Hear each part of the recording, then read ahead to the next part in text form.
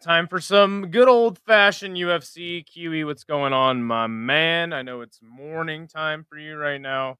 Um, Hope you're having a good one. And your week has been fantastic, and you're ready to watch some fights. Euphoric notes. What is going on? I'm doing just fantastic. It's a scorching hot one here in the Gem State today. Just gonna send this link out real quick to some peeps, and then hopefully our first fight comes out soon. I'll probably be behind you guys because I'm watching on my TV. If it gets to be a problem, I'll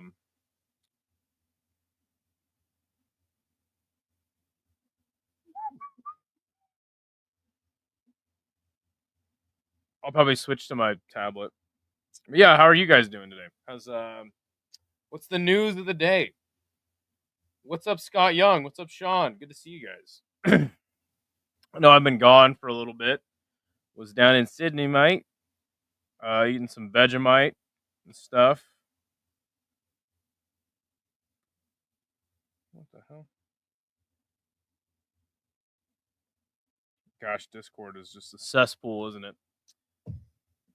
Oh God, I'm getting another promo instead of an actual fight, unfortunately.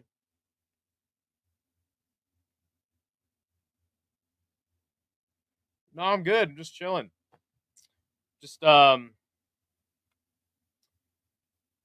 paying attention to lots of YouTube beefs go down lately. It's been interesting. Just been working on the friendship with my ex. Hey, I commend you. I commend you because that's it's hard to keep it there, right?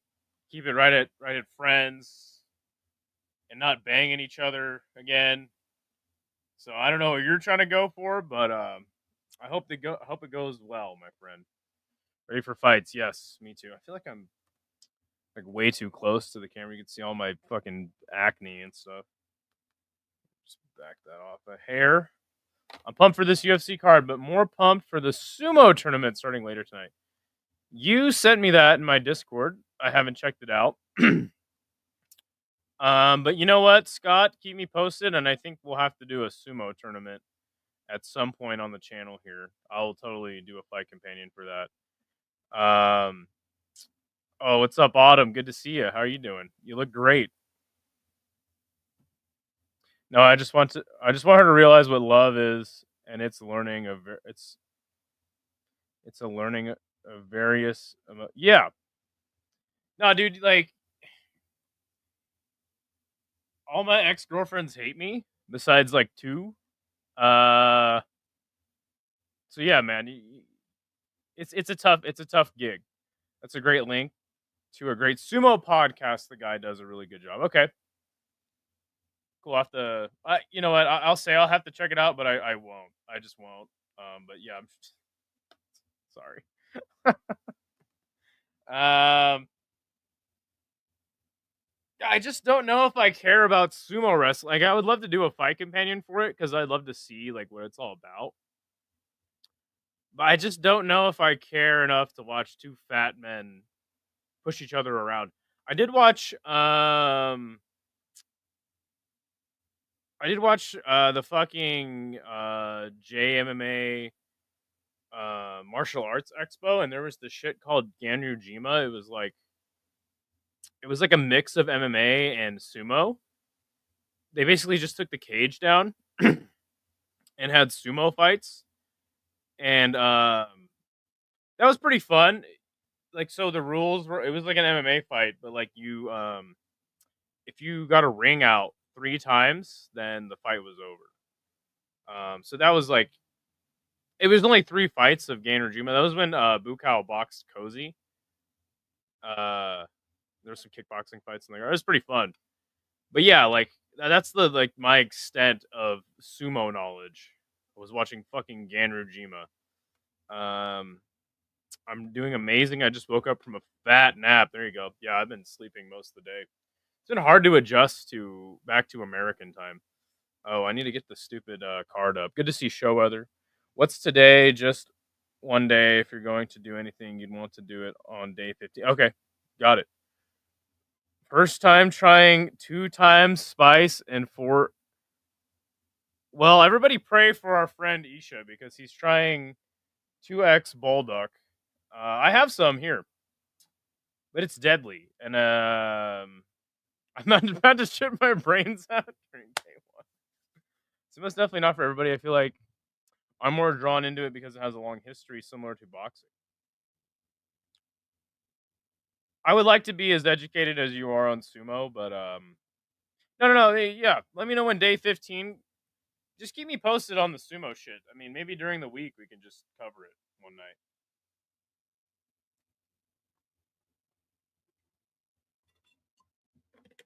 night. This one is not in English. That's how you know it's about to fuck me up. Okay, let me get the card up really quick.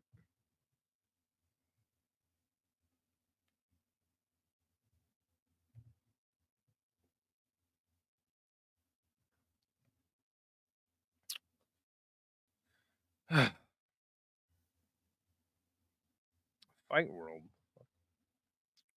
Okay.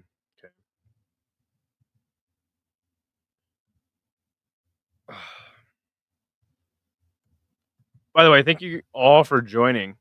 Um, Again, I know I've been gone for a little bit, so hopefully no one left since I've been gone. Since you've been gone. Oh, by the way, I did I called into MMA holes last night, and I did a Katie Taylor impression. I'm gonna play it for you guys because I know you guys just love when I play videos.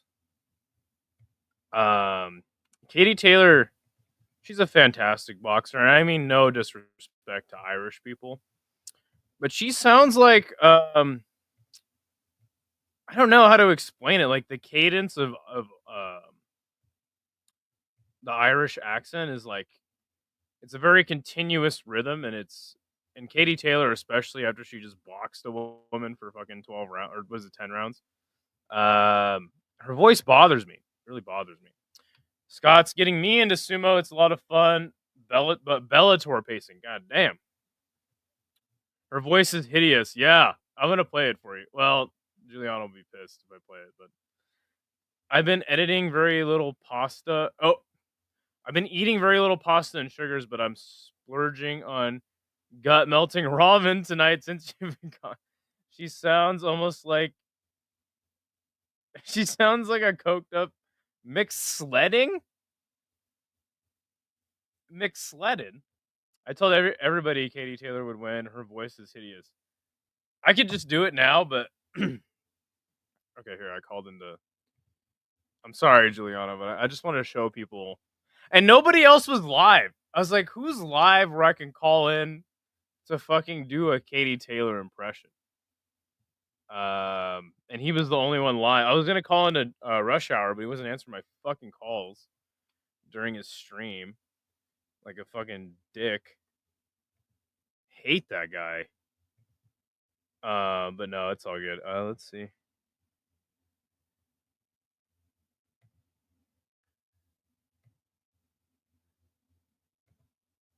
And you guys let me know. You guys let me know how my Katie Taylor was.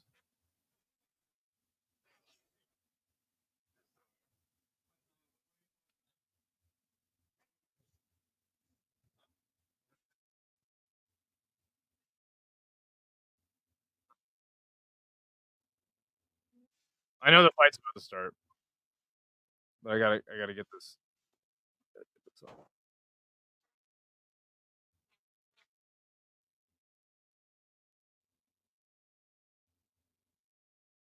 God damn it! Hold on.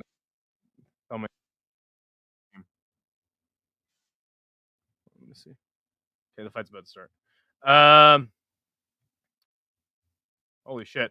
What's up, Ben? Good to see you. It's because he hits the slopes. I did not know that. Rush Hour was he was live, but he wasn't answering his fucking phone. Uh, got 20 on a Klein sub. Okay. Oh yeah, let me get the stupid card pulled up. StreamYard changed their fucking layout, and I'm kind of stupid. So, oh god. Getting rusty. Bam, there you go. I pulled a muscle in my neck at Muay Thai, so I'm not streaming the UFC, at least to the main card. Okay. Chef's kiss. Yo, Kiwi. Yo, yeah. Kiwi and Ben got acquainted through me. Aren't I just a great guy? I just bring people together, you know? Hold on a second. Where's this stupid ass?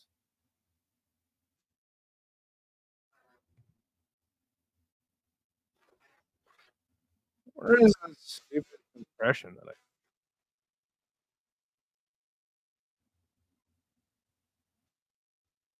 Okay, hold on.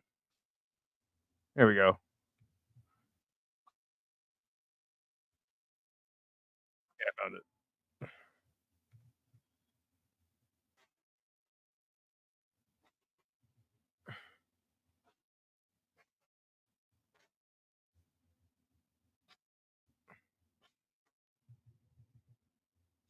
Who even is this chick she's fighting? Is this that chick that got the knockout on Contender? I've never seen this woman. Okay, there we go. Such a yeah, I'm a connector. I'm like an HDMI cord, you know? Here, let's see, hold on. There is a fight going on, but this is much more important. My Katie Taylor impression. All right, here we go. All right, just get prepared. I sound really ridiculous. Just keep that in mind. All right. One judge had the draw. What do you think of? Oh shit! Oops. How you doing, Katie Taylor? Oh, the rough night. Oh well, you know, I just love fighting for Ireland so much. You love fighting for Ireland. Yeah, I mean, listen, what a performance you had tonight. Oh yeah, you know, Amanda, she's a good opponent. It was a good fight there, Moss. Yeah, you looked fantastic. You know, I had you up 2 rounds over there. One judge had the draw. What do you think about that, Judge? Well, you know, me father, he always had a pot of gold at the end of his rainbow over there in Ireland, and you know, we just fight so hard over here in Ireland. Yeah. All right. Well, Katie, man, listen, I'm very proud of your performance. You got 3 fights over Serrano. How does it feel having 3 fights over Amanda Serrano? Well, like I said, you know, I just love Ireland so much, and Amanda, she's such a good opponent, you know, and I just love Ireland. I love Ireland. Oh, thank you. Any last words to the peeps? Oh, thank you so much, Mo. You're such a good guy, and thank you. I just love Ireland so much.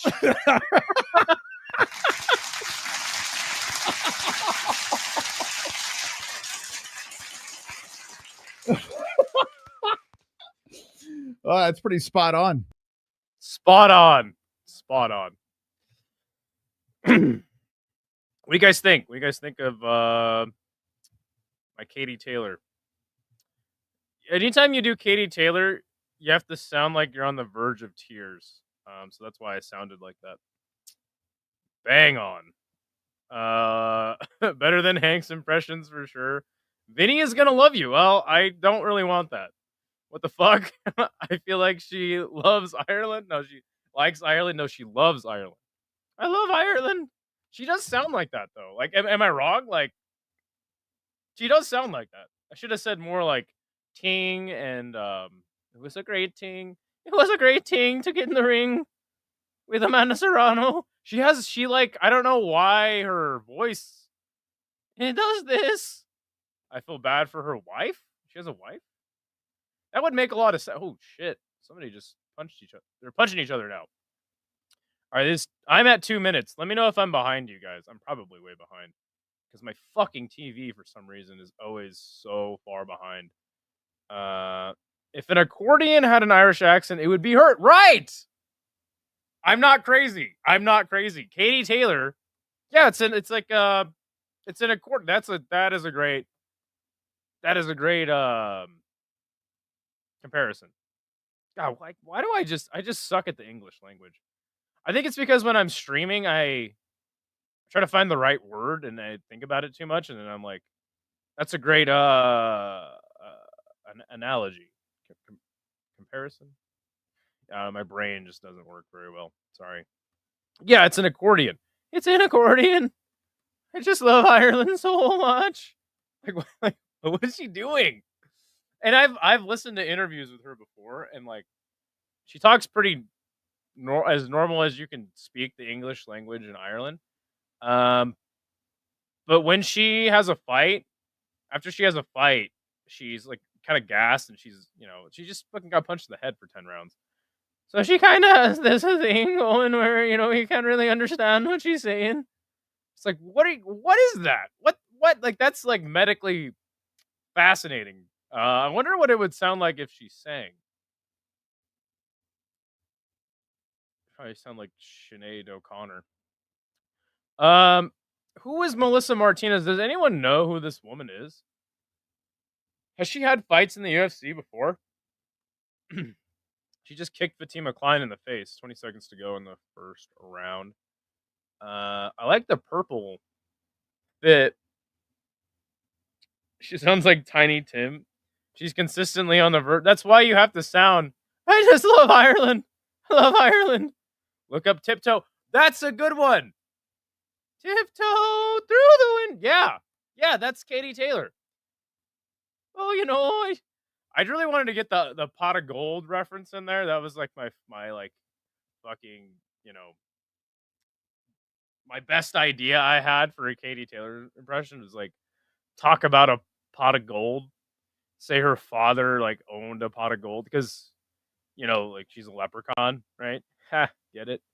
Yeah, tip throw through the tulips. Yeah. See, I'm gonna be living off of the Katie Taylor impression fame for it's my 5 minutes of fame on fucking MMA holes. I'll be living off that for a while, so forgive me, everyone.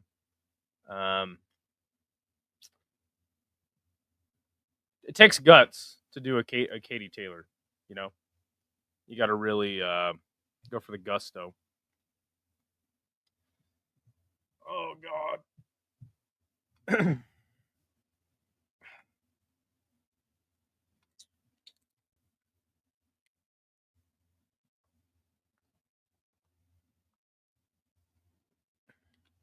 What is that giant bee at the top of the arena on the Jumbotron? I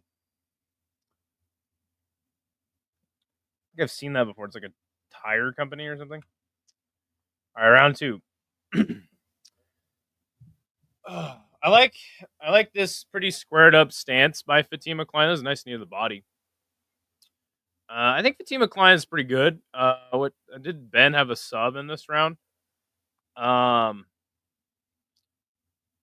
I haven't seen much grappling going down in this fight yet. These ladies are pretty much having a kickboxing match. The Rubber Arena. The Rubber Arena? That's a stupid name for an arena. Where the Nashville Predators play. Why did I say Nashville like that? Nashville? Nashville? A Nashville Predator. I'm guessing that's some fucking hockey team. You fucking hockey nerd. You're obsessed with hockey. It's unhealthy, Isha. Okay, as your friend, I'm trying to tell you, you have an unhealthy obsession with hockey. Just like we all do with MMA. But it's not the same. Bridgestone tire. Thank you. Jeez. Yeah. God, I'm so stupid. All right, Fatima Klein clinches up Martinez with 340 in the round. She's kind of slapping her in the side of the face right now. It's kind of a weird visual because Fatima Klein grabbed Martinez's hand, and then Martinez started hitting her, so it kind of looked like she was slapping herself in the face with her opponent's hand. I watched the Ina, so yes. What? I'm bothered by this woman, Melissa Martinez, because I just don't know who she is. And I feel like I've never seen her before. And I don't know. Like, I feel like when the people on the UFC fight, it shouldn't always be people that I have no idea who they are. I'm going to look her up just because I don't fucking know who this is. Super Melly is her nickname. Who did she? Okay, she's had one fight and she beat Elise Ardeline. Oh, she lost to Elise. See, I don't know. I've watched this woman fight, and I just don't know who she is. And it just bothers me. Like I don't know. Maybe it's a me problem. League Nord American Do Hockey. You're just speaking Chinese to me, my friend. Yeah, but Melissa Martinez is fighting decently. She lands a nice kick there to the leg. Nice 1-2. Fatima Klein clipped her with that left hook, though. It kind of knocked her head back a little bit. Deep kick to the body by Fatima Klein. Ooh. Some decent striking exchanges in the center of the cage right now for both ladies. LNAH. I feel like I've actually heard you say that before.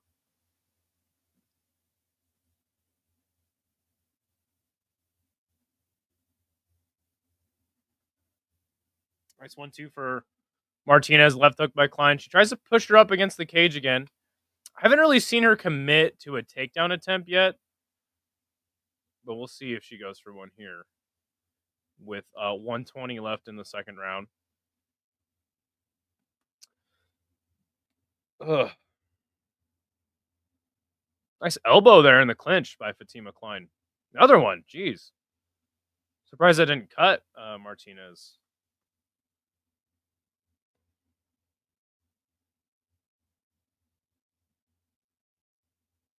Oh, yeah, that's right. So it's the league that was a front for Hell's Angels drug money and funded by Cornhub in the 2000s. Wow. Holy shit. It's weird that all like sports entities are just like dirty business, right? Oh yeah, so Jay is live now. I was thinking about calling in his show as Katie Taylor. What do you guys think? I ate shit on my picks a couple weeks ago, but I picked Betty. I remember we were talking about that because I was like, dude, I sucked the horn on this card big time. And you were like, yeah, but I picked I had a perfect pick, so that's all that matters. And I faded Benny. Dude, I've been sucking on picks the last couple weeks. So I'm hoping this card gets me back in a decent fucking spot because I'm looking like a fraud on YouTube right now. I do a pick show every week. In the last 2 weeks, I've just been fucking doing terrible. But yeah, what do you guys think? Should I call in Rush Hour? I gotta say something other than I love Ireland because I kind of got lost. I was like, I love Ireland. Blaine Henry's The Fight Library. What is up? Good to see you. How are you doing? Any fights on this card you're looking forward to? I'm just considering calling in another MMA show as Katie Taylor.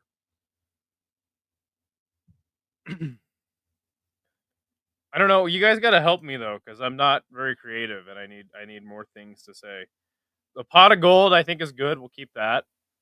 I love Ireland. I got to say that at least. Amanda's a great opponent, but I got to have more like tings and like it was a great ting. Maybe watch some different Taylor interviews for inspiration. That's you.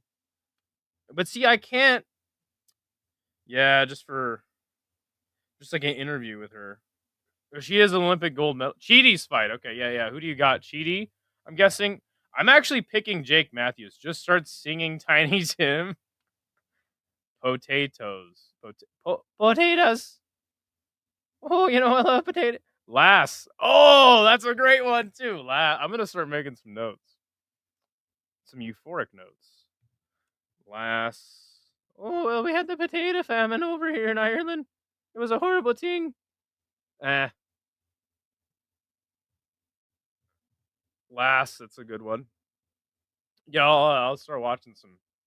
I think Chidi is gonna beat him up in the clinch. Well, he did fight kickboxing for quite a while. Like I said, I honestly I think that's a close fight. I think that Chidi could get a knockout. The thing that worries me about Chidi is I feel like he's a front runner, and I feel like you could say that for both men, right? Like when the fight starts getting tough, they kind of just fight to go to the decision. They don't really fight to win. Just kind of how I feel. Um, but yeah, I think Chidi is a good pick for sure. I think it's a close fight.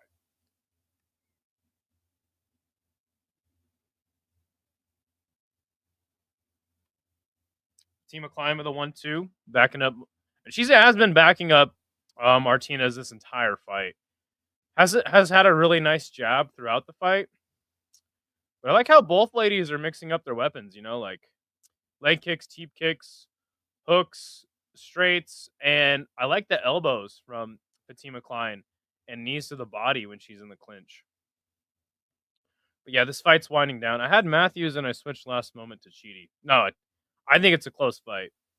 I'm kind of just picking Matthews to be a detractor. Screw you guys. Oh, I'm also picking Wonder Boy.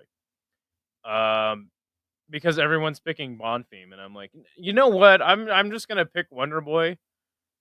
Because I feel like Bonfim isn't as strong of a wrestler as the other opponents that have just smothered Wonder Boy. But do I think that it's like if Bonfim ends up smothering him, I won't be shocked. But I do think, holy shit! Fatima Klein just fucking knocked Melissa Martinez out with a perfect head kick. Holy shit! She fucking sniped her. Oh my goodness! Why is that person holding their baby up? Don't bring your babies to fights, people. God damn! And Isha was just saying Klein is good. Showed really well against Jasmine. Well, holy fucking shit! She just literally murdered a woman in the cage. Wow. Fucking wow, dude. Third round knockout for Fatima Klein against Melissa Martinez. We gotta see. There's a kid there with a Harley Davidson shirt screaming, and he's got his hair in his face. Okay, here we go. Look at that. That's a Robert Whitaker ass fucking combo right there. 1-2 head kick. Look at that. 1-2. Bang! Lean her to the side. Oh, right on the chin. Oh! Well, fuck. WMMA sucks, man. They clearly shouldn't be allowed to fight. That's the Bobby Knuckles fucking combo right there. Look at that. Boom. Oh, dude. And you see what happened to her knee as she fell? That's what happened to me when I fucking fell on my skateboard and fucking maybe possibly tore my meniscus in February. Ah, jeez. That was a nasty knockout. Oh my goodness. Shit. Shame on you. Shame on you, Fatima, for that nasty knockout. Shame, shame, shame, shame. I don't know if that worked. I need to get some sort of like clip to play when somebody gets knocked out. That was fucking sick, though. That was sick. Melissa Martinez is up. She's doing all right. That knee's not going to feel good tomorrow, though. Let me tell you.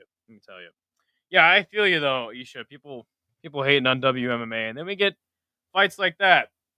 And that was a good fight, actually, up until the knockout. That was a great capstone on a pretty damn good fight as well. I know I was ranting about Katie Taylor the whole time. Let's see if Jay is live.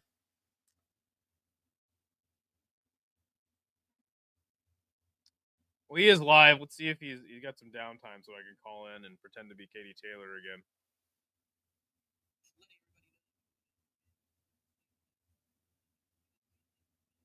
I think we're good.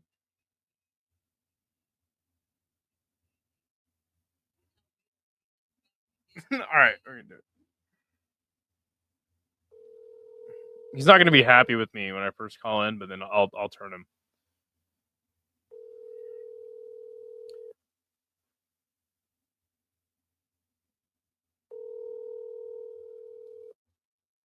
I don't know. He didn't answer last night.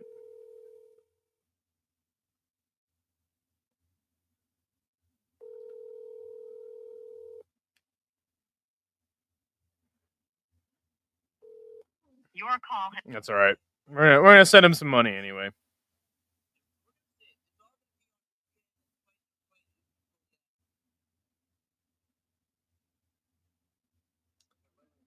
Top of the morning to you.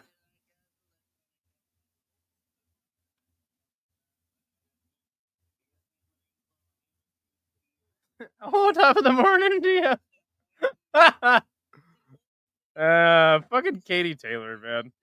She's a fantastic boxer. Like you gotta respect Katie Taylor, but that voice, man.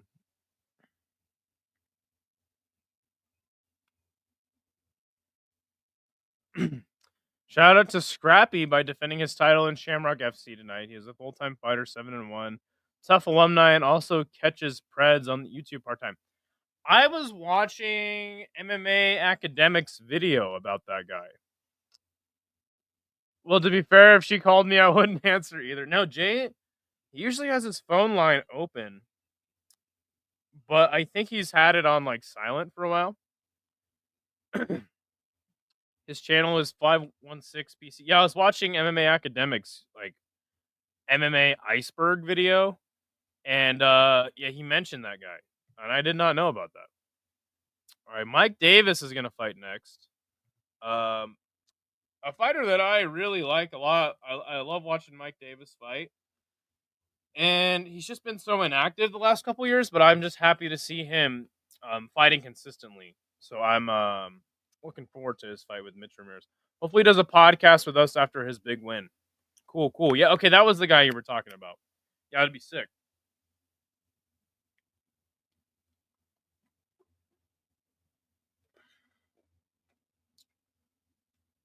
Stupid UFC BJJ. That shit pisses me off. He's legit. He does the best catches. Yeah, I was seeing something where like apparently he works with local law enforcement, but they've like denied it.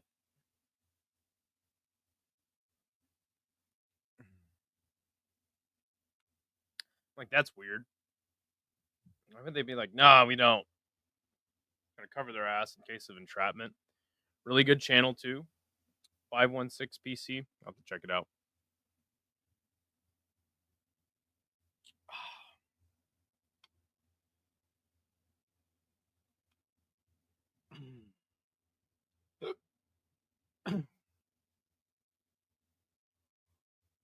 Oh, god damn. Oh, I don't know why I'm yawning. I was fucking sleeping all day.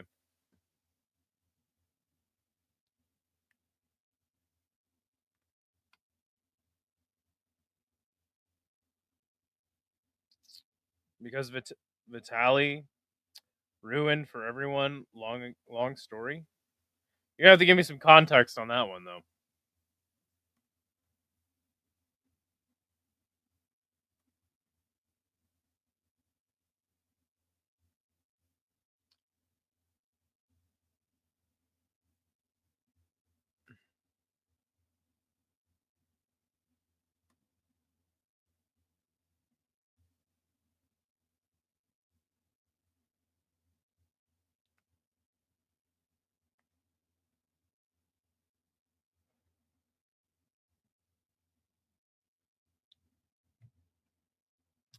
So yeah, on this card, obviously looking forward to Mike Davis fight. I think this fight should be good, but isn't there like some weird thing about like heavyweight fights? Like the last one to end in knockout was in like it was like Waldo Cortez Acosta like 2 fights ago or something. I don't know why Lauren Murphy is still fighting. I think this will be a good fight. Jake Matthews versus Chidi. Already kind of talked about that. Junior Tafa is either going to get a knockout in the first couple of seconds, or he's going to get wrestled. Vitor Petrino versus Austen Lane should be fun. Landwehr versus Charriere should be fun. Fucking poor Calvin Kattar, man. Just on a fucking long losing streak. He's going up against fucking Steve Garcia. Honestly, short and sweet card, and it should be pretty good. There's going to be a lot of downtime though, and I'm not good at downtime. I kind of fold, under pressure. Old prank streamer just beat up and accused PDFs instead of actually doing Chris Hansen level homework and running legit stings. So cops don't want to get wrapped up in that straight up assault. Okay. Makes sense. Don't yawn. You gotta hold the fort during K1. I was up at 7 a.m. Don't worry, man. Don't worry. Look, I keep a Red Bull on deck for fucking all the late night Japanese shit. All right. And I've learned if you don't think you're tired, you have the Red Bull on deck and you don't think you're tired, just fucking drink that bitch because you're gonna fucking be tired. Don't worry. All right. That's what I do. Tafa versus Tokkos might be one of the worst fights ever. Let's hope so. Because I like terrible fights. Like Yoel Romero versus Israel Adesanya is like unironically somehow one of my favorite fights of all time because it's just hilarious. It's just a really hilarious fight. I like terrible fights. I think they're funny. Unless it's Rose Namajunas. Because you just know nothing interesting will happen during the entire fight. That head kick was nasty. Yeah, it was fucking awesome. It was awesome. And I feel bad for Melissa Martinez because I saw her knee buckle. And my knee is all fucked up right now. So yeah, hope her knee's all right. But yeah, that was a good knockout. Who is winning this? I got Mike Davis. Also, I don't know a lot about anyone named Mitch. I wouldn't pick a guy named Mitch to win a fight probably ever. I don't know enough about him either. But yeah, I got Mike Davis. I think he's solid. I'm glad to see him active once again. Because I think he can do a lot when he's active. Like you shouldn't be having a really close fight with Mason Jones, that was a sick ass fight too. But I feel like Mitch Ramirez isn't really on the level. Was a great head kick. Hell yeah, good to see you, Mystic MMA. He was gonna say Rose. All right, I'm jumping on my stream. Have a good rest of yours. All right, thank you, Isha. Have a good stream, my friend. And me and Isha will be coming together like Voltron for K1 tonight. So see you guys there. Gets a lead hook to the face in round 1. Then teeps and low kicks at range for the last 4 rounds. Adesanya Romero. Dude, that fight is so fucking great. It's so great because then remember when Yoel hit him with that punch, and he just blinks like as fast as humanly possible for like 10 seconds after that. I love that fight, dude. And then remember when Yoel he just stood there like this, and then Izzy did a full fucking circle around him. Oh man, what are your thoughts on Romero signing to BKFC? I'm pretty hyped about their $25 million tournament. Well, I'll say this. I remember an interview with Dave Feldman where he considered jumping off of a bridge if Knuckle Mania didn't go off without a hitch. So you gotta love Feldman, right? The guy either puts on a successful event or he jumps off a bridge. This guy is not. He's not a down the middle kind of guy. He's just like, you know what, I'm gonna try as hard as I can, or I'm gonna jump off a bridge. So I hope the best for that $25 million tournament. Because if it doesn't go well, I think we know what's gonna happen. As far as Yoel Romero signing with BKFC, Should be good. Should be good. The problem is Yoel Romero is like he's pretty washed, right?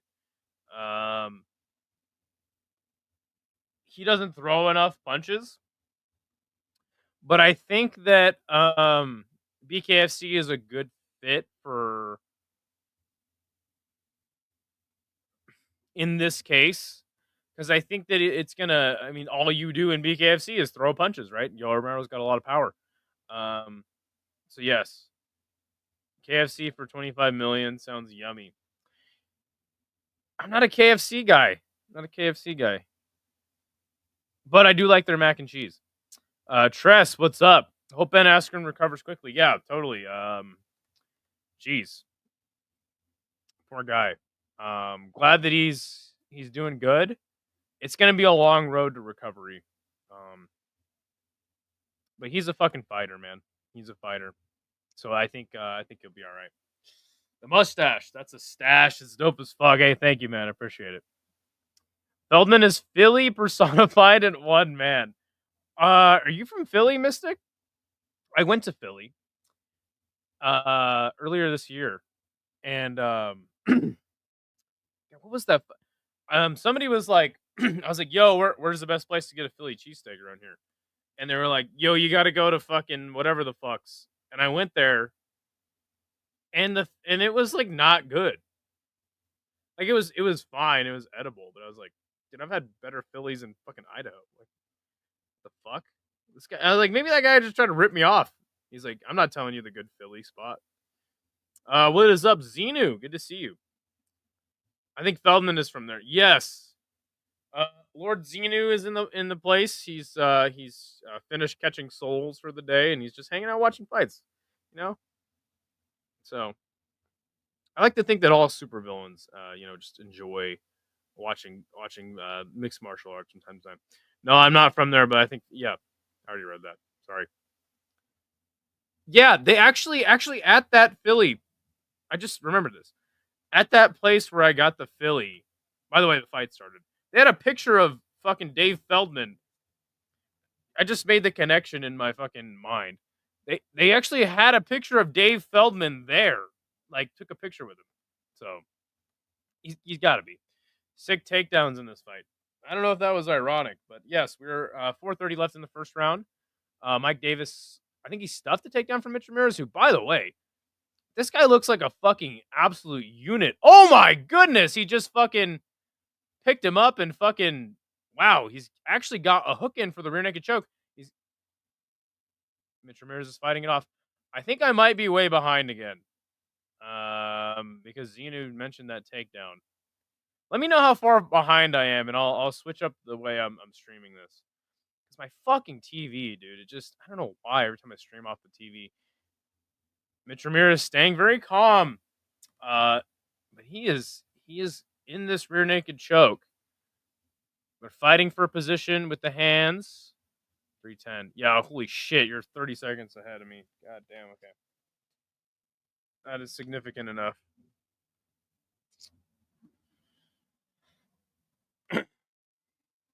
All right, give me 1 second. Oh, God. That's right. I got a solution. Thank you, Xenu. I appreciate that.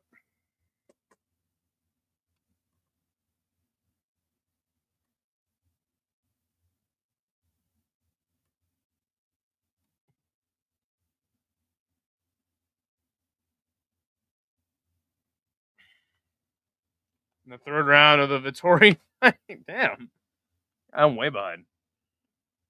Jeez.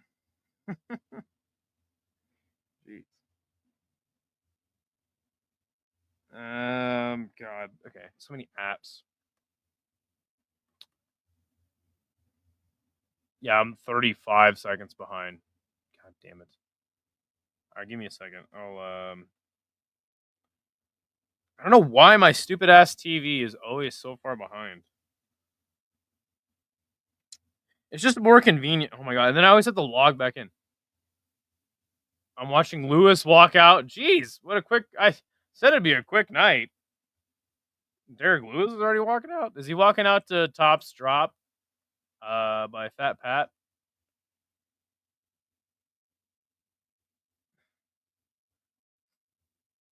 Wait, is Vittori fighting tonight? Am I high? Wait. He's like on the next event? I was like, wait, I don't think he's fighting tonight. I have to go look now. Look what you made me do. All right. Wasn't he supposed to fight? Why is he not? Wait a second. What's going on?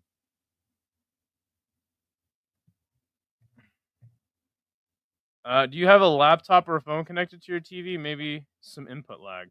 No. I watch on my TV, like on my smart TV, but I have to connect my tablet. That's what I'm trying to do right now. I'm getting it up on my tablet, and that usually fixes it for me. I always have to log back into fucking ESPN Plus though, which is extremely annoying.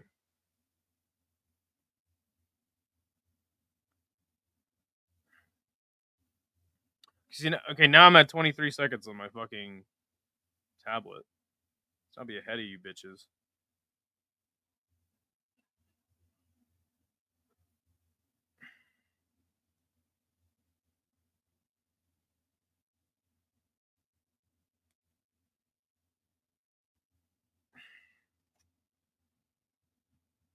Okay, that's the end of the second round. End of the second round.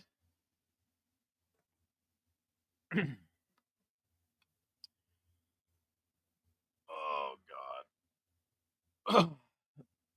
Nice, caught up. Yeah, I got you. Thank you. I appreciate it, Xenu, because I've been behind this whole time and nobody told me. So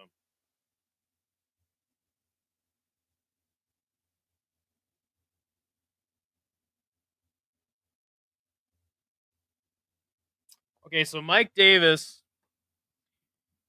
Mitch Ramirez was throwing some good strikes, and then Mike Davis just fucking picked him up, dumped him, had him on the ground for the entire round. So that's one thing you got to like about Mike Davis is he's just super well rounded. Are you using Fight Pass or Russia? Are you Russian, Xenu? I'm using ESPN Plus because I'm American. Land of the free, home of the brave, buddy. Man, Ramirez did a good job defending. From what I saw, yeah, he was. It's a pretty compromising position, dude. Look at fucking Mitch Ramirez though. This guy is look at this guy's lats. Oh, he's throwing him. He's throwing him at Mike Davis. He tries to get one back. Tries to go for the double leg. Oh, nice knee to the body and a right hand. Oh, left hand by Mitch Ramirez. Davis being pressured. Eats another left hook. That one looked to kind of stumble him. Both men land jabs. 4:30 left in the second round. Oh, nice little side punch. Nah, I mean like Russian link. Oh, okay. South African. So you're a Drickus Duplessis fan. Nice leg kick by Davis. Oh, really nice body shot there by Mike Davis. Backs Mitch Ramirez up, but Mitch Ramirez putting a lot of pressure on Mike Davis. As we end the first minute of the second round, both men landing leg kicks. Mitch Ramirez is coming for Mike Davis, though. He is putting a lot of pressure on him, walking him down, trying to land really just lots of different strikes. Creative strikes thus far from Mitch Ramirez as well. That knee to the body while Mike Davis was grounded. Super slick.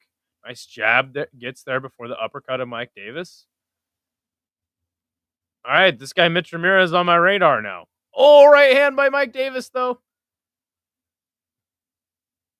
Oh, eats a nice right hand. Oh my gosh. Okay, they're scrapping.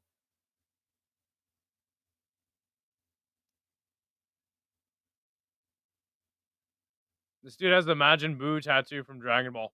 That's what that is. I remember, yeah, because remember when Majin Buu would fucking take somebody over or whatever and they get the fucking M? That's what it is. I always wondered what the fuck that M was. Thought it was for Mike. So people know his name, before he from the back. There was a knee to the body by Mike Davis. Just barely missed the head of Mitch. Body kick from Mitch. Mitch's nose appears to be a little bloody. No. Oh, a head kick attempt there by Mitch Ramirez. And okay, I was like, oh shit, no. Mike Davis is minus 154 on the live line. It is heating up. It's turning into a good fight. This is why you gotta love lightweight, you know? Oh, look at that shot to the body and a right hand by Mike Davis. Uppercut by Mike Davis. He's got Mitch Ramirez back down to the cage. Both men landing good punches. Mitch Ramirez fighting off the cage. Circling back to the center. 2 minutes left in the second round. Oh, another. Look at the fucking body shots by Mike Davis, dude. He's landed like 4 good ones in this round. Interesting to see Mike Davis kind of just choose to slug it out on the feet with Mitch Ramirez. Look at that. Oh, another body shot and a right hand by Mike Davis. That combo has been money for him all night. Left hook by Mike Davis. 130. This dude is eating a lot of shots. They're both eating a lot of shots, but it appears, halfway through the round that Mike Davis is, or halfway, 1 minute and 20 seconds left in the round, that Mike Davis is turning the tide on the feet. Cooked him on the ground, and he's landing the better shots here on the feet. There's a nice right hand by Mitch. Oh, nice teep kick. Oh, teep kick to the body by Mike Davis. Backs Mitch Ramirez down. Fucking flying knee lands right on the chin of Mitch Ramirez, but he's still up. Oh, that right hand took him down, though. Oh, and there again. Oh, my gosh. Oh, and Mike Davis dusts his shoulders off. Let's go. I got to text my homie from Miami.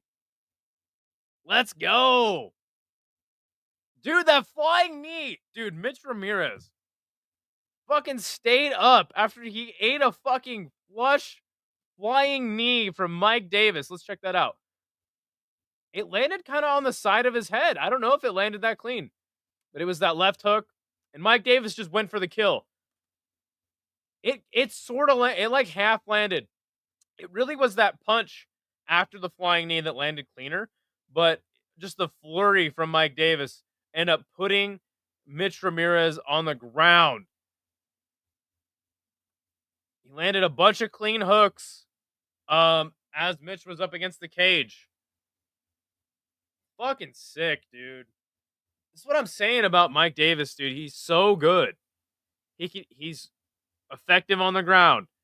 Didn't get to choke him out in the first round. He said, fuck it, you know what? This kid wants to scrap. I'll oblige. What a sick 2 knockouts now in a row on this card. I do worry, though, because a lot of the times when you get like sick prelim action, the main card ends up sucking ass. So hopefully it's not a consequence. Hopefully we don't suffer from that curse tonight.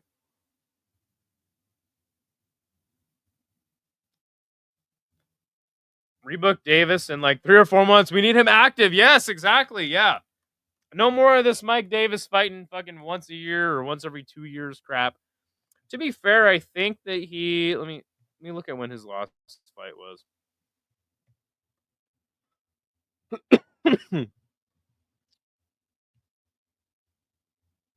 What a sick fucking win. Yeah, so he fought Natan Levy. So yeah, that's actually his second fight of this year. Oh shit. My knee's so fucked up. February 1st. So okay, yeah, I mean he's been 3 or 4 months. I'm with you, Showweather. I think Davis won the scholarship from Tiger Muay Thai. Are you saying he's on roids? Then he landed to the head, but it grazed his chest first, and it took a little bit of the power off. You're exactly right. He has Lyme disease, right? Does he? Lyme disease? Wait, seriously? Also, it's spelled with a Y, like tires. Let's see. Mike Davis, Lyme disease.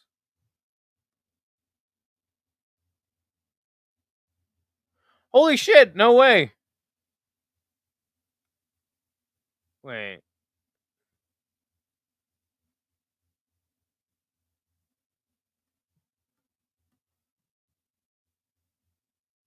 Holy shit, dude! You're right. I had no idea. I didn't even know that. No wonder he hasn't been very active.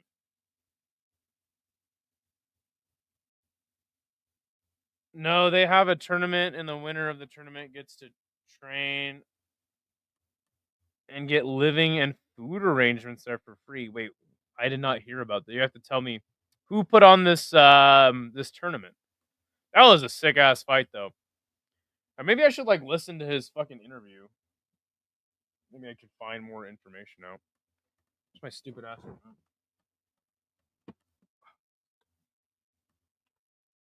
I don't know. If he says something about Lyme disease, let me know. But yeah, you're right, Kiwi. I did not know that about Mike Davis. That makes a lot of sense. Somebody was actually telling me that knows some people that he trains with, that he was ill or he was kind of sick, but I didn't know it was fucking Lyme disease. Jeez.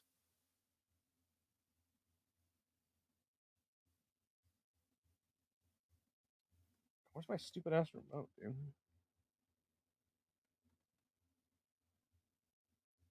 I don't know. I'll find it later.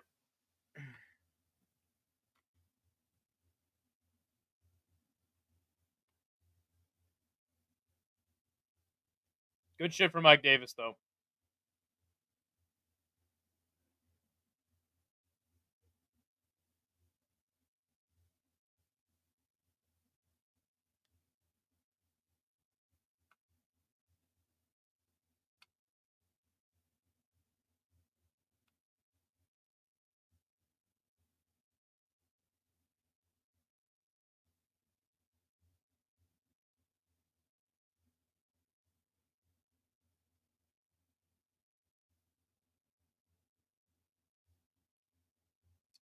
It's run by Tiger Muay Thai, the big gym in Thailand that guys like Jan train at. Yeah, but wait, what do you mean a tournament? Like I don't understand. Oh, the scholarship. God damn. Okay, thank you. Okay, you're saying with that flying knee, it looks like he's been training at Tiger Muay Thai. Got you. Sorry, a little slow. Mike Davis versus Terrence McKinney on a fight night main card. Oh my gosh, that would be sick as fuck. I would love that. We'll do some who's up next. Um, maybe tomorrow or Monday, and we'll talk about it. Maybe we'll get Big Red back, and it'll actually be a better version of who's up next because I'll actually have my computer and I can make polls and shit. So yeah, good shit. Two knock. Oh my gosh, look at some Tallison Teixeira highlights now. We just literally fucking murked this dude on Contender Series. By the way, who you guys picking in the main event? Because I mean, am I tripping thinking that Teixeira's just gonna maul Derrick Lewis in the first round? Am I high?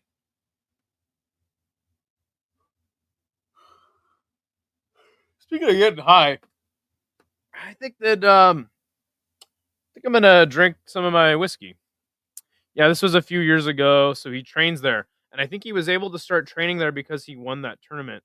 So he was able to live there for free. Oh, okay, badass, dude. Yeah, you can definitely see some of that coming out. Give me 1 second. I'll be right back.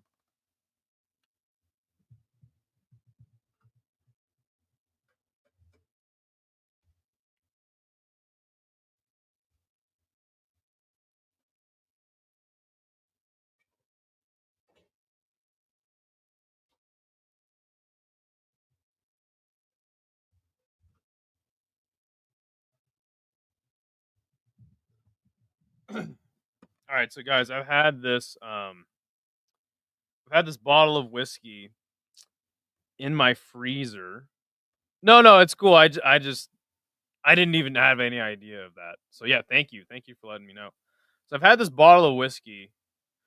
Well, is it whiskey? Is Crown Apple? Yeah, this is an apple flavored whiskey. Okay, sorry, I'm a fucking drinking noob.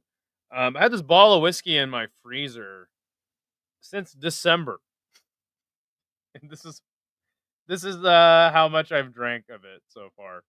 Every December, I don't know. I like to have a drink on New Year's, so I buy Apple Crown Royal, and yeah, this is the dent I've made in it.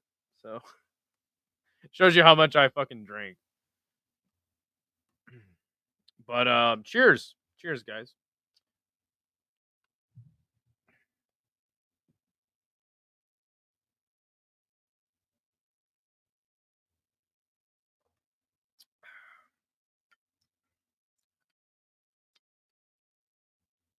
That shit's so good. I've had people give me shit because I drink Apple Crown, and I'm like, I don't like to drink it with a chaser, and it tastes good. What do you want me to do? Go fuck yourself. Lewis cracks Tallison like he did Volkov. Ooh, interesting.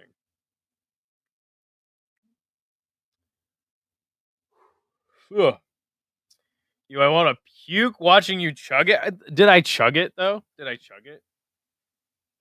I just took a drink off of it. Come on, man. Wait. I don't know. Wait, is Apple Crown fucking? Is it not good? Is it not good whiskey? Are you one of the Apple Crown haters?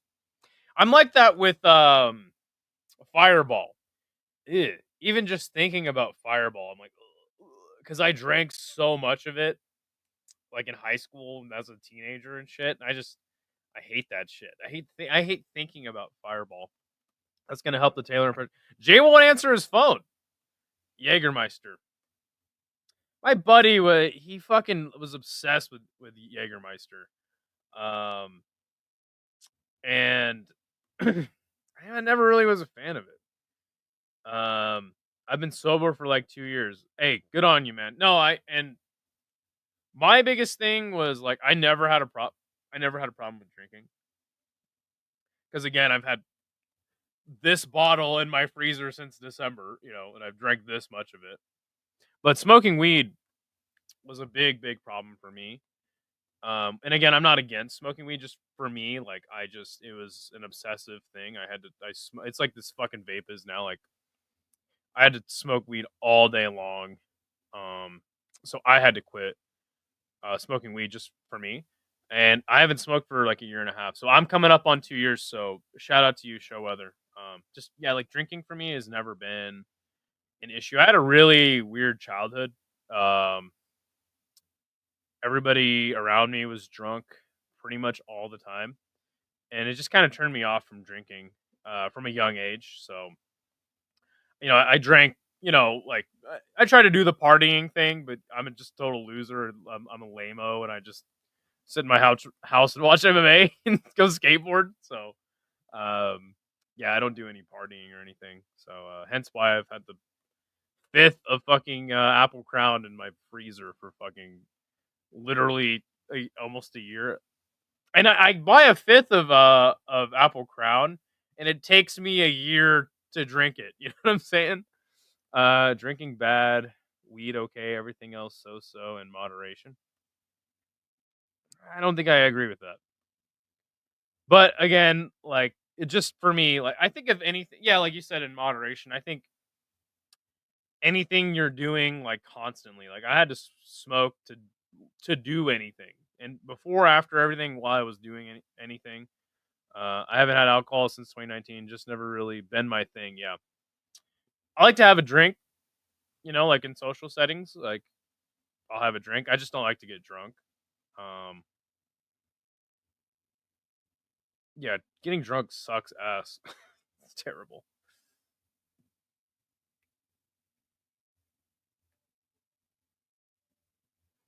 This fucking vape thing, though, man. I tell you, this is the hardest thing to quit ever. Like I've tried to stop. I'll stop for like a week, and I need to get over that hump, right? Where I'm like, okay, I'm a week in.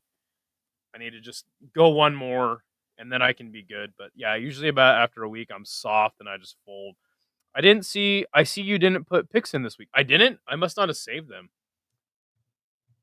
That sucks.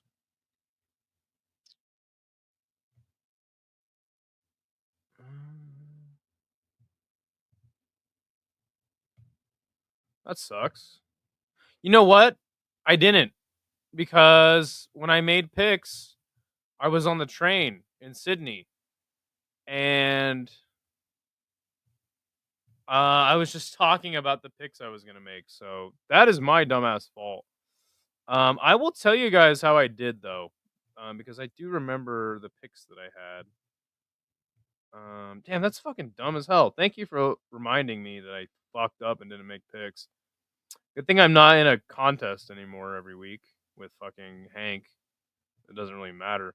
And I got a Tapology group, bitches. Holy shit, we got a lot of people trying to join. Let me accept all these people.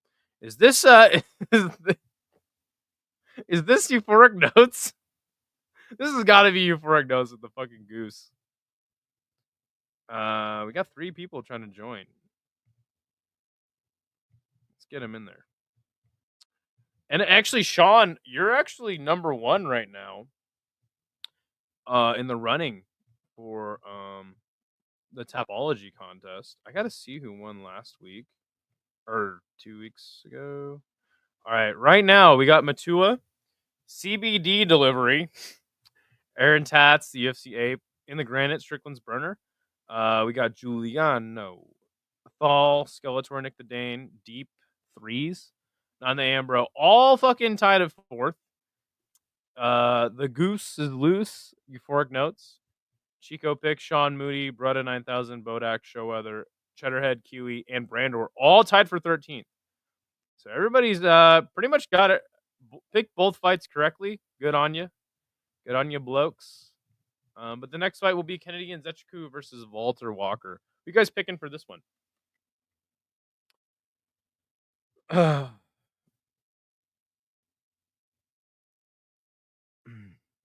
Maybe it would be healthier if I drank. I have an orange soda addiction.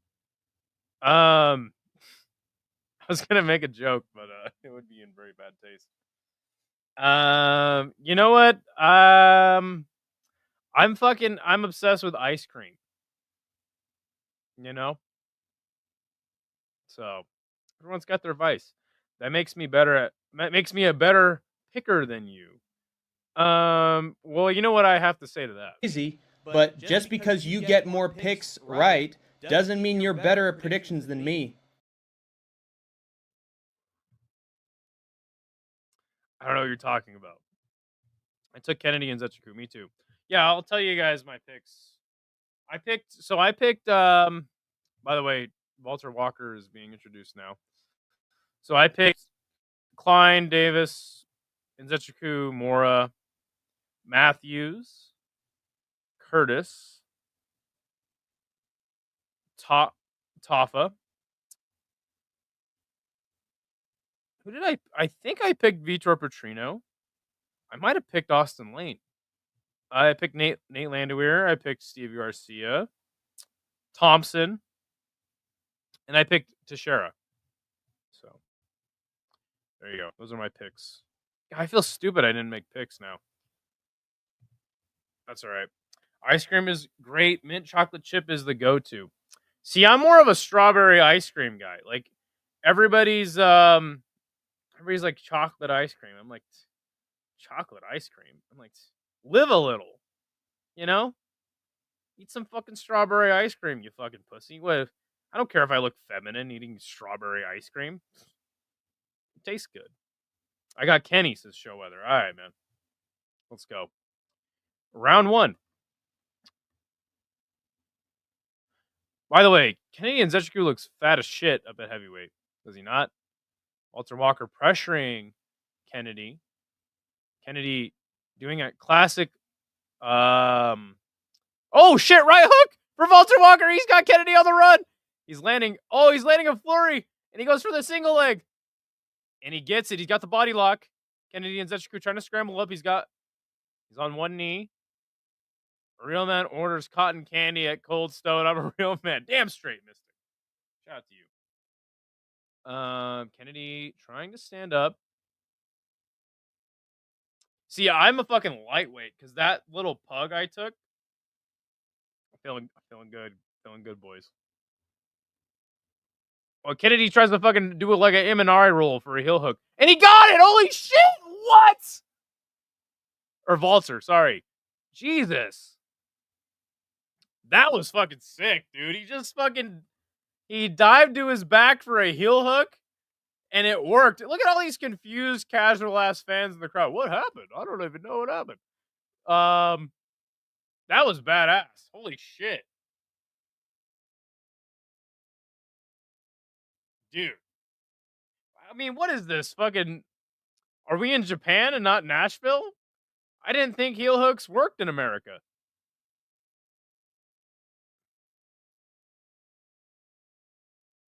Look at this shit. He just fucking says, you know what? Fuck it. Oh my god, you locked it up so good. That was so sick, dude. If Walker is not a black belt, he just earned it. Yeah. Unlike fucking Tyrone Woodley when he fucking knocks a guy out and gets his black belt for it. Or did he get a sub? I've seen people get knocked. I remember when Alex Pereira knocked a guy out and they gave him his black belt. It's like, the fuck? 3 in a row. Plus 800 heel hook. No way. Wait, did you pick Walter Walker first round sub? If so, good on you, mate. Good on you, mate. Go get your family some Vegemite. Fucking Kiwi, dude. Hey guys, by the way, dude, Kiwi, I've been talking to Kiwi for fucking years. And when I was in Sydney, this man invited me over to his house. We watched some fights together. He cooked just a killer lamb. And we hung out, man. Kiwi's a fucking solid ass dude. He was drinking a little though. And I hope you don't mind me telling the story, but he was drinking a little and he ran out of beer. So he asked me, he's like, "Hey, you want to drive me to the store?" And so yeah, thank you, Kiwi, for letting me drive your car over to the store on the wrong side of the road. Good times with Kiwi. He's a great man. He's a great man. This guy has more heel hooks in the UFC than Ryan Hall. All right, that's kind of crazy. Yeah, but he's fighting fat, washed up, terrible heavyweights. I picked Kennedy and Zetchiku to win, to be fair. But that was fucking awesome. That was sick as fuck, dude. And Walter Walker might be a problem. All right, the tide has turned now on the Tapology group. Now it's CBD delivery in front. Thal in second. Aaron Tats, Nick the Dane in second. Skeletor in fifth. Brutta 9000 sixth. Bodak, Kiwi, Deep Threes, Matua in sixth. Cheddarhead in 11th. 12th is the UFC Ape, Granite, Strickland's Birder, Geo, not in the AM bro, and 17 will be Avian, Chico Pick, Sean Moody, Show Other, and Brandor. So that is your Tapology leaderboard so far. Next fight, Spran Brewski winner. Okay, Brzezinski. Next fight, yeah, I would love to see that. Maybe not actually though, because those guys suck. 3 subs in a row. Damn. All right, next fight is Lauren Murphy versus Eduardo Mora. Should we see if Jay is answering his phone now? I'll just ask him. Now that I'm a little loose, I could probably do a better Katie Taylor impression. Kuniev? I'm down with that.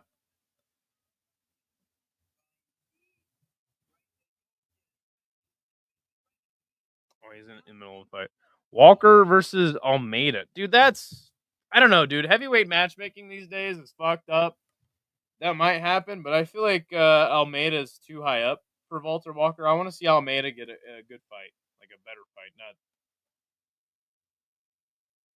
fucking Walter Walker, who just subbed Kennedy and Zetchiku. I don't think either of those guys are ranked. Walker and Kennedy weren't ranked, so it kind of doesn't make sense to me.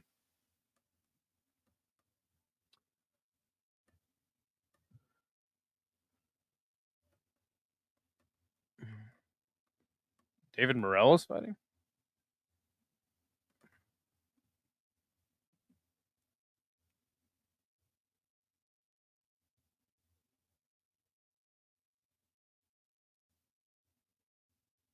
That was a sick ass heel hook, though. I can't lie. Stupid ass fucking thing.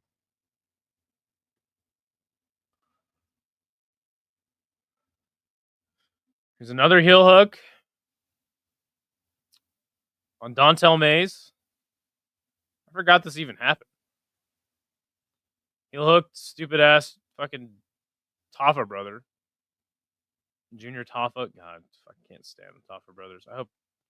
I hope that Justin Tafa loses, because I can't stand the guy.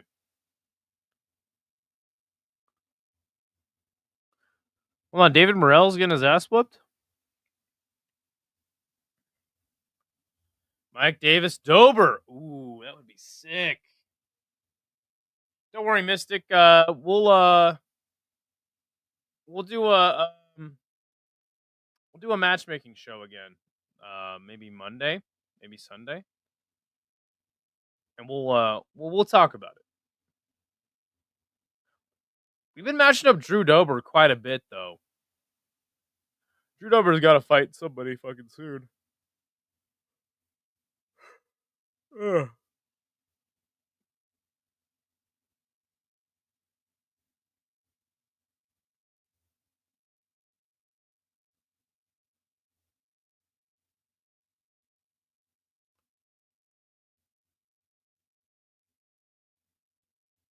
What is Derrick Lewis doing? He's going into a car wash? Yo, are we about to get clips of Derrick Lewis fucking washing cars? I don't think I want to see that today. Wait, this fucker's got a Rolls Royce? No wonder he's still fighting. You gotta pay off that fucking Rolls Royce.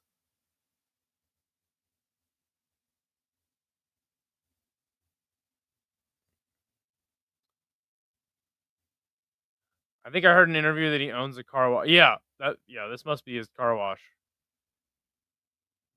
Well, I mean, car wash. I mean,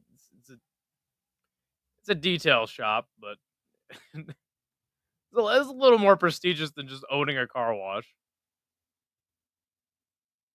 I don't know though. Those car washes make a lot of fucking money. I have a black car, so I gotta wash my car all the fucking time. I used to, when I first got my car, I used to fucking like wash it by hand, take the time. And so now every once a year, I take it to a detailer and I have them do a ceramic coat on it. I don't know why I'm telling you this.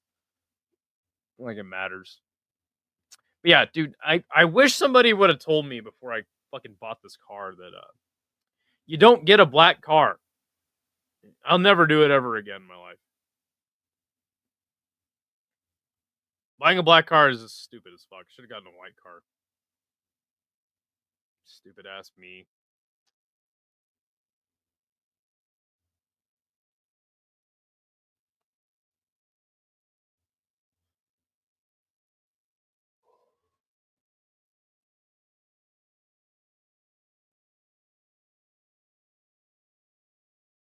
All right, speaking of that Volkov knockout, about to get a little highlight of it.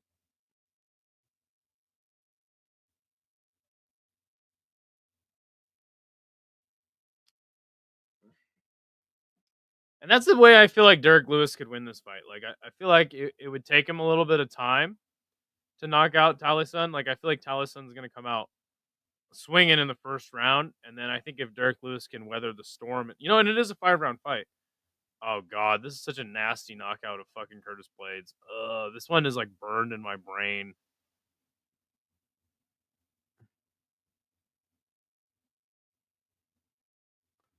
Feints uppercut. Goes for a double leg. Ah! Oh my god.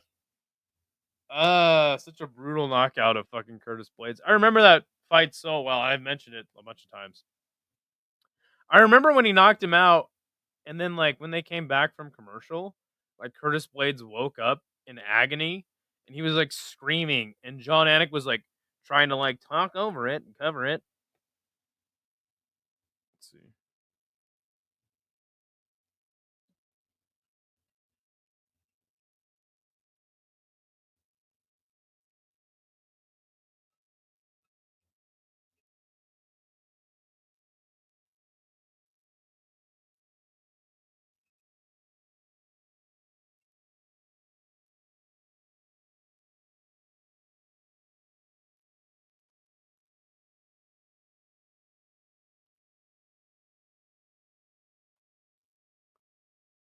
I'm trying to find out if the phone lines are open.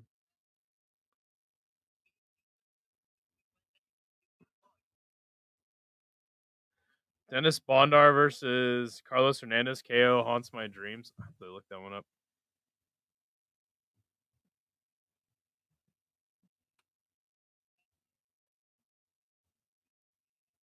Versus Carlos Hernandez. Lewis hits like a Mack truck. Yeah, that's big facts. Okay, let's check this out.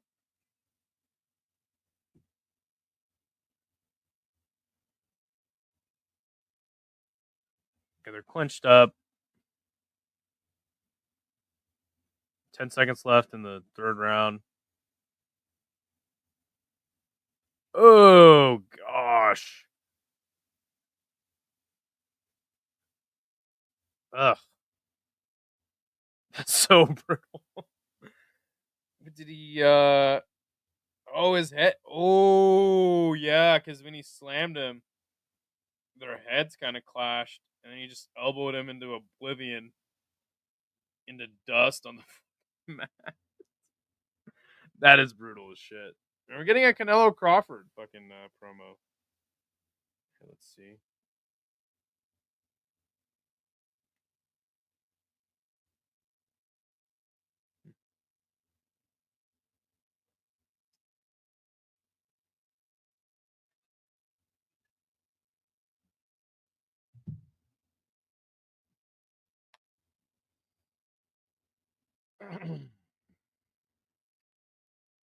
I mean, Lewis has the most knockouts at heavyweight, or is it in the UFC?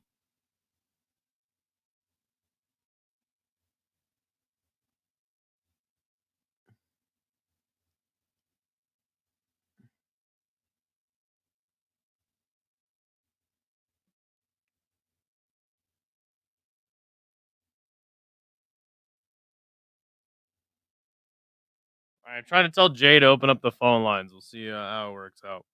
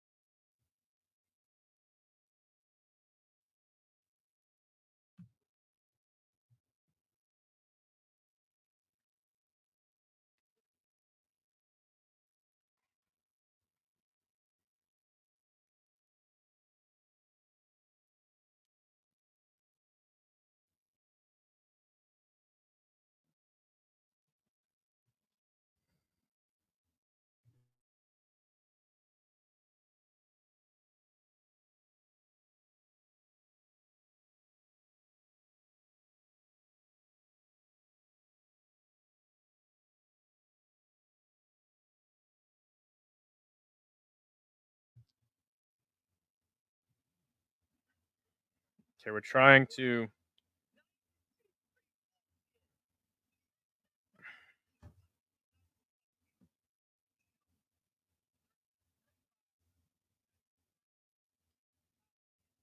I don't know. Does anyone care about me calling? You know what? Screw you guys. I want to do this for myself. All right, fucking Lauren Murphy's gonna fight.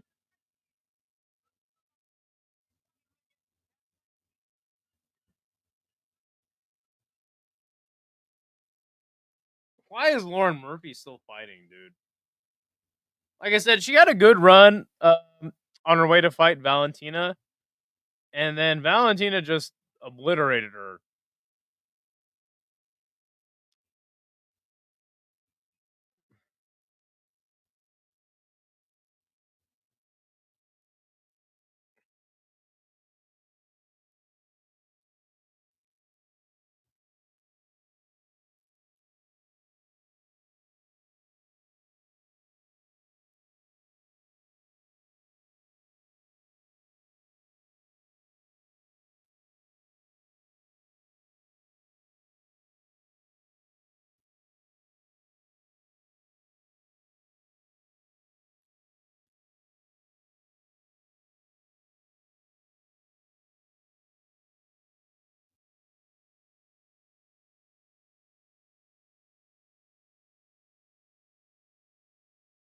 That's crazy. David Morrell was fighting tonight. I had no idea. Is this on that Hamza Shiraz versus Edgar Berlanga card?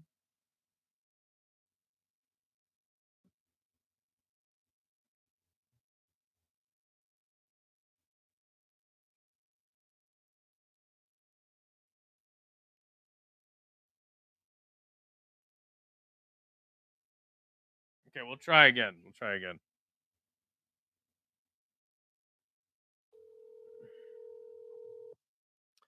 Warren Murphy's title run starts now. Yeah, I'm sure it does. What's up, Alina? I'm trying to call Jay to do a Katie Taylor impression.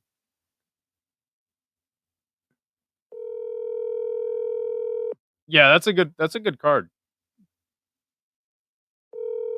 He's not gonna answer.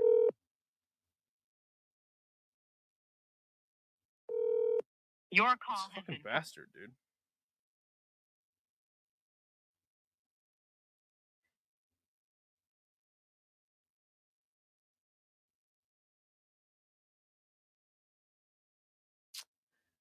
Yeah. Also, I took a nice swig of some liquor earlier, so doing all right.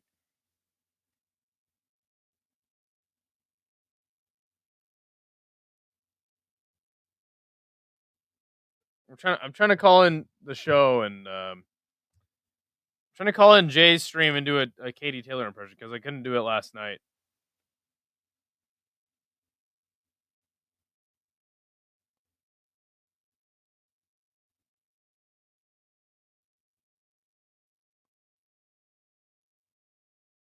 Damn it, all these food ads are making me hungry. Alina, how are you doing today? How did yesterday go? Is the Murphy fight? I need to blow dry my hair. Good opportunity for it, I think. Well, Eduardo Mora is probably going to get a quick sub. Oh shit.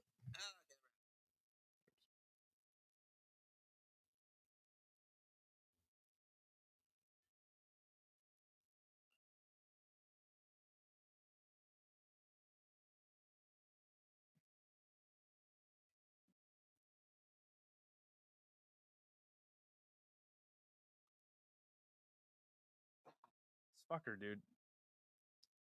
Nobody must have called in recently.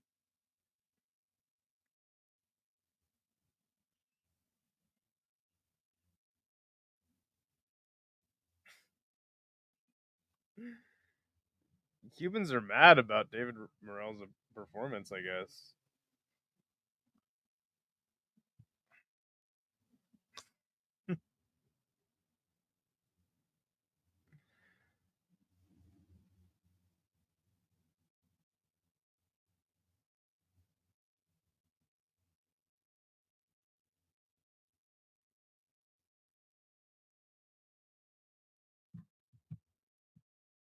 I know last night went well. My sister-in-law felt a little better. She's only 53 and has had open heart surgery already. Fuck, man. I hope she's doing well. I hope that you going over there and visiting with her helped.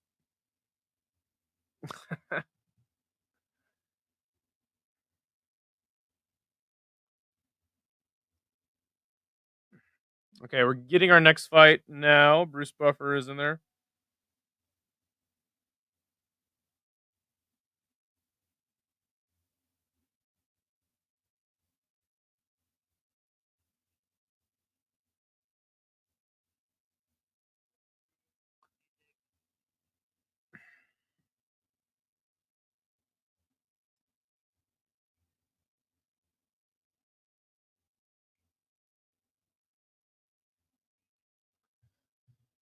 Okay. This ESPN app is atrocious. It's funny because like people have been saying that since literally they came out on ESPN, and they've never fixed it.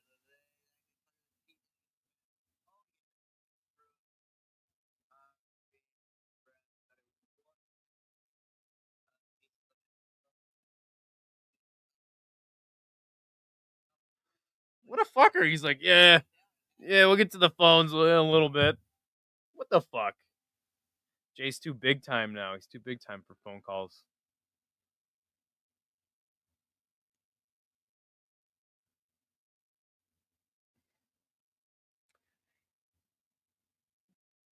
All right. Lauren Murphy, the corpse of Lauren Murphy, still fighting. I think she's like 41 now. I mean, she appears to be in decent shape. Round 1. I think I had Eduardo Mora by like first round sub, but I think I might have took decision. I have no faith in Lauren Murphy, but she is a scrapper. You do have to give her that.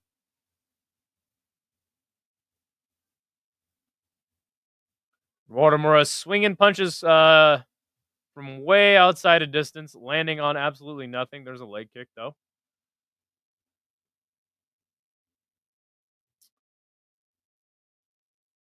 Not much is happening. Just leg kicks. Lauren Murphy trying to double jab her way into range, but it's not really working. Oh, there's a nice right hand from Eduardo Mora.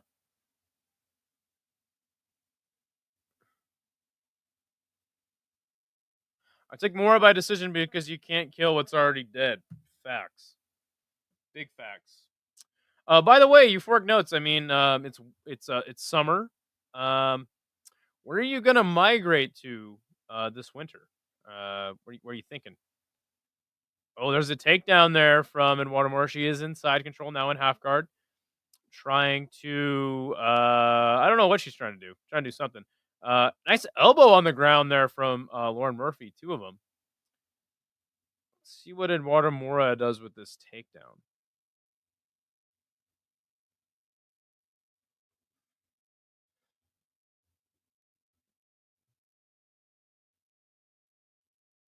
Lauren Murphy going for a Kimura? Eduardo Mora spotted it right away, though. She's got her hand tucked to avoid it. Eduardo Mora trying to move back into side control. You were just there. What's the deal?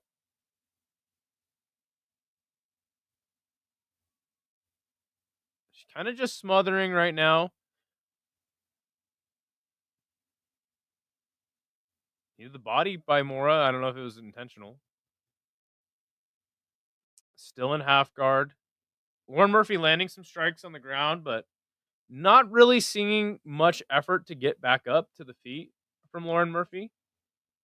Oh, there was a nice hammer fist there by Eduardo Mora.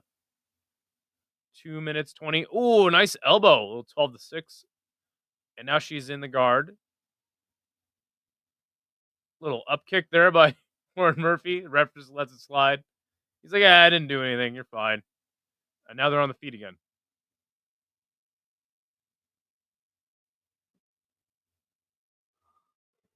Oh, nice right hand there by Mora. Man, I don't think Lauren Murphy has landed a punch in this fight. She's trying, but they're not landing, and they're just way out of range.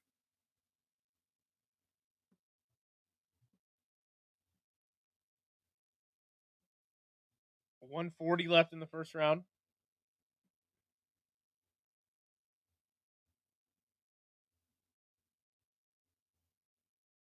Interesting where Eduardo Mora is throwing her punches from. Like, she's kind of throwing them from the hip. Super low guard.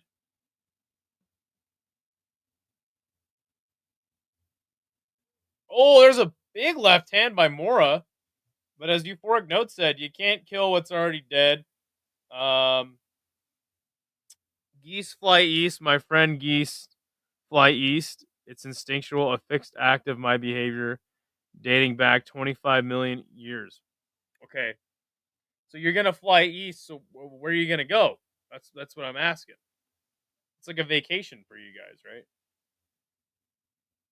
I thought they flew south. I don't know. I don't know anything. I'm gonna fly to Spain. Do geese fly over the Atlantic Ocean? Probably not. Fuck. If I was a goose, I'd probably go to Florida for the winter. You know, right near the beach. Leg kick there from Mora.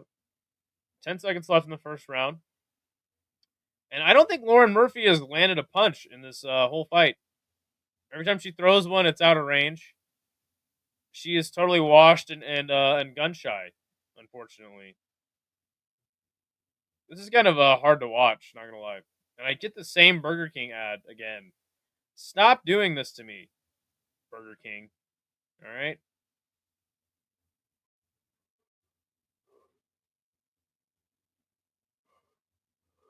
Ugh.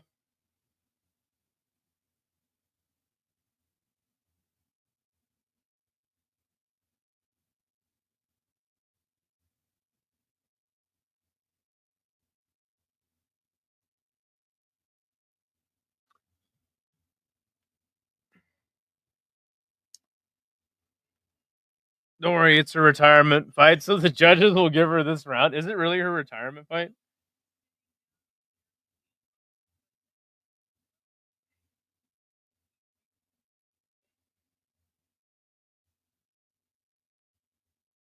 I hope it's a retirement fight, dude. I don't want to see Lauren Murphy fight anymore. I didn't want to see her fight after she got cooked by Valentina.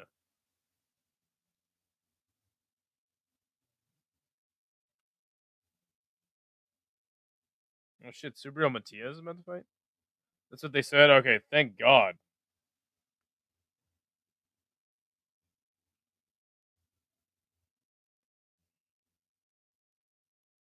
Damn, what a card. What a card that boxing card is. That's alright. Oh, leg kick from Mora. Second round. Wait, Matias is. Yeah, I think he's about to fight Showweather. I should like pull that up on the side or some shit. Is it on the zone though? Because then I probably won't. It's definitely on the zone. Instead, I'm gonna watch Lauren Murphy's last fight.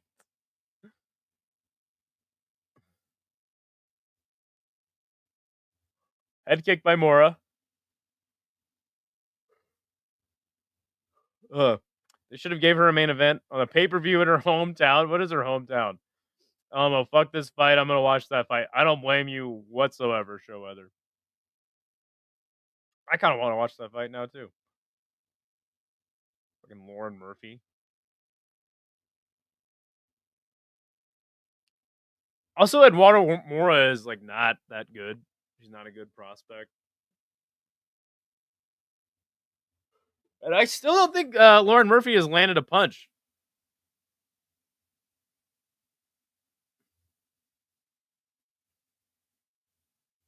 Eats a right hand there, though. 3 minutes, 15 seconds left in the second round.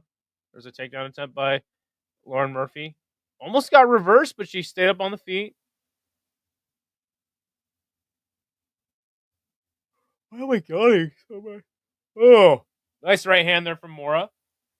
Kind of put a hand on the leg to like feign a takedown and then just cracked her. Another one, another right hand. Lauren Murphy got a chin on her though. Got to admit.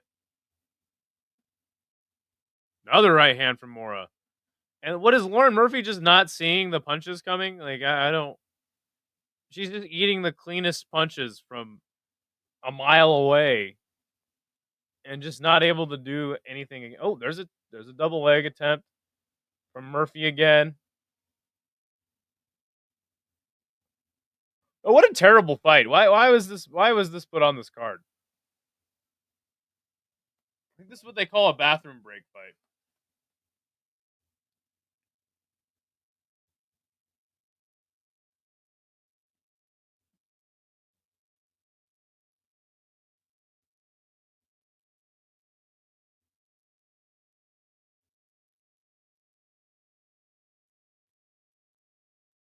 Nothing's really happening. I would tell you what's happening, but there's not much happening. They're going back and forth, but they're not landing any punches. It's a freebie prediction for us peasants. Yeah, that's a good point. Backs. Oh, there's a double leg by Mora. Now she's in half guard, trying to move to the mount. Lauren Murphy scoots back to the cage. Gets the leg out of the body lock. Good job. She's up. She's on the feet. Eduardo Mora tries to put a hook in. And Lauren Murphy grabs her hand. And she got a hold of her hand there. And, yeah. Knees to the body. Ugh. That's like the 10th time I've yawned. Jeez, what is wrong with me?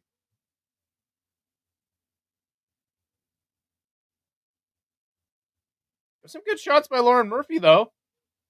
Eduardo Mora holding her head down, trying to like get a better position for the takedown. And Lauren Murphy landed some good shots on her. Knee to the body by Murphy. I mean, shit, you almost might have to give this fucking round. No, because Eduardo Mora landed a bunch of big punches in the beginning. Nice elbows there from Lauren Murphy, though. Those are those Travis Brown elbows. 15 seconds left in the second round.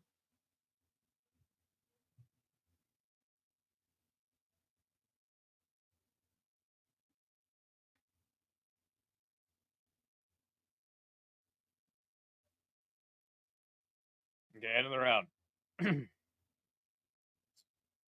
What a fantastic fight this has been so far.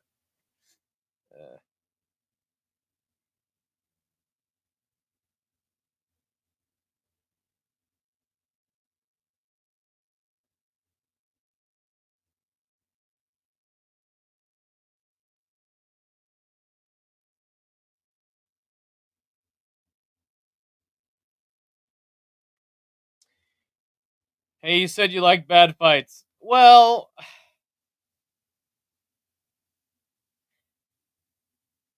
I did say that. Yeah, so I'm kind of in a conundrum here.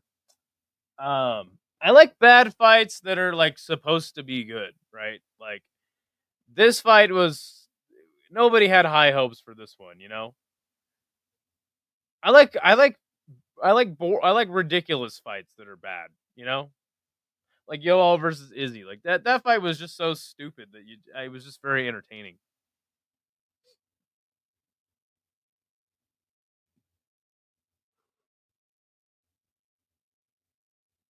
This is just like they're trying, and it's still really bad. Well, a lot of more trying to hug her, and Lauren Murphy's like, "Nah, bitch, we're fighting." What? That was weird.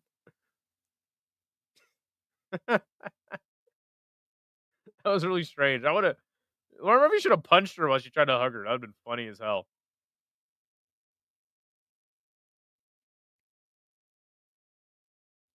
Leg kick by Mora. 4:20 left in the third round. There's a nice right hand by Mora.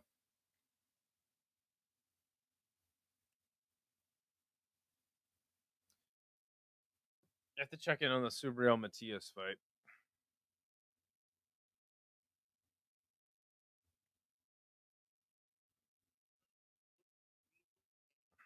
Somebody called in? What the fuck, Jay?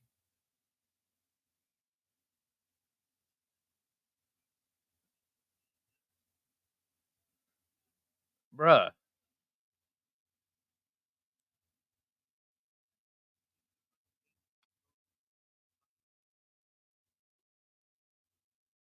There's a takedown by Lauren Murphy. Wow. She tries to cinch up a choke. She puts in the guillotine. No way. Dude, I think Laura... Oh, she rolled out of it. Shit.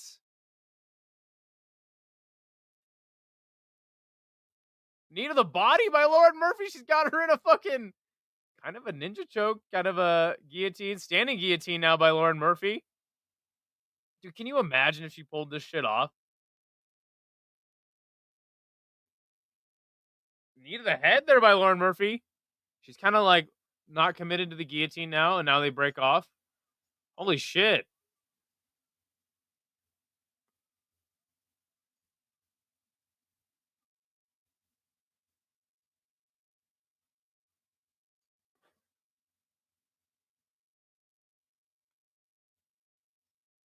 Right hand by Mora.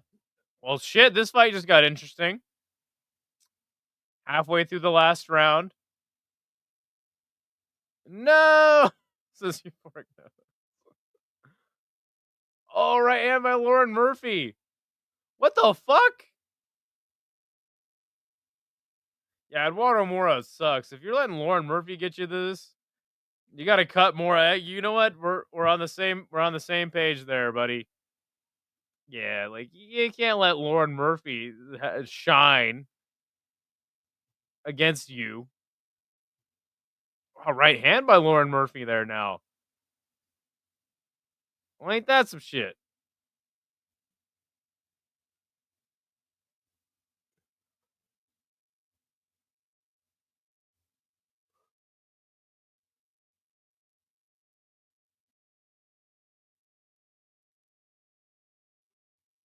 That's crazy.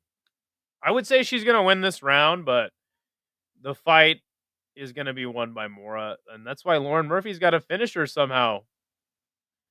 You're the next roster purge, Mora. Yes. Purge. The only fight I've seen Mora wins, she was like twice the size of her opponent.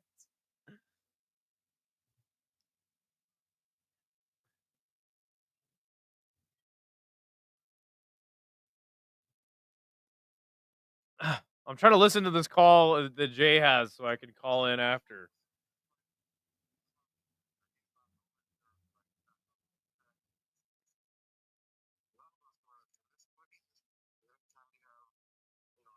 Jay looks so done with this phone call.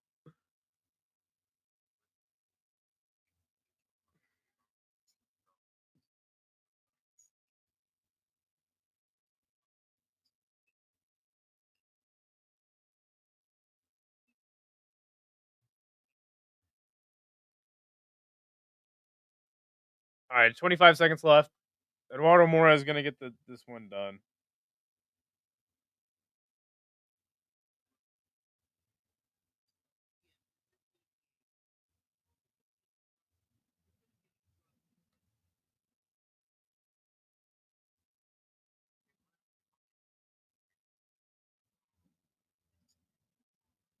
All right, end of the fight. Good to see Lauren Murphy.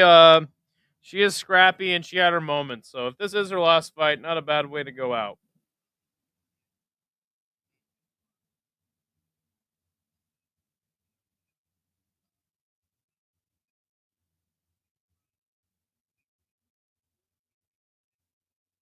Sean Moody.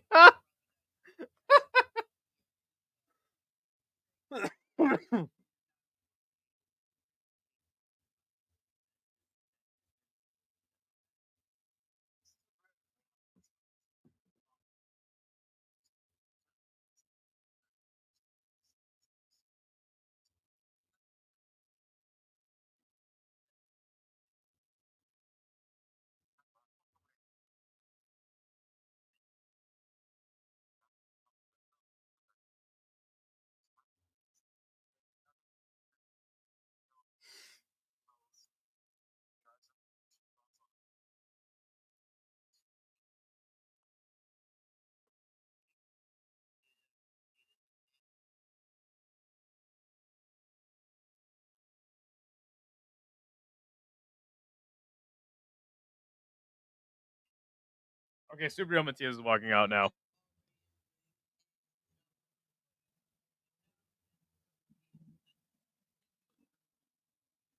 All right, show whether you heard it. Subriel Matias is about to walk out.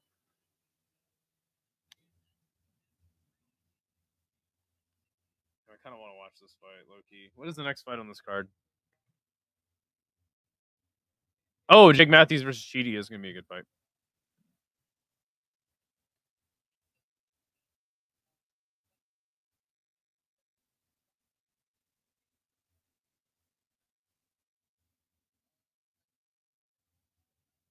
Katie Taylor don't know who the fuck I am.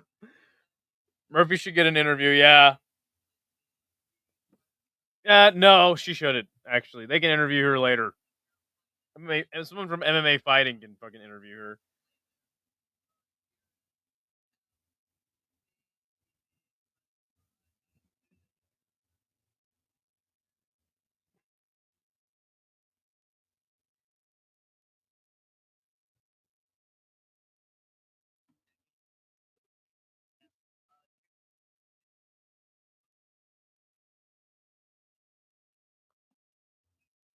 Did you see? I did.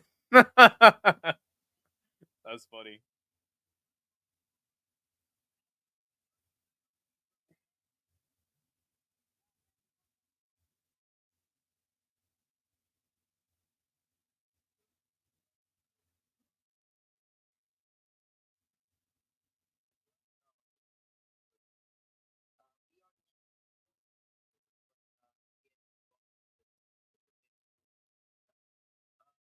I don't think he gets so sometimes he's like not stoked when people call in, but then like he's like, "Oh, great call," you know. So what's your Discord? I will drop it right now.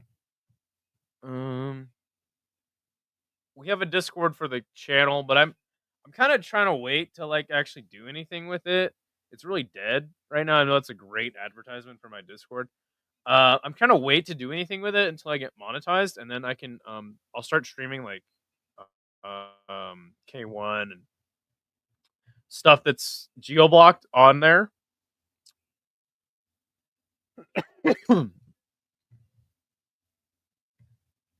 Yes, this is the Discord, and we will check the Tapology page. Guys, feel free to hop in there in the Discord. Like I said, once I get monetized, I'll do a little more with it. All right, it is CBD delivery way out in front. Thal, Nick the Dane, Aaron Tats, Skeletor, Deep Threes, Matua, Cheddarhead, Bodak, UFC Apes, Strickland's Burner, Not in the AM Bro, Avian, Showweather, Granite. Geo is down bad right now on this card. Bretta 9000, Kiwi, Chico Pick, Sean Moody, and Brandor. And last, there you go. All right, they are giving Lauren Murphy an interview. Wow. I'm back. What did I miss? I'm being facetious. That's a great word. You didn't miss anything. The fight was not good, but now Lauren Murphy's dropping the gloves in the cage. So pumped for this next one. Who do you got? I'm gonna pick Jake Matthews, but I don't know who's gonna win. I think it's a close fight and a good fight. Like I said, I just think that I think both men are kind of front runners, and I think when the fight gets tough, they kind of fight to win a decision. So I think that whoever can crack his opponent first, I think that's who's gonna win. But I am gonna pick I'm gonna pick Jake Matthews. Let me know how that Subriel Matias fight goes. I want to thank me. Did she say that? I have the volume turned down so low. By the way, it's finally cooling down here. So you know what that means? I get to wear my comfy sweater. I'll be right back. I'm going to take a short little break. See you guys in just a second.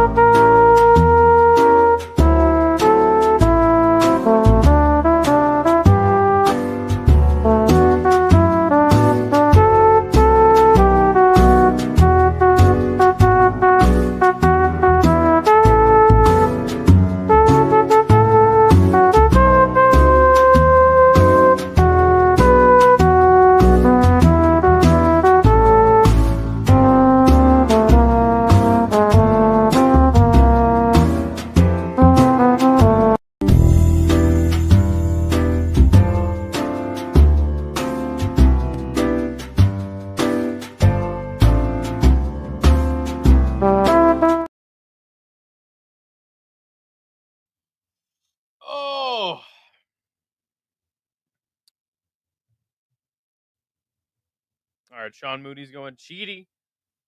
Man, I don't like Chidi. I don't like him. I really don't. Maybe that's why I'm picking Jake Matthews. Maybe that's my real reason. Yeah. Listen, Lauren Murphy, again, she had a good run up to her fight with Valentina. And that was peak Lauren Murphy. And she's very scrappy. But I don't think she'll be missed very much. But yeah, you know what? She is she always goes in there to fight. She had a really good moment in the third round. So again, not the worst way to go out, if you ask me.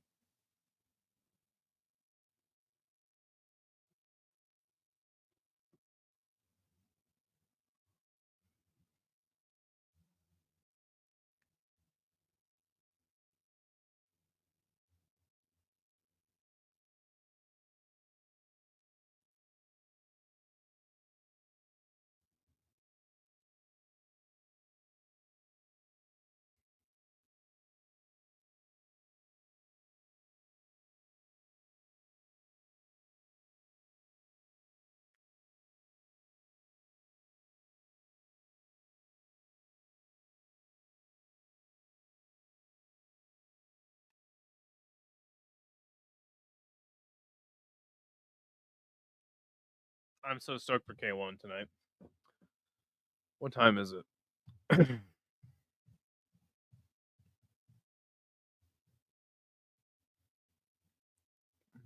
Oh shit, KG is the main event. 22 fights. God damn. It's going to be a long night. It's going to be a long ass night. Starts at 9 a.m. 5. Wait, sorry.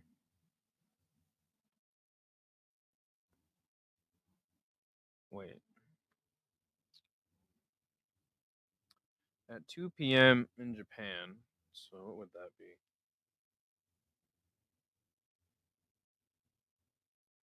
Oh no, I have Tokyo up. My clock. Okay, it starts in 5 hours. That's not bad. Chidi Chidi Bang Bang. Oh, I know who Alina's picking. Dude, K1 is got 22 fights on the card. Oh my god, we're gonna be here a long ass time. It's gonna be a marathon, but that's all right. Oh, if I wake up at 7 a.m., will I be able to catch the end? You're on the East Coast, right? Wake up at 7 a.m. Yeah, the card will still be going at. Yeah, definitely the card will still be going at 7 a.m. But you have to have a VPN to watch. But like I said, me and Isha are gonna collab. It might be able to be up on both channels. I've been trying to fucking tell him like, dude, this is how you do it. But if not, it'll be on the City Life Projects channel. I'll be there joining him all night long. That's kind of sounded gay. It's not gonna be gay. It's gonna be great because we'll be covering K1 all night long. So, God, 22 fights. Fuck me. Yeah, I'll just tune into the stream and listen to your reaction. Not gonna watch it. Okay. I wish it was easier for you guys to watch, but there might be K1 links are really hard to come by as well.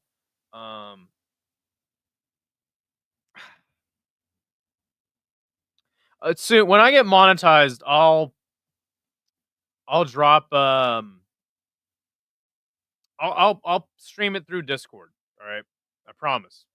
Pinky promise.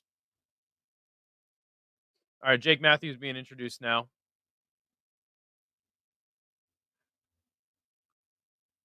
Both men have already been introduced, so got our next fight. I don't know who that ring card girl is. I don't think I've seen her before. She's a good looking woman. Do we need a VPN? Yes, you do. IP Vantage is the one that I use. You can subscribe to it for a year, but I mean, if I was you, I'd do monthly like I do because I don't use it all the time. And you can just cancel it when you don't need it, All right, round 1. And Chidi is a lot bigger than Jake. Matias is walking Pollo down, but Pollo doing a good job of sticking. Hey, thank you, Showweather. I fucking love Subriel Matias. I hope he gets a dub. He's more fit for a scrap. Anytime it's like a pure boxing match, seems like he takes the L. Nice uppercuts by Jake Matthews. Chidi clinching him up. He is so much bigger than Jake Matthews. He's a massive welterweight. Good throw there by Jake Matthews, though. Throws Chidi right to the ground. And he's got the hooks in. He's on Chidi and Njokuani's back. Got the hooks in. Throws in the hooks for the rear naked choke. Let's go. Let's go. Oh, Chidi's trying to fight the hands. Jake's putting the choke on him, though. Oh, Chidi. Trying to shuck him off.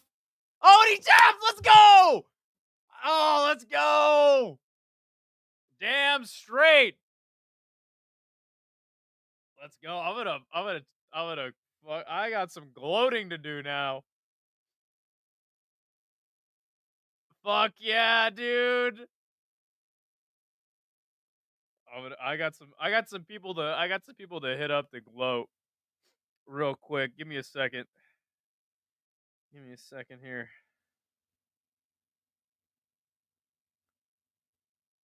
Boom.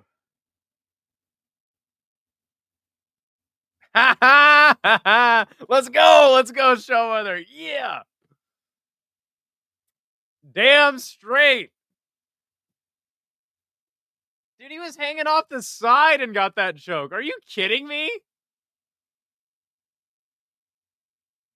All right, that was badass. Hell yeah, dude. Had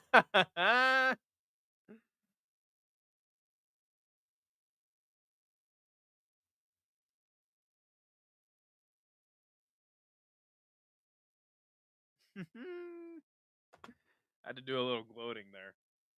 To be fair, I was like, this guy could win or this guy. I think Jake's win. He's got more gonna win. I think he's got more ways to win.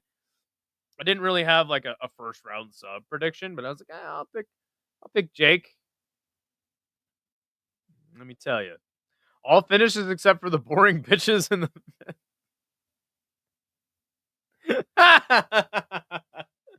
Yeah. You're right though. That was the only fight on the card that kind of grinded it to a halt. But ESPN's gonna fuck us over and give us fucking however many fucking hours of just people at the desk talking eventually.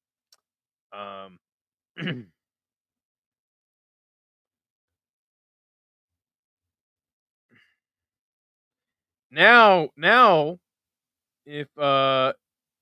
if Wonder Boy wins, I'm gonna look like a genius for the week. Cause I was like, look, Wonder Boy, Matthews. Those are my two, obscure or going against the grain picks. Speaking of Showweather picking Jake Matthews to win, let's check out the Tapology leaderboard. It is now Thal in first place. And by the way, if Nick or Thal win this one, Sean, then they're going to be tied with you with 2 wins for the year. FYI, buddy. CBD delivery, deep threes, Bodak, Cheddarhead, Aaron Tats, Skeletor, UFC 8, Matua, Showweather in 11th. He's climbing up the ranks.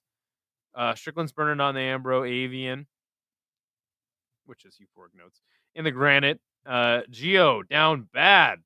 Kiwi, Chico Picks, Sean Moody, and Brandor. That is your leaderboard for the time being. And such a good win for Jake Matthews. All right, Chris Curtis versus Max Griffin.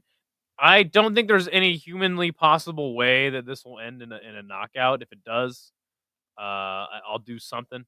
I'll eat 2x Bulldog. I'll eat 2x Bulldog on stream directly after Chris Curtis knocks Max Payne Griffin out, if he does knock him out, because I just don't think it's humanly possible. So yeah, I think that'll end our this night of finishes. You guys will get to see me suffer through eating bulldog. Well, when I enter the Korean market, they're like, bulldog?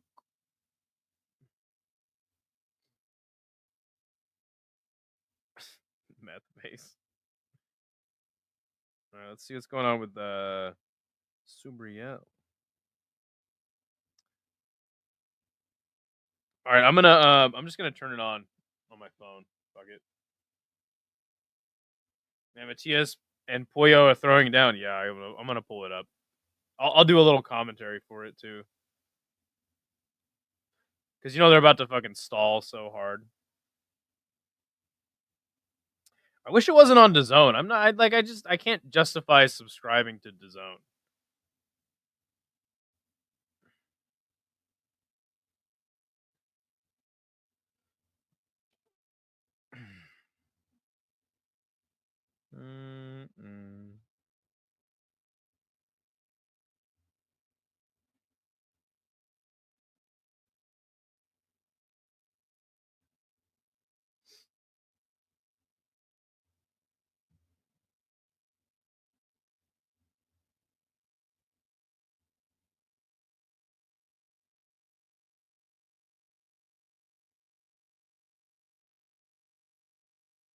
Okay, it is round. Hold on, I gotta get this shit up.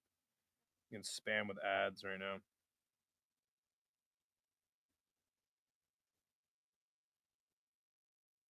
Oh yeah, they are.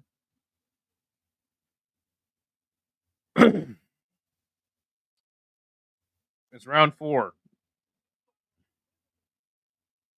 I got Spanish commentary.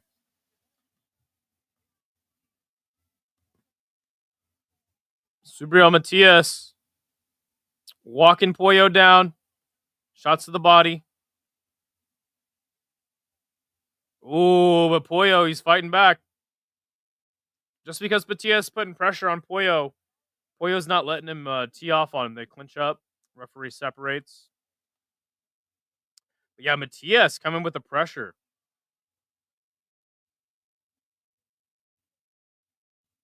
All right, that's the end of the 4th round. Let's see if I can see if I'm actually live. I'm a big fan of Subriel Matias, man. Okay, technical issues. Fucking stupid stream. Fuck you, DAZN. All right, make things simpler on your fucking stupid app.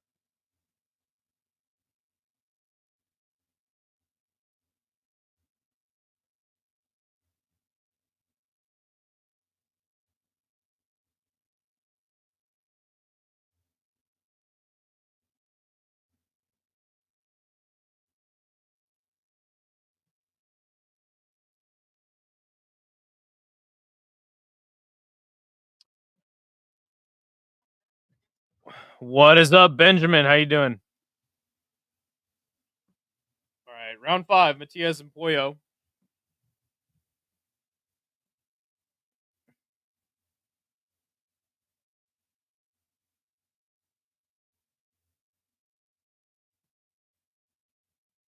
A 1-2 by Pollo.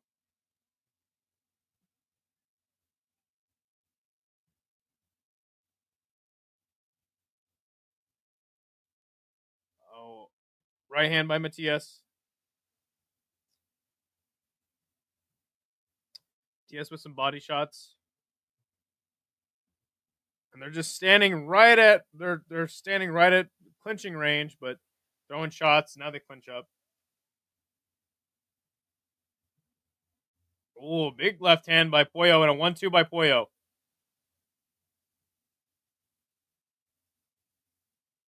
He keeps clinching. Pollo is fighting smart. He lands a couple of good shots on Matias, then he clinches him up. Uppercut by Matias. Matias just wants to throw down. Nice left hand there by Pollo. And the unofficial judges' scorecards have it a tie currently.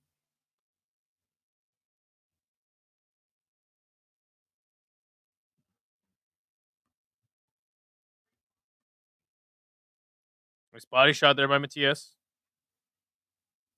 Left hand by Pollo.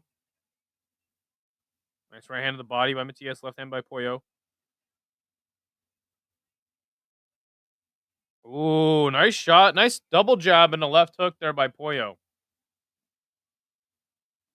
Try to set this up here. That works. Jab by Matias. As a dogfight. Oh, and Pollo going for the guillotine. Like, gets him in a headlock. Oh, nice 3-punch combo there by Matias as he just is relentless with his pressure. Just walking Pollo down. Pollo is sneaky. He's just sneaking these shots, and that is true. He's fighting with the rhythm of Matias, and then just kind of like, oh, you're open here, you're open there, bang.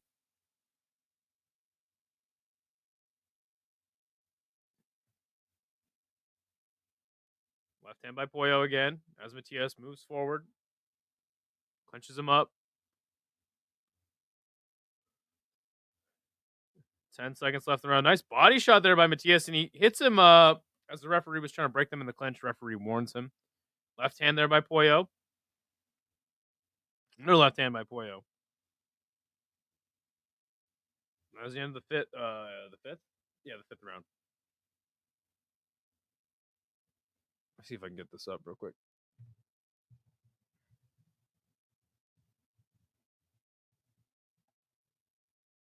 I'll give you guys some coverage from this card if we get another long break in the action on the UFC side of things.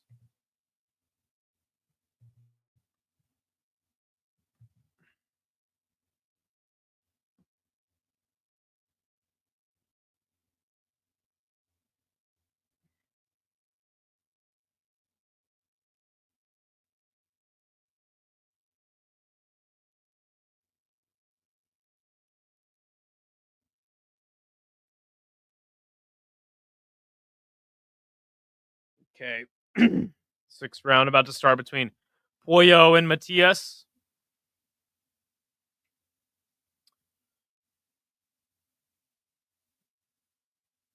Here we go. And Matias just right back to it. Just putting crazy pressure on Pollo. Trying to walk him down. Oh, nice uppercut there by Pollo, though. As he fights off the back foot really well, actually.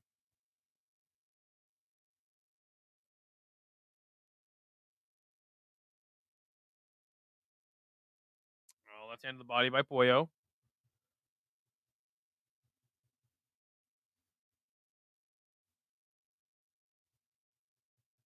Matias not landing much in this round so far. Pollo is kind of moving a little more on the ropes, obliging or deciding not to fight with Matias as much in close range up against the ropes. Okay, we got Chris Curtis versus Max Payne's graphics up now. I think we're getting their walkouts here in a sec. Uppercut by Matias. Another uppercut by Matias. Pollo clinches him up.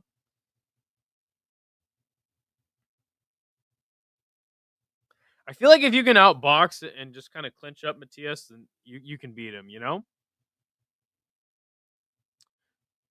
Oh, left hand by Pollo. Matias seems to be kind of slowing down a little. But there we go. As I say that, he lands like a 4-punch combo, right hand. Kind of knocks Matias off balance. He pressures Pollo up against the ring ropes.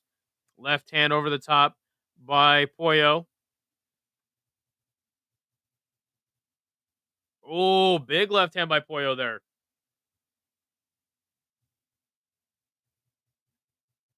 Man. These dudes are beating the hell out of each other. All right, I think Max Payne is walking out now. Nice uppercut by Matias. Oh, big body shots by Matias there.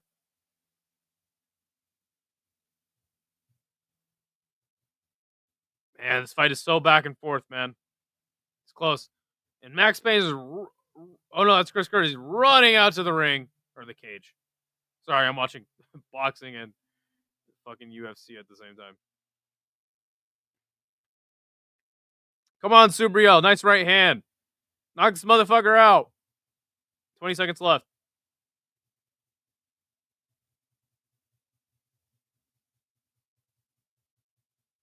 Oh, there's the uppercuts again by Matias. Pollo pushes him off, lands a nice 1-2. Oh, this fight, though, it's so back and forth. Pollo lands a few, Matias lands a few. But I think Matias got a little more power. I could watch Matias march forward, throwing hands all day. Like I said, dude, he's one of my favorite boxers, easily. I'm right there with you.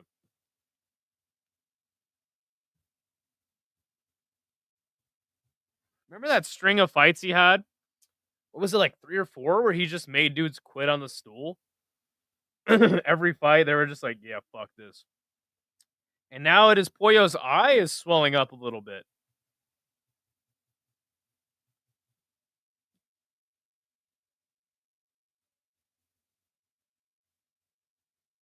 Chris Curtis being checked out. He makes his way into the cage. Remember, there is a bet on the line here. If Chris Curtis somehow pulls off a knockout over Max Griffin, I will eat 2x Bulldog on stream, and you guys will get to watch me suffer. I know that people don't really know about Bulldog. It's painful. It's painful, especially 2x. I'll make it bad. I'll make 2 fucking packets, and I'll dump all the sauce in there. I'll just die. It'll be great. There we go. Yeah, 5 fights in a row. Yeah, I was so sick. That's what made me a big fan of Matias. And Max Payne walking out now. Uppercut by Matias. Right hand by Matias. Another uppercut by Pollo. He's sneaking in shots when he can. He needs to keep moving laterally. There we go. Nice 4-punch combo, but an uppercut lands from Matias. Right on that side where Pollo's eye is starting to swell up. God, Matias, dude, he just never stops moving forward, dude. I don't know. The guy's a fucking monster.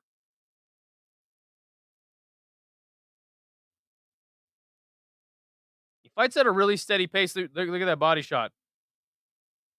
And now we're getting to that point where Pollo he's staying a little more stationary. That is not where you want to be. Stationary up against the ropes with Subriel Matias. But there was a beautiful uppercut that landed for Pollo. Nice left hand there by Pollo. 1 minute and a half left in the round. Not going to lie. I might be biased, but I think Matias is edging out these rounds. I am totally biased, and I think Matias is too. But yeah, I mean, the pressure that he's putting on him, he's landing the bigger shots more consistently. But Pollo is fighting really good. He's got a good game plan. But again, when he's staying stationary, just letting Matias tee off on him, that is the worst place you want to be against Subriel Matias. There's an uppercut by Matias. Left hand. Both men land left hands. So many punches being landed in this fucking fight, dude. Oh, there was a sneaky uppercut there by Matias.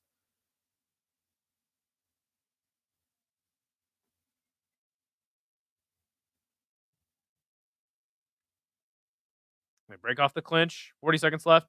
Body shot there by Pollo. Big body shot. Another big body shot.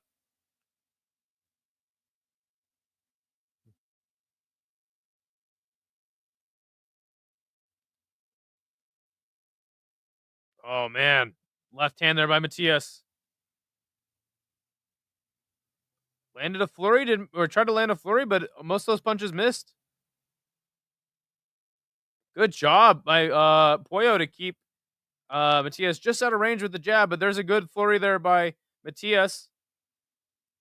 Man, and then Pollo, these last couple seconds, just swinging for the fences on Matias. All right. Oh, Griffin and Curtis walking out now. I think this fight's going to suck, so maybe I'll keep covering Matias versus Pollo.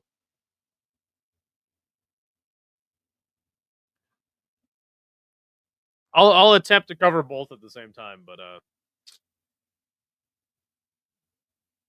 who the fuck is this guy? Just some dude talking on the fucking Dalton Smith.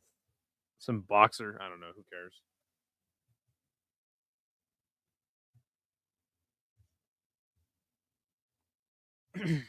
Okay, Chris Curtis introduced now.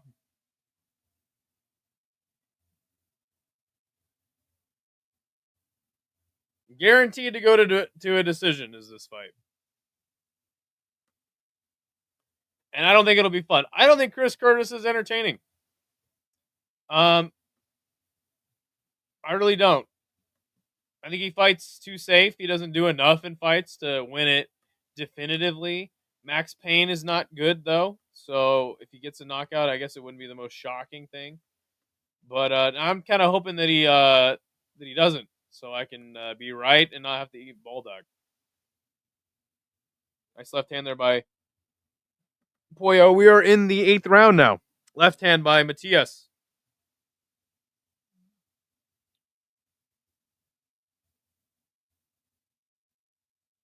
Body shot by Matias. Pollo leaning forward, trying to land some jabs. All right, first round of Chris Curtis versus Max Griffin has started. I think he's entertaining when he fights someone who pressures him, making him fight. That's a good point. I don't know. I'm not like I remember when he first came in the UFC and he knocked Phil Hawes out. That was sick. But since then, I mean, really haven't gotten too many good moments from Chris, unless he's complaining about a decision because he didn't do enough in a fight. Leg kick there by Max Griffin. Oh, left hand by Matias.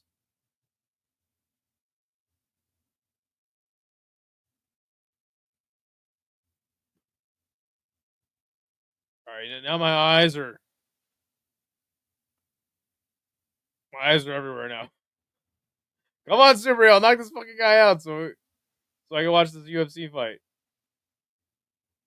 There's a left hand there by Chris Curtis. Commentating 2 fights at once. Referee is warning Pollo for leading with his head.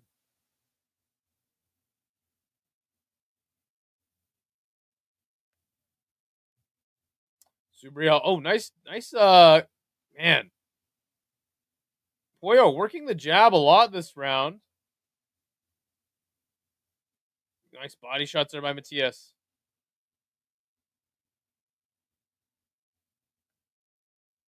Oh, beautiful dick kick there by Max Payne. And he folds Chris Curtis with a shot to the dick. What a genius move by Max Griffin. Kick him right in the dick. Gives you a good advantage. Look at that. Man, that was that hit him in the body. That was a clean body shot. That was a clean ass body shot, man.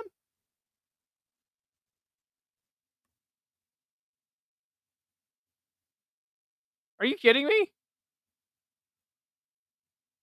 Well, even smarter by Chris Curtis to say it was a low blow. Referee tells him to watch his weapons. Everybody's good now.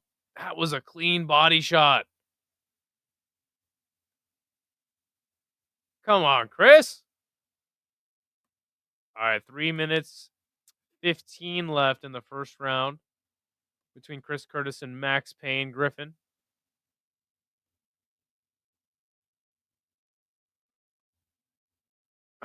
But his cock might be in his body now because he's nervous. Is that how it works? What is he, like a turtle? He just doesn't come out till he's ready to mate. Oh, the classic Usman. Wow.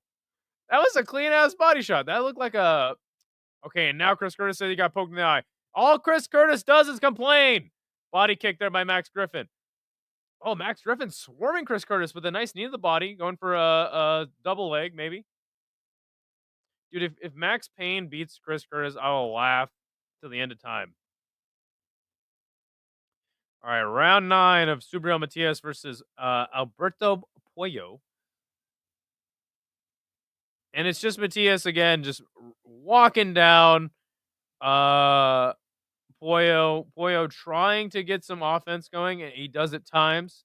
But Matias is doing good work up against the ring ropes when he's fighting Pollo. But Pollo is having his moments. This is a close fight, and it's a dog fight. Nice leg kick there by Max Payne. Can't get over Payne's tattoo of the busted ear. Wait.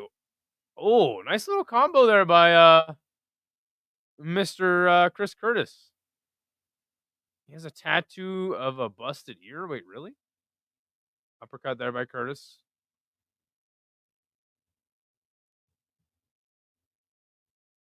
Nice combos there by Chris Curtis. Nice body shot there by Matias.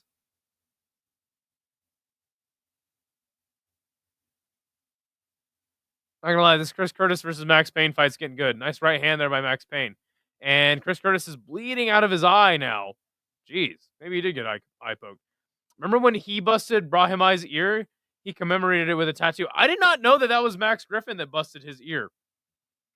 Yo, that was one of the most nasty injuries I've ever seen in MMA. That was one of the first fights that I watched. I remember that clear as day. Fucking Brahimai's ear was fucking falling off of his head by the end of that. I did not know Max got a tattoo of that. That was seriously one of the nastiest injuries I've ever seen in MMA. The only other one would be when that guy broke his finger and then it dislocated in it and it was in his glove and they like searched the arena for like half an hour looking for his finger and they finally found out it was in his glove. And now they lock up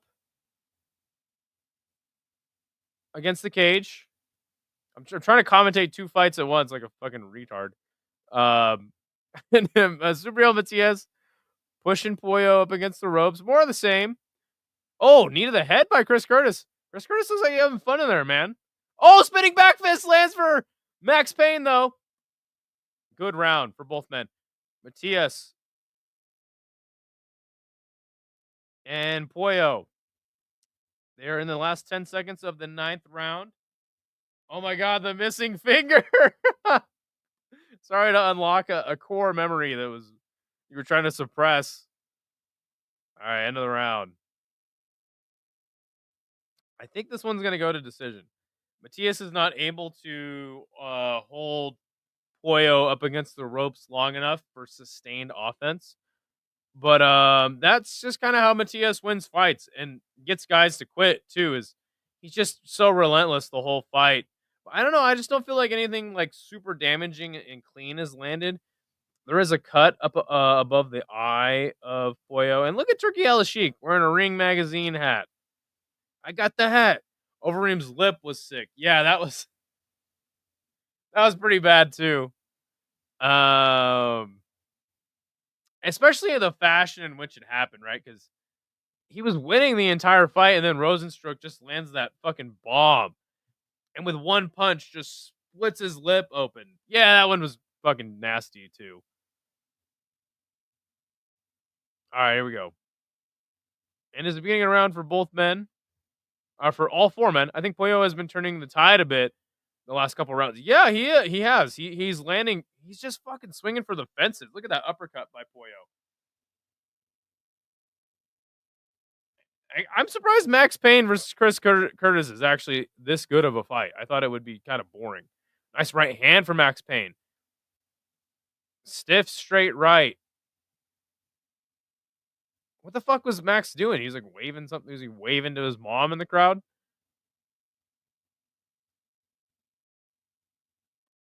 Look at this pressure game that Chris Curtis is coming with. Lands a big right hand on Max Payne.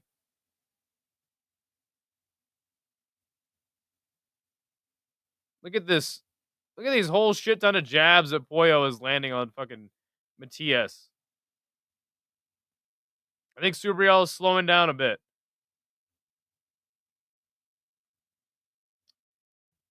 10-9 Griffin in a close round, says Aaron Bronstetter, who I respect a lot.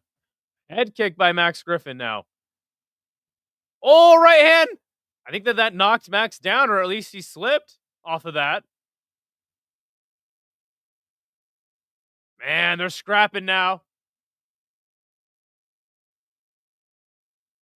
Oh. Good combos landed for both men. 3:20 left in the second. Uppercut attempt by Chris Curtis way off the mark. And now Max is cut on the left side of his face.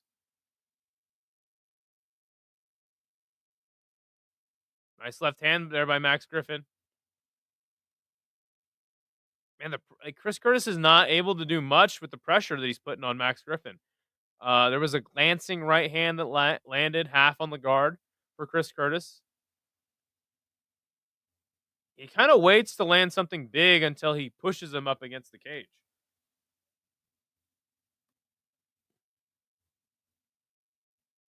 That's what I'm saying about Chris. Like, he just doesn't do enough to win a fight convincingly. And it pisses me off. And that's why I don't like watching him fight. And especially since he complains every time after he loses.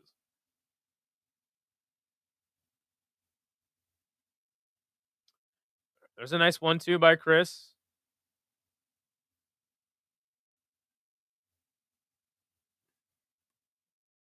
Lands a high kick that does not, or he attempts a high kick that doesn't even come close to landing.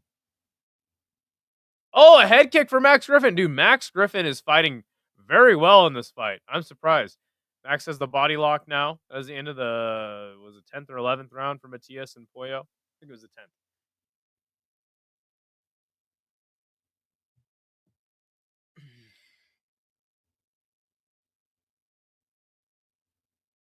Max has Chris Curtis pressed up against the cage. Minute and a half left in the second.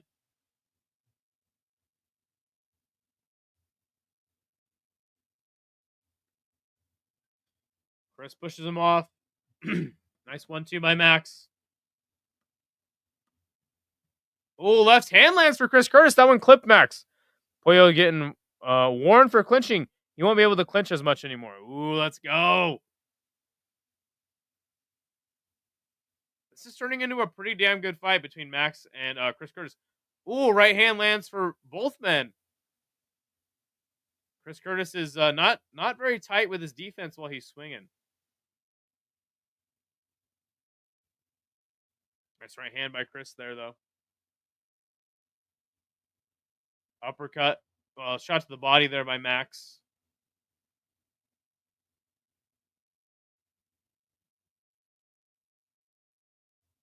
Nice knee by Chris Curtis. 30 seconds left.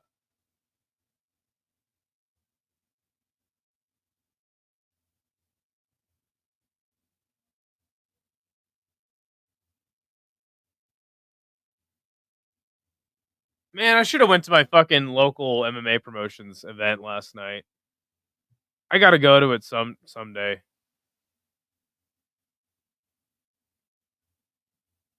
All right. End of the second round of Curtis and Payne, it's been a very close fight. And speaking of close fights, we got Matias versus Pollo over here. Oh, big left hand that lands for Pollo, but Matias just eats it and just keeps moving forward. Oh, beautiful combo there by Pollo. Right in the center of the ring. And now it's Matias clinching up with Pollo. Minute 40 left. Left hand by Pollo.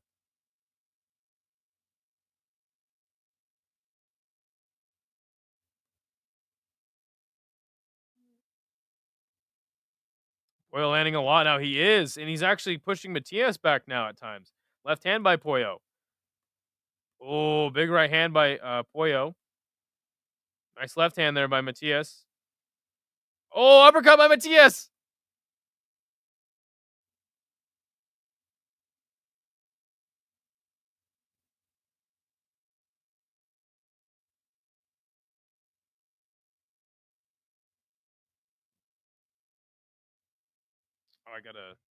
Oh no, we're still on Chris Curtis versus.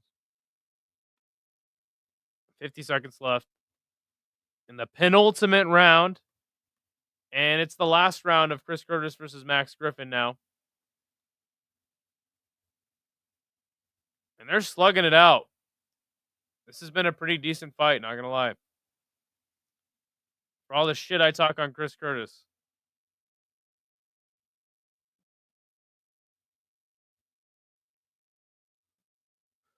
Nice combos for both men.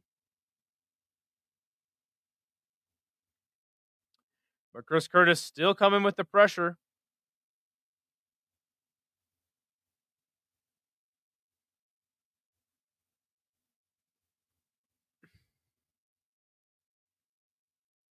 And that is the end of the 11th round for Matias and Pollo.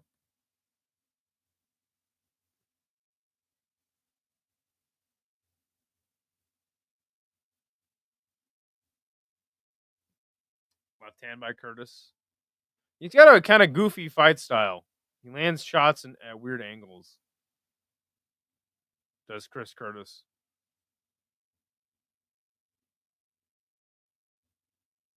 He's like the more unconventional Sean Strickland. Nice body kick there by Max Griffin. Uppercut by Curtis. Oh, another nice shot to the body by Curtis.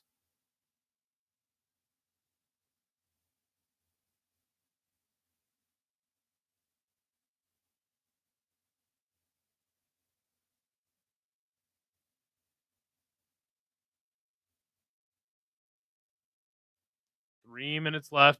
3:10 left in the third round. Wait, this is for a belt on Pollo versus Matias.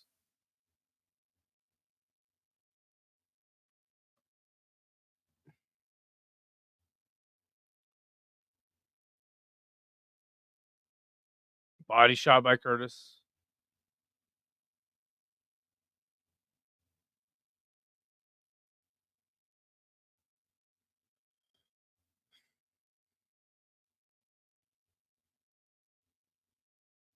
Oh, nice shots there by Max Payne.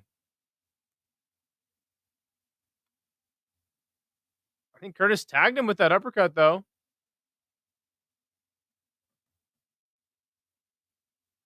Max keeps going for that head kick. It keeps getting blocked by Curtis. Left hand by Curtis. Nice shot to the body.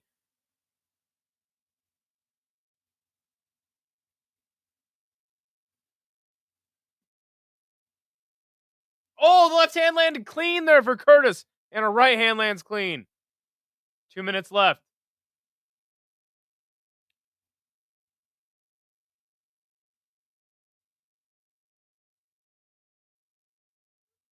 Left hand to the body by Griffin. Yeah, Pollo is a champ. Okay, I had no idea. Thank you. Well, now I really want Matias to win.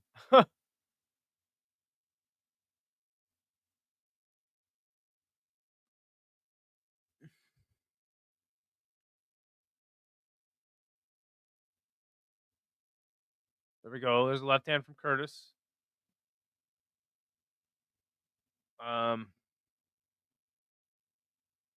Matias got to knock this guy out. Pollo's good.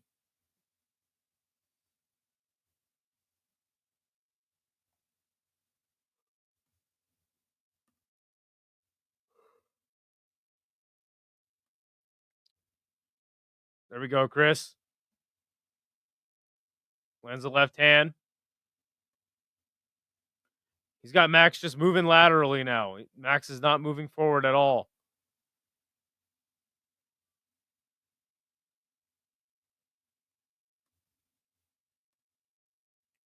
$30 left in Pollo versus Matias. Nice body shot again by Chris Curtis.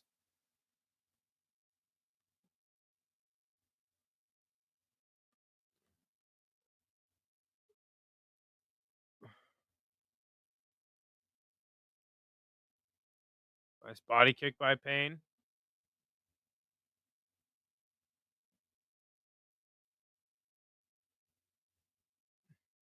All right, 10 seconds left in the UFC fight. Nice elbow snuck in there for Curtis.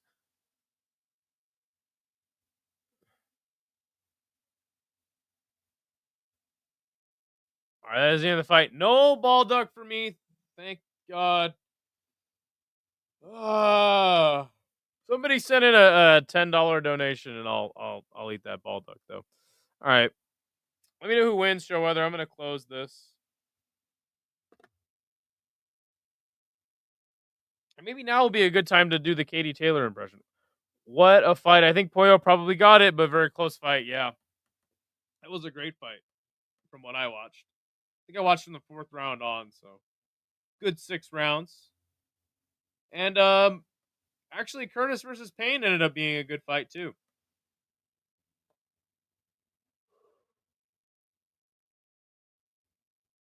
Okay, let's close that. Oh shit! Oops. 29-28, Christopher. Yeah, that's how I got it. Christopher.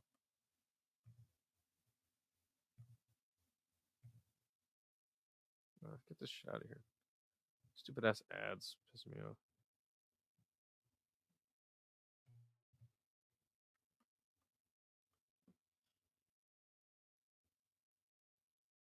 Six more fights left after this.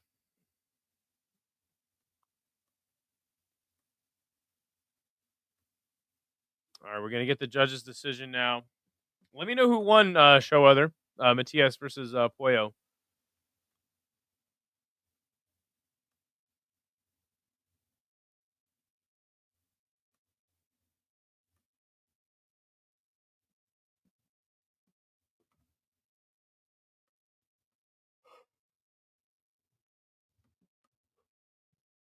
Chris Curtis is fucking stoked, man.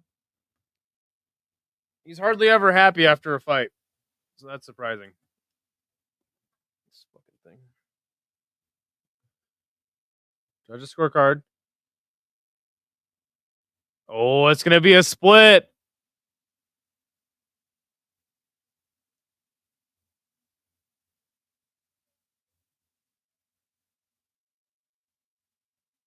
Oh, it's Chris Curtis. 29-28, you were right, Euphoric Notes, but it was a split decision. There you go. Next fight will be Junior Tafa versus Mr. Tokkos. All right, let's see. Did it update? Not yet. Wait a second for that update on the Tapology leaderboard. And once the decision is read, I'll try to call Jay one more time.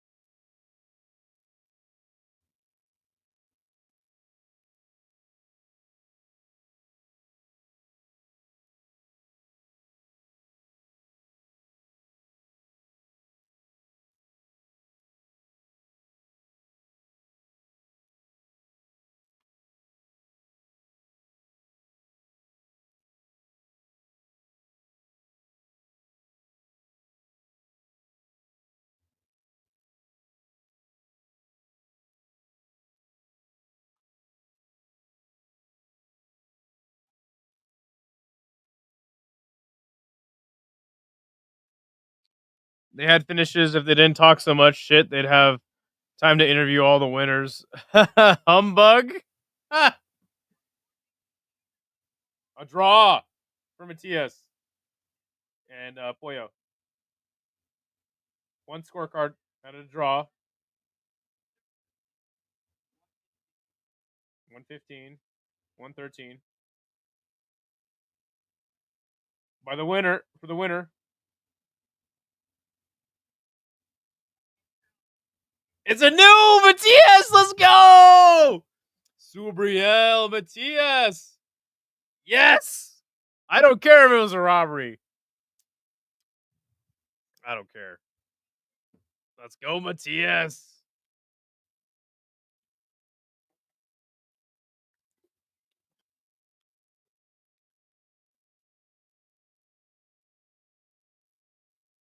What do you think, though? Was it a robbery, show other?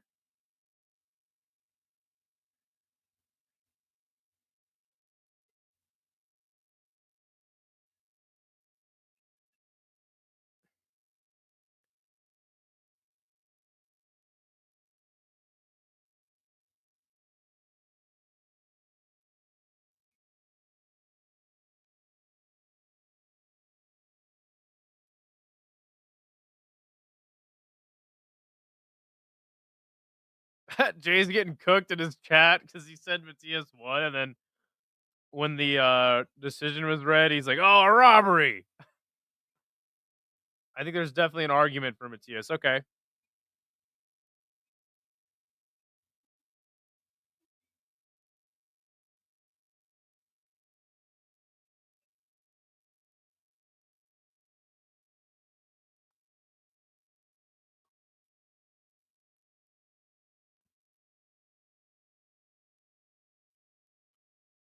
Shakur Stevenson's gonna box next. Nice.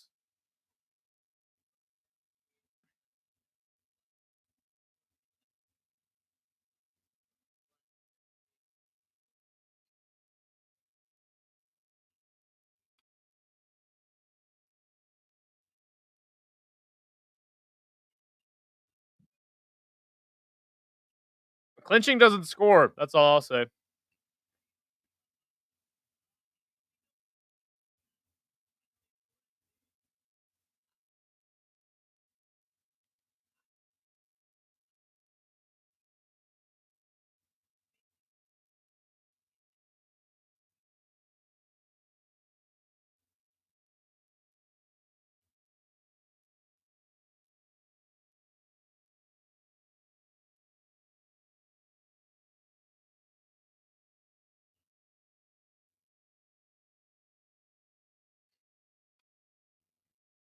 All right, let's see if we can get this Katie Taylor impression in now. This is the last time I'll attempt it. I feel like I should drink a little more before I try to do this impression, though. All right, let's do it. Cheers.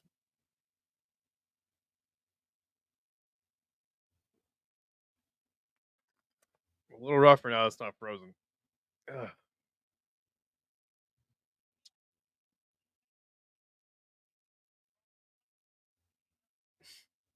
He's so pissed. I'm kind of scared to call it. He seems upset. Okay, wait. Potatoes. Glass. Shit, I don't know if I have anything else. That's all right. We'll just wing it. All right, last attempt at this Katie Taylor impression.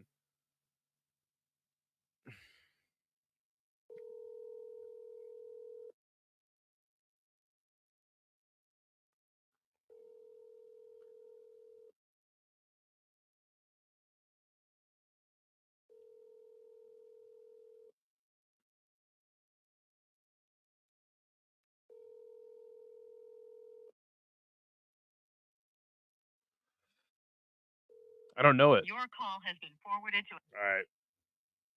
Not answering the phones tonight.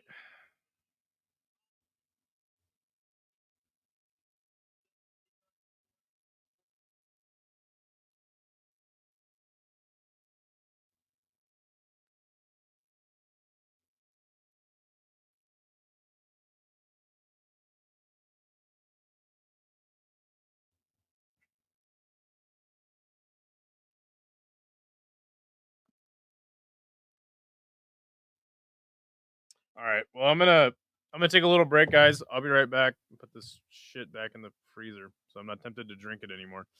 All right. Give me 1 second. I'll be back.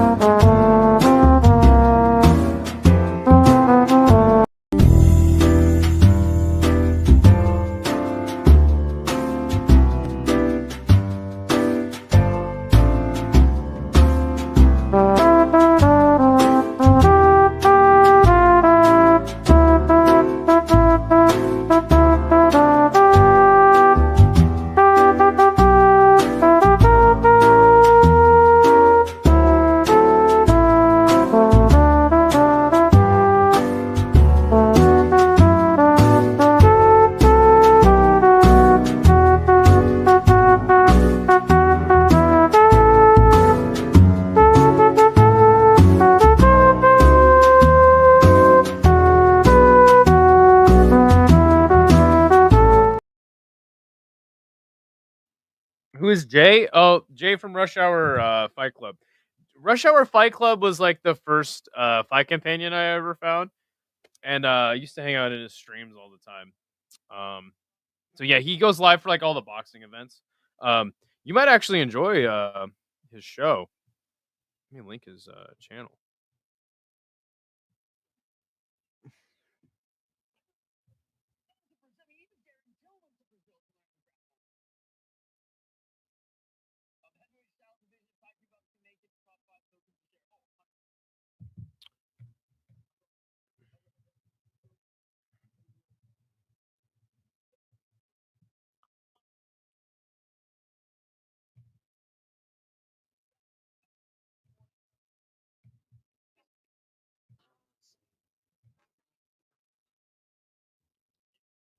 What is up, Andrew B? Good to see you. How are you doing today, my friend?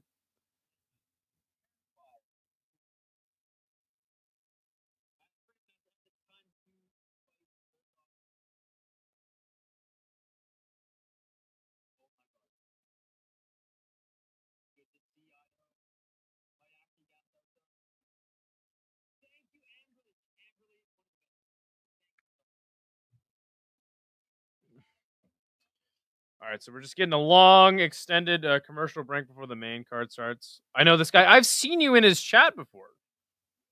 Like, literally the first time I talked to you was in his chat.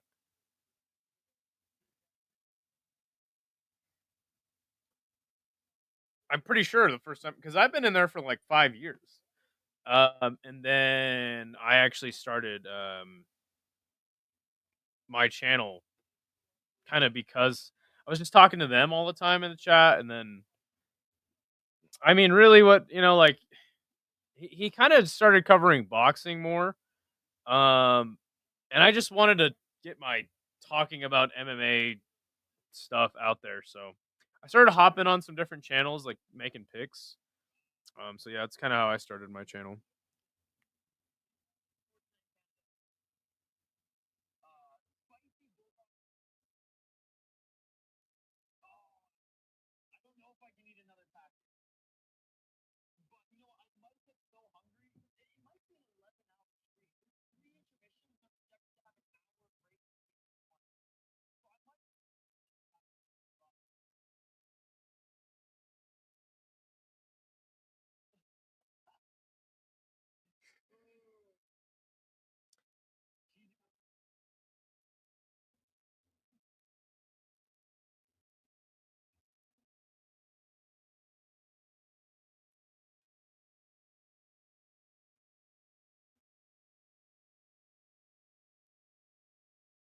This fight is bad for the environment. Wait, you just say like, wait, emissions, like methane's gonna go into the atmosphere. They're gonna have to redo the ozone for fucking. That's funny as fuck.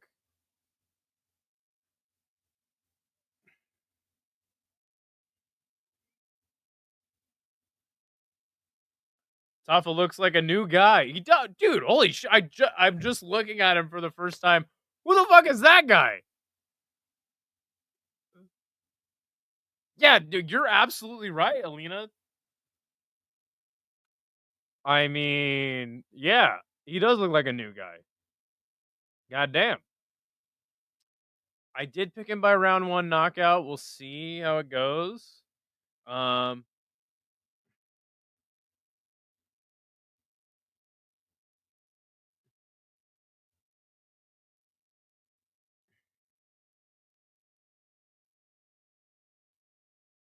Sorry, I'm trying to drop the link to somebody who.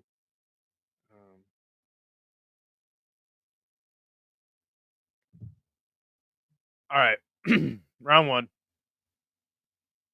Oh, you know what? I fucked up. I don't have what I usually have up for the fight companions. Got the leaves going. There we go. There we go. This is better. Something was missing. Something was off.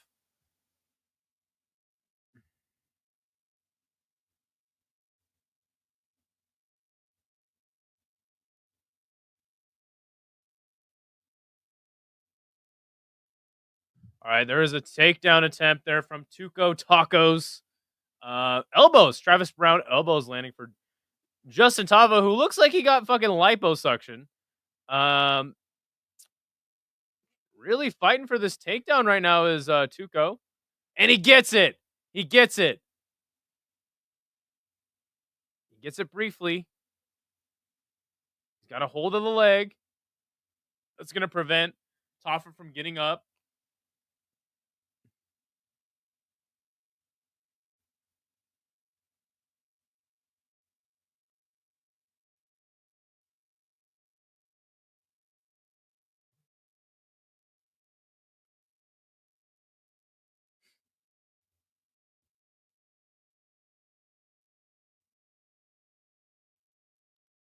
All right, he's got Tafa on the ground. Right up against the cage, though. So he's not flattened out. Idaho, my husband thinks you're funny. Cracked up at the lipo remark. What's his name again? Oh, shit. Look at those elbows. Idaho, what did you pick in this match? I picked Tafa by first round KO. Yeah, I'm really looking forward to coming to Miami and meeting you guys someday. You know, I'm an international traveler now, right? I got this, cool, neck pillow from the Sydney airport. So, I'm just all over the place now. All right, Tuco Tacos. He's trying to keep Tafa on the ground. Tafa able to get back up. That is something new. That's a new wrinkle in his game that I haven't seen from him. Now he's up. He's locking in a ninja choke. Are you kidding me?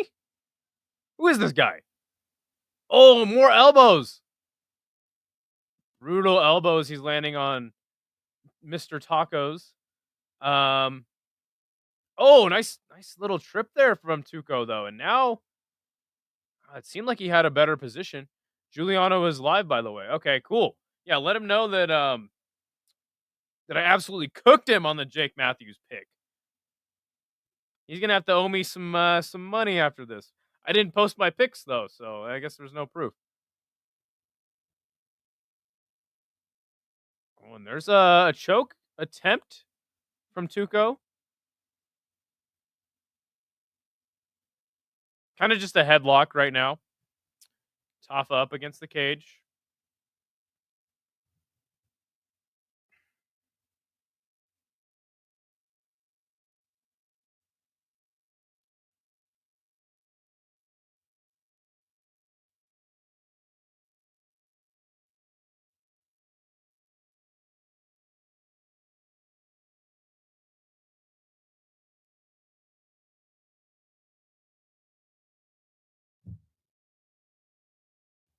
Oh, and there we go.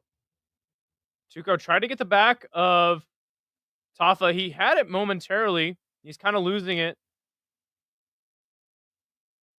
But there it is. He's settled in. He's got the back. Tries to get a hook in for the choke. Tafa has control. Actually, he's holding on to Tafa's hands. Seems like he could just... Okay, and then Tafa peels the hand. Yeah, tell Giuliano, Andrew, tell Giuliano I'm gonna cook him on these picks. All right, now Tuco is in the mount. He's trying to posture up. Bam, there we go. Trying to land some ground and pound here. He lands some hammer fists. Good move by Tafa to get to the cage. Not stay in a bad position. Definitely am already surprised by what I'm seeing at a junior Tafa, though.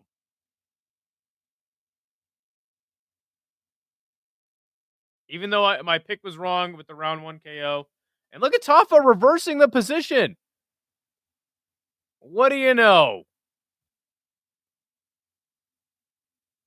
Wow. New wrinkle for junior Tafa. And as Alina said, he looks like a new guy. Jay is live. Everybody's live. Everybody's live. Everybody and their dog goes live for the UFC. You know what I'm saying? That's why I got 8 live viewers in this bitch.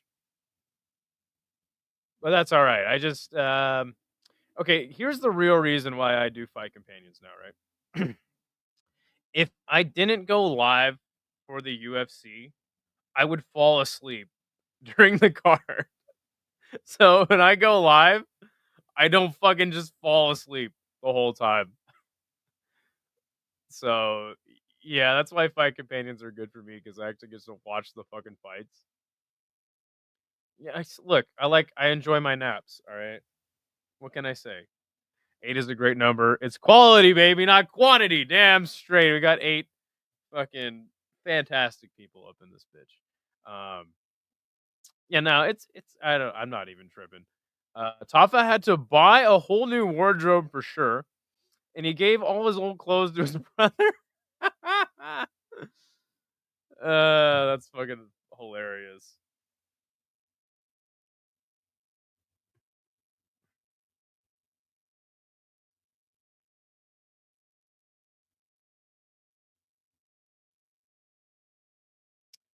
Shit, I'm missing shit. People are texting me. Uppercut there by Junior Tafa, and Tuco goes to the ground. I think he got hurt. There we go. There's some ground and pound now by Junior Tafa. Tuco trying to roll out. Tafa says, "Come on, get up." Yeah, that is absolutely true. Euphoric notes. There we go.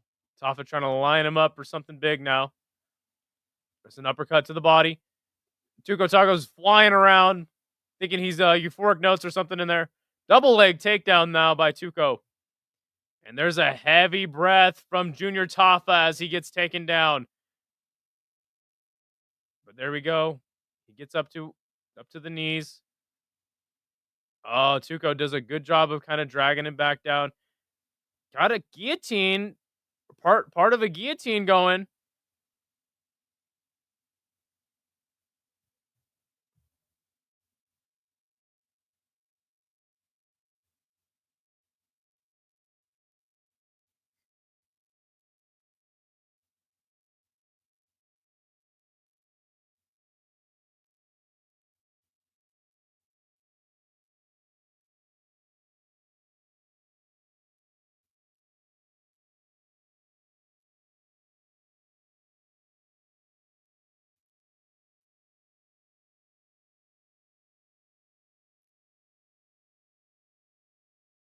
All right, Tuco is now inside control. 3 minutes left. It's a lot of time to work. And Junior Tafa doesn't seem as adamant about getting up. And there's some good ground and pound landing for Tuco. Oh, he's eating some clean shots. Is Junior Tafa. Tries to roll over for a better position. Oh, but he's just eating shots on the ground now.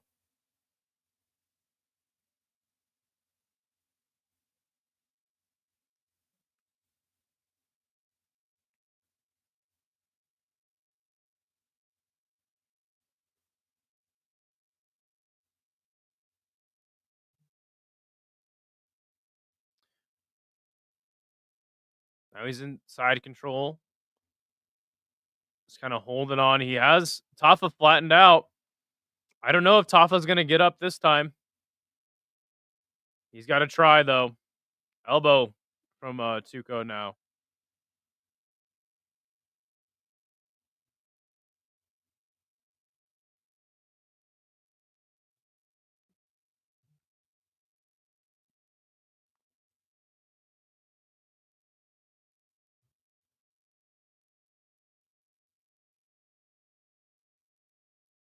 What the hell is this pretzeled up position they're in now? There we go. There's some hammer fists going for Tuco. Tafa's getting cooked now. Oh, there's the rear naked choke. It's not in the best position. He's not fully on the back. I think he can get out of this. Yeah, Tuco let go of it. He tried to lock up a rear naked choke from side control. I don't know. Is that side control? 3/4 mount, we'll call it. The good old, maybe that's more like 5/16 mount, though. And look at the ground control time now. But in this round, it's been more significant because in the first round, Junior was actually getting up, and now a mounted arm triangle attempt from Tuco. I don't think he's really. Oh, now he's on the. Oh, that's a bad position for Junior Tafa. He's about to tap. Oh, there it is. Damn. I really want to shit on Junior Tafa right now. He showed a lot of good shit in that fight, though. He really did. And a tough victory for Tuco, who I don't think is very good. But man, Junior Tafa, he showed a lot of improvement in that fight, man. He just did not try to get up in the second round from a takedown. At least he had one round in him to attempt to get up from takedowns. But yeah, man, I think the Topper brothers suck ass. And they do, don't get me wrong. You just got subbed by Tuco Tokkos, all right? Come on, bro. But in that first round, he showed a lot of improvement, man. He got up from the grappling exchanges. He landed some good shots. And he damn near finished Tuco at the beginning of the round. But Tuco sucks. He does suck. He does. But damn it, I got to give Junior Tafa credit. Also, by the way, like, he started that arm triangle from the other side of side control, or maybe even from half guard, and he allowed Tuco to move him out, move to side control on the other side. Like, come on, bro. Like he still though he did show a lot of improvement, and the UFC for some reason just fucking loves the Topper brothers. I have no idea why. Probably because they lose good and they win good. They lose more than they win. But yeah, man, I would really like to shit on Junior Tafa right now. But good win for Tacos. What a stupid ass name the guy has too. Fucking, I can't stand it. Every time I see his name, I just want to say tacos, like a fucking white tacos. But yeah, hey, you know what? We got to finish. All right. And we will check who is up on the Tapology leaderboard. Still waiting to refresh.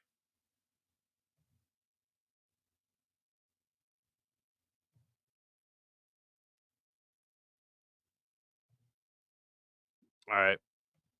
It is Thal in first place. Are we 6 fights in? 6 fights in? 1, 2, 3, 4, 5, 6, 7. Oh, we're 7 in. Okay. Still waiting for it to refresh. God damn. Sorry. Had to fucking sneeze really quick.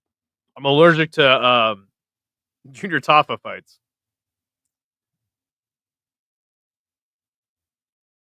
Maybe nobody got that one correct. We'll give it a second and we'll check back in. I don't know. Now I'm feeling like Austen Lane might have a case to win, you know?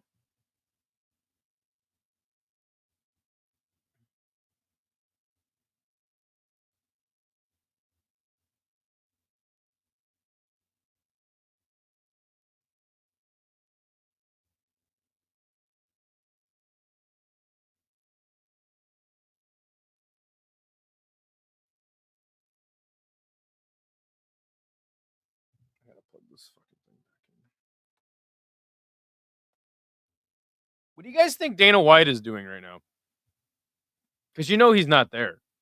I feel like a fool for taking Tafa. You shouldn't. I think most people took Tafa. Actually, I think we can look.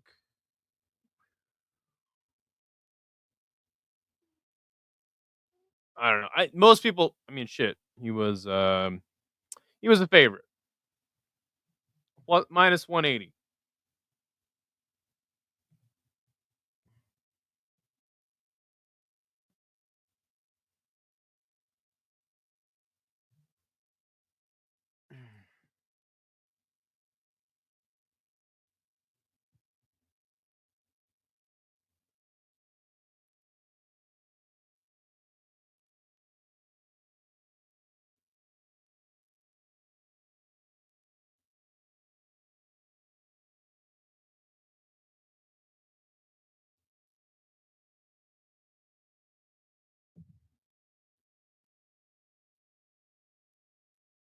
Did anyone else not expect Tuco to speak perfect English?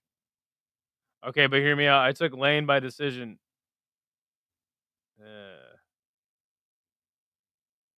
I made the case for Austen Lane on my Pick'em stream, but I don't think he's gonna win. But I kind of hope he does, just so I can look smarter, you know. Hey, look, it's Michael Chandler. Got the Jefferson County, what did he call them? Javelins. Got the Jefferson County Javelins on display. I know everyone hates Michael Chandler, but you know what? Jefferson County Javelins. I mean, once I heard that, I was like, dude, Michael Chandler's going to beat Patty Pimblett. That was in hindsight not a good reason to pick a guy to win a fight just because he said Jefferson County Javelins. Oh, hey, the Contender Series back on the 19th. Well, you know, we'll be going live for those, most likely. You know what? Everyone's going to go live for them, so I might end up just doing like a post-fight show for them. Those are always fun, kind of ranking like I'm Paul Felder, like who is the most impressive out of the card, you know. But yeah, glad to have Contender Series back. You know what that means though? LFA, Cage Warriors, fucking whatever name your regional promotion, they're all gonna start sucking ass because every time Contender Series rolls around, those regional promotions start getting shitty, really shitty.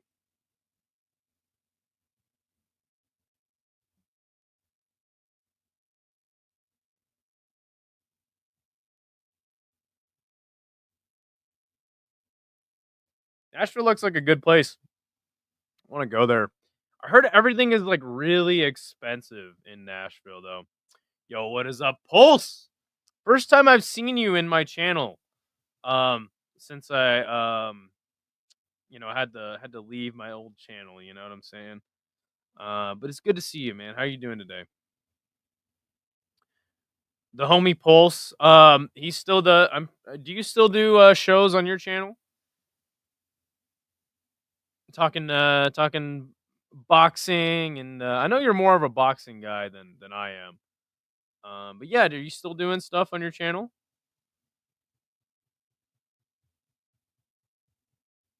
I know that when you were, it was a little sparse. Like it wasn't like every week. But yeah, I was on Pulse's channel from time to time doing some boxing events.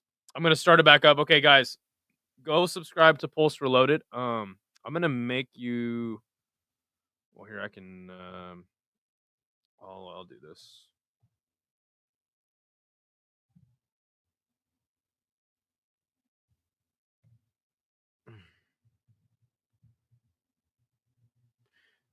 And Pulse, he always has really fair takes. Like he'll ask the tough questions in boxing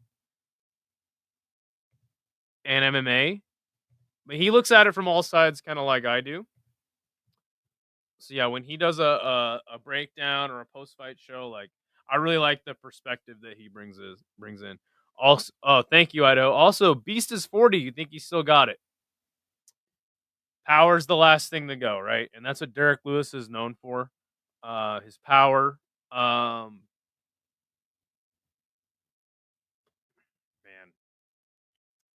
I think he's gonna get smoked in this fight. I really do. And that's the thing about Derrick Lewis is you can beat him if you kind of come at him fast in the first round, right? That's kind of how he's lost a lot of his fights. If not by decision. But the one thing we know about Derrick Lewis is his power will carry well into the fifth. This is a 5-round fight.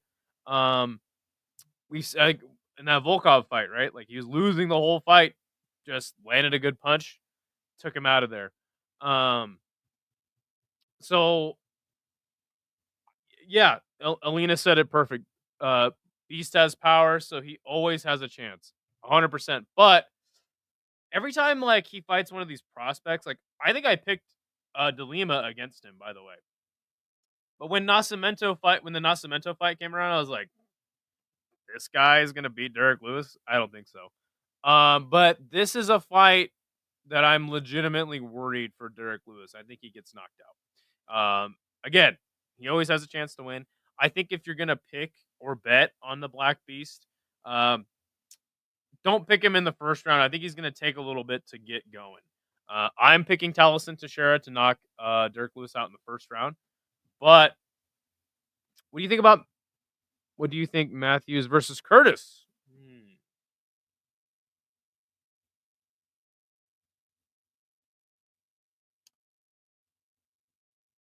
I mean, he did just sub Chidi and Njokuani, who everyone's fucking high on for some reason. I don't hate it. I guess Chris is now fighting at welterweight. I don't hate it. I mean, you know what though? Like Chris had a tough fight with fucking Max Griffin. Ugh, that's a terrible look. Max Griffin's. I don't want to shit on Max Griffin, but he's not the cream of the crop when it comes to welterweights. I wouldn't even put him as like the 40th welterweight, right? You know, I put him below that. So I feel like Jake. It's a decent fight. It's a decent fight. I don't hate it. You're making me you're making me want to do this matchmaking show on Sunday or Monday even more now though, because I don't hate that fight. Who's next for Katie Taylor though is the question.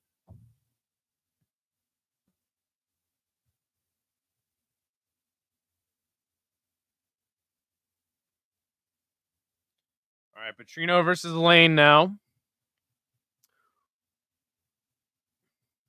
I think most people are going to pick Petrino. But look, man, you get subbed by Anthony Smith in the first round. I don't know. I can't trust you anymore. My trust with you is broken if you lose to Anthony Smith, you know? Not sure how long he's injured for. It was pretty nasty, but Matthews versus RDA would be fun. So Matthews is... Wait, am I high? I thought that was at welterweight.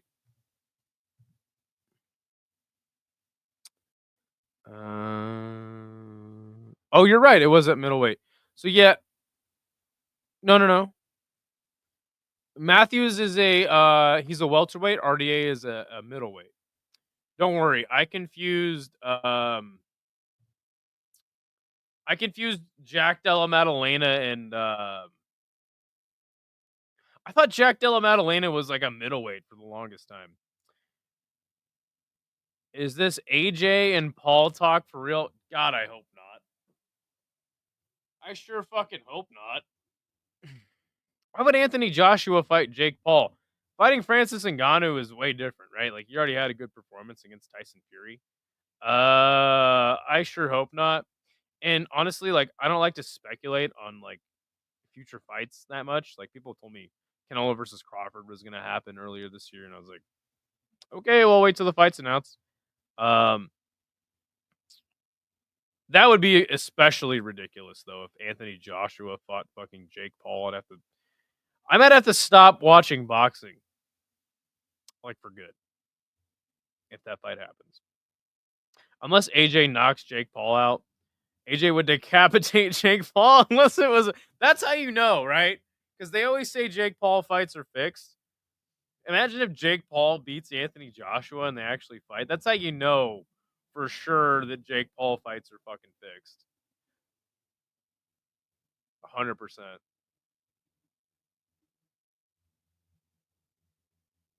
Damn it, I'm getting all these food ads and it just makes me want to eat fucking American consumerism.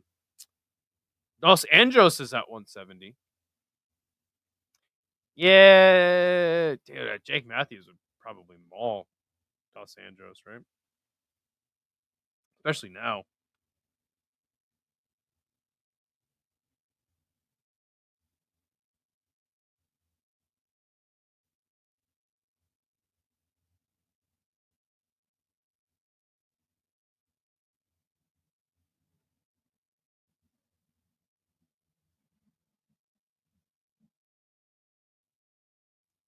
Also, is it bad to say that I miss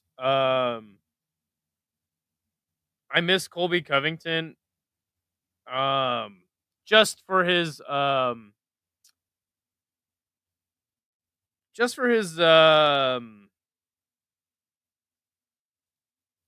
nicknames.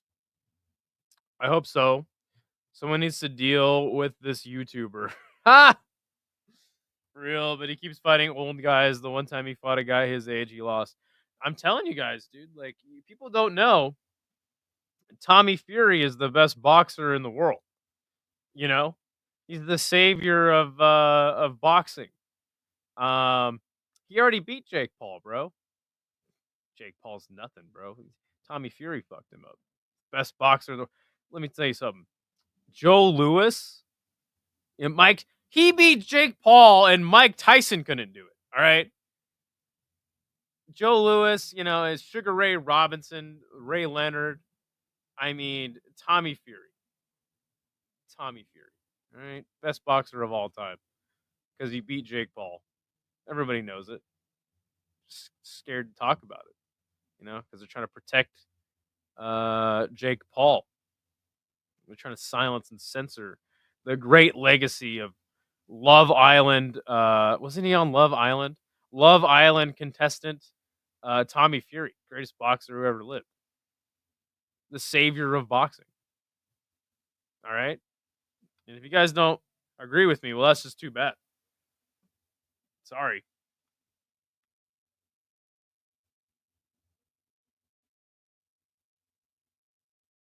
All right, wait a second. Okay, this is Vitor Petrino's debut at heavyweight. And they're giving him poor old Austen Lane. I want Austen Lane to win just because I hate Vitor Petrino because he lost to Anthony Smith. Fury's eyebrow game is off the chart. Yeah, let's check it out.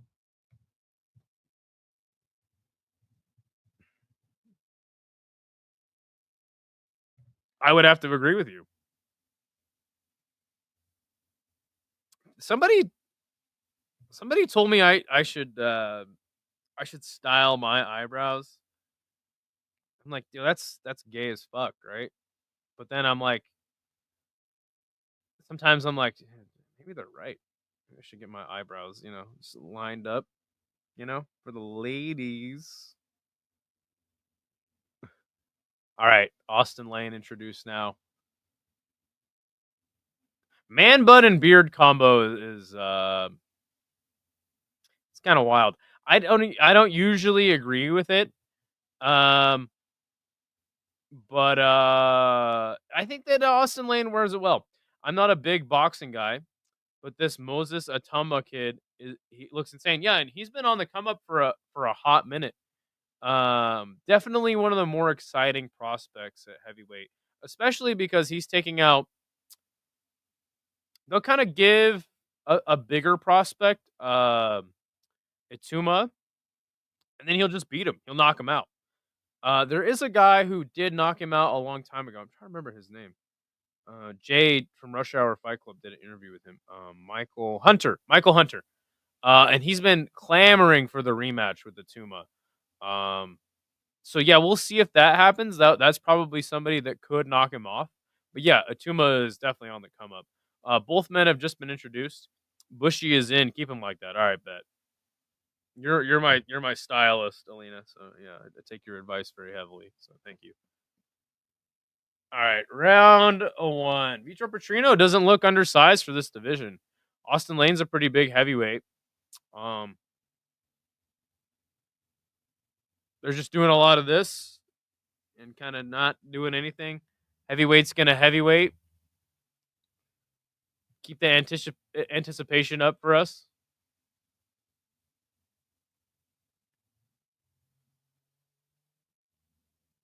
There's a leg kick by Petrino. He did leave himself wide open on that leg kick. Body shot by Austen Lane.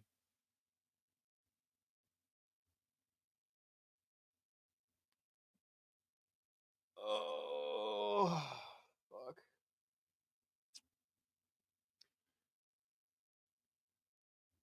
There's 2 heavy leg kicks there for Austen Lane.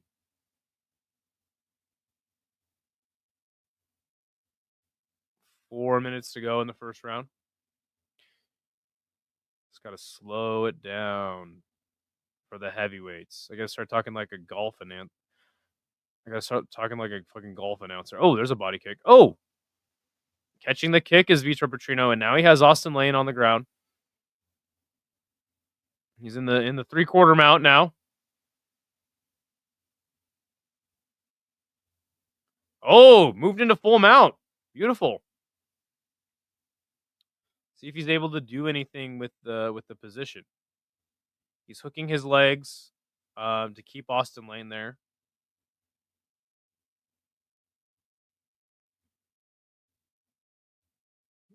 Will he be able to take advantage of this position, though, is the question.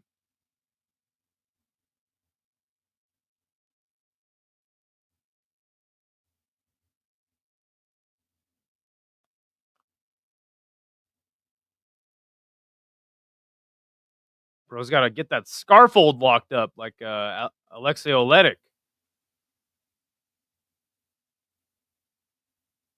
Does Olenek do the scarfold from the mount? I actually can't remember.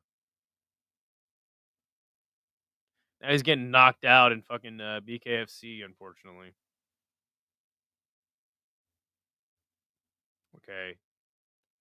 Looks like Petrino tried to like maybe get a little key lock going on the arm of Austen Lane, but to no avail. As literally nobody says ever.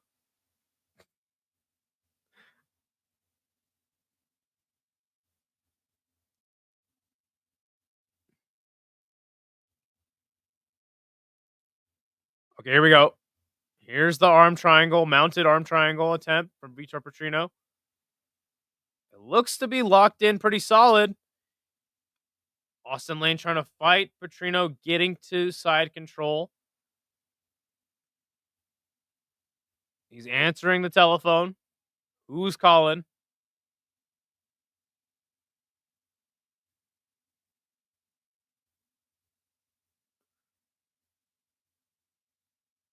Oh, and there we go. He's out of it. Good defense there by Austen Lane. Minute and a half left.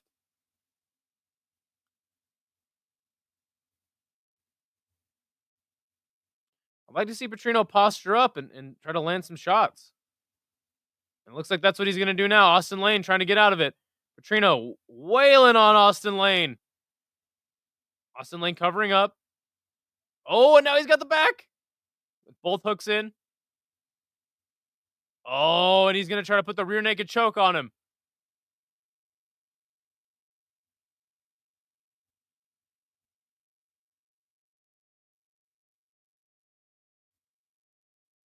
Oh, there we go.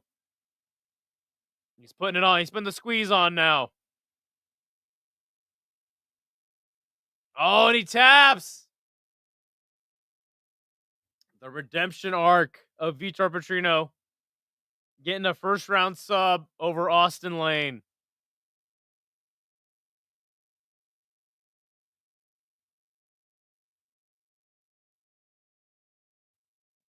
Good win for Vitor Petrino, especially after getting embarrassed by Anthony Smith. And then he turns the tide and he gets a first round sub of his own. So I don't know. I'm still not going to have high hopes for him, though.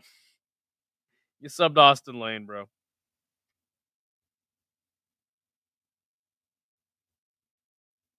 New future contender at heavyweight? Nah, son. Nah. I sure hope not, because I don't want a future contender at heavyweight that got subbed by Anthony Smith. I don't know. I mean, he subbed Austen Lane, who... Sure, he out-wrestled Robelis de Spain, but I don't think that's the most credible opponent, you know? We'll see, though.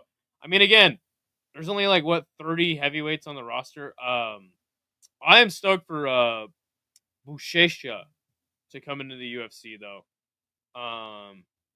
Yeah, I mean, there's only 30 heavyweights on the roster, so, I mean, seriously, you get 3 wins and you're a contender, you know what I'm saying? I miss the days of, I was talking to my homie about this the other day. Shout to Big Red. I miss the days of fucking Harry Hunsucker, Parker Porter, Chase Sherman. Remember when they would cut them?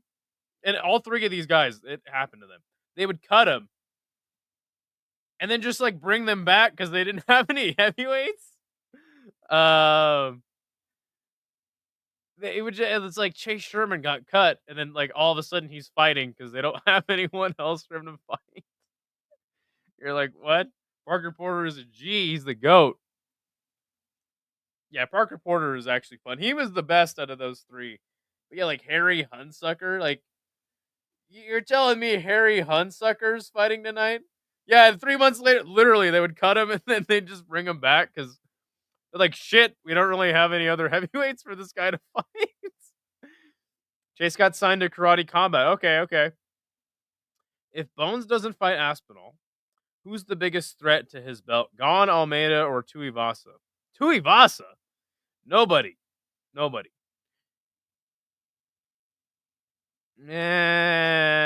I'll see. All three of those guys you mentioned, I was gonna get there, but all three of those guys you mentioned have a glaring disadvantage against Aspinall.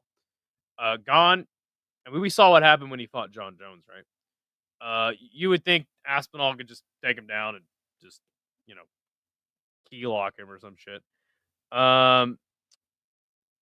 Almeida and same thing with Tuivasa, right? And he's too fat. Almeida, though, I would have to give the best chance to. I like Gelton Almeida. Everybody hates Gelton Almeida. I'm a Gelton Almeida truther. So from that perspective, and to keep my appearances up, I'd have to say Almeida's got the best chance. But really, no, I don't think anyone beats Aspinall. We'll have to see how the layoff affected him. Who knows? He might fight John Jones, though. I know.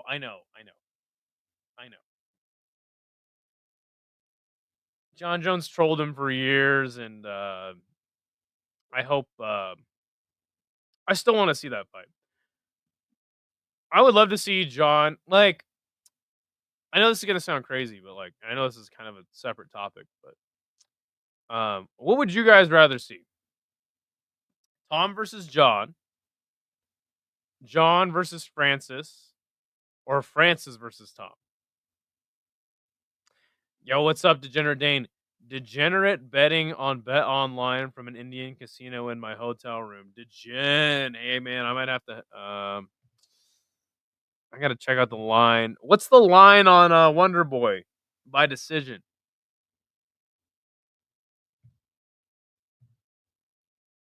What's the line on Wonder Boy by decision? I'm not that confident. What the fuck is this in my pocket? No. Bank receipt.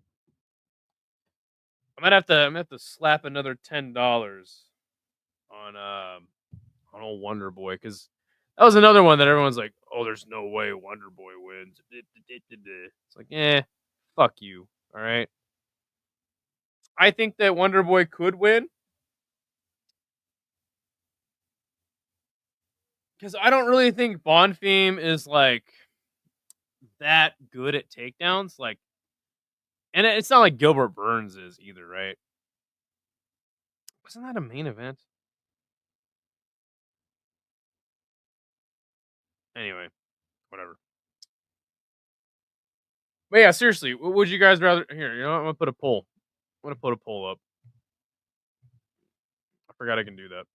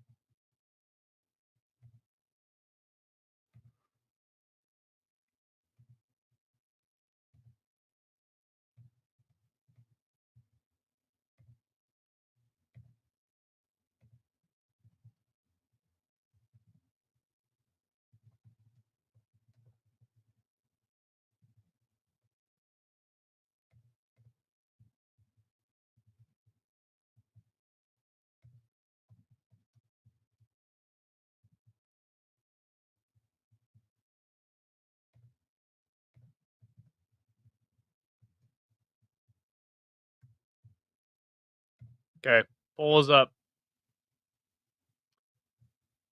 Because I'll tell you guys right now, I would rather see. This is gonna sound crazy. Hear me out.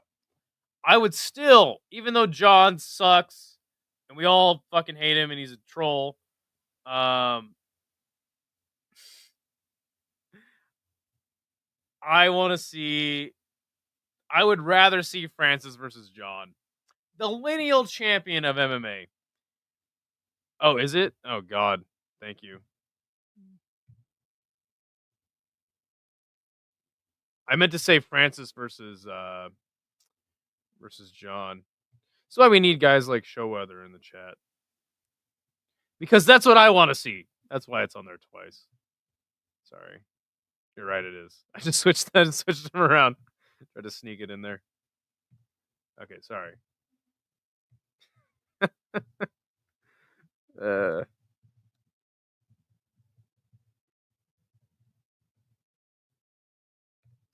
John versus Tom. I'll double check it this time so I don't fucking add the same fight twice. John versus Francis or Tom. Well, Francis versus Tom. All right, there we go. Yeah, because like I said, I would rather see John Jones versus Francis Ngannou. Side is down. What the hell? Well, there you go. I want to see Bones versus Aspinall. Aspinall. I don't really. I wouldn't mind Ngannou. So you want to see? You don't care. You just want to see Tom in there.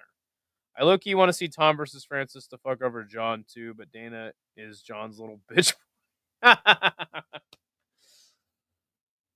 Hey, I'm okay. Tell me when the next fight starts. I will. I got you. But yeah, like I don't know. Like it sounds crazy. I still want to see Francis versus John. Like that's the fight that I would much rather see. If I had to pick another one, I would probably go Francis versus Tom. Because yeah, fuck John Jones. I guess there is the factor of like it's been built up so much that like I guess we gotta see it. John versus Francis, easy choice. That's why Euphoric Notes is my homeboy. Exactly, dude. I'm right there with you. Like, if you gave me the choice, John versus Big Fran every time. Every time. You know, every day I'm picking that 2 times on Sunday. You know what I'm saying? Like, ever since they faced off at the PFL, like, I've been so fucking jazzed to see that fight. Like, even that face-off got me stoked, you know? Even though, like, Francis was in, like, a kufi. He was looking hella African, and John was just, like, looked like a dude. Like, that shit still got me stoked. Nah, I think I want to see John versus Miocic. Hey, he's been out of the testing pool. You know, he's had a long layoff. You know, you got to give him a warm up fight. Yeah, why not? Throw Stipe back in there. Gosh, can you imagine? Can you imagine if they were like, "Yo, we got to bring Stipe in to fight Tom now." John needs the heavyweight goat on his resume twice. What could possibly be better than that for his legacy? You're absolutely right, Showweather. And I think that the UFC matchmakers would agree with you. He needs the fucking heavyweight goat twice on his resume. Get this guy out of here. Can we escort Showweather out of the show? That's funny shit.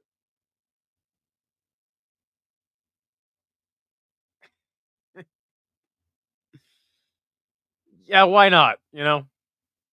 Why not? They already had him fight him once. Might as well have him fight him twice. You know what? You know who we need to bring back? As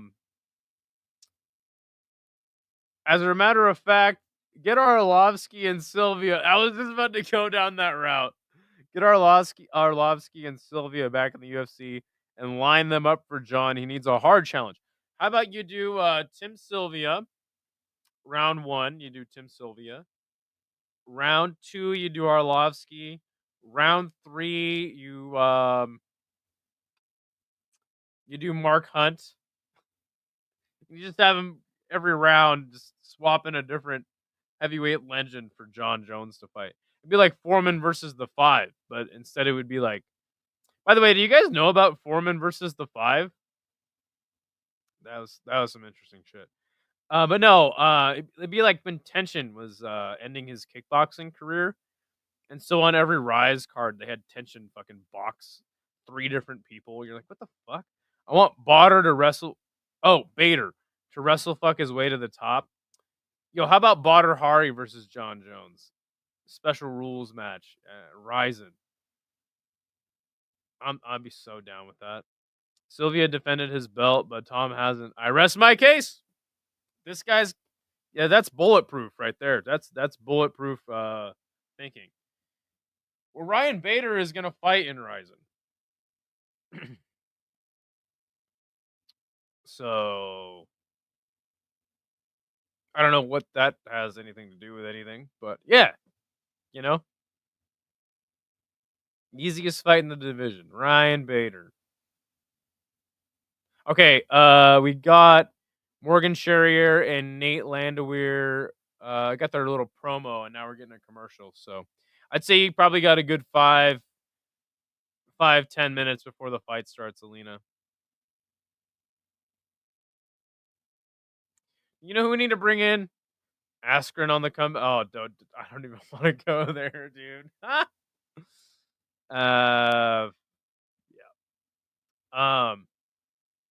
You know who I want to see versus John Jones? Fedor. That's who he needs to fight. Fedor Emelianenko. Ishu would probably pick Phil DeFree, and I would laugh at him for it. That Bader interview was funny as fuck. Bader was like, maybe I'll come back. Then Saki Kabara was like, yeah, he's coming back for sure. Like the in ring interview when they had Ryzen at Ryzen. That's funny. I had no idea that he said. I didn't even know he was like, yeah, maybe. And Saki Kabara's like, no, for sure, we're having him fight. That's fucking funny. He's a promoter, man. You got to sell the people to fight. You know. Who the fuck does Ryan Bader fight in Ryzen though? Sina Karimian. All right, you know what? Actually, I just kind of talked myself into Ryan Bader versus Sina Karimian. That would be sick as fuck. They got some other fat heavyweight fucks. They got like this one fat dude, who used to do sumo fighting in Ryzen. Let's have Ryan Bader fight that guy after he fights Sina Karimian. How cool is it that Sina is in fucking Ryzen? I love it.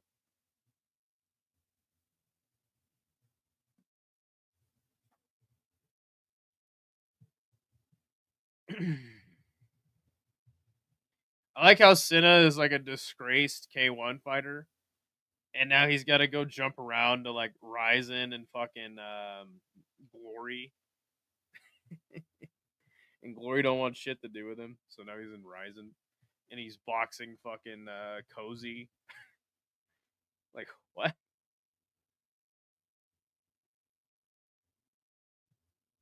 That was even more ridiculous. I think that was on the same card. They're like Cozy committed a hit and run. So now he's got a box in a Caribbean. You're like, wait, what? He's the combat sports Ronin. Yes. Fucking Sina Caribbean. Has he ever had an MMA fight?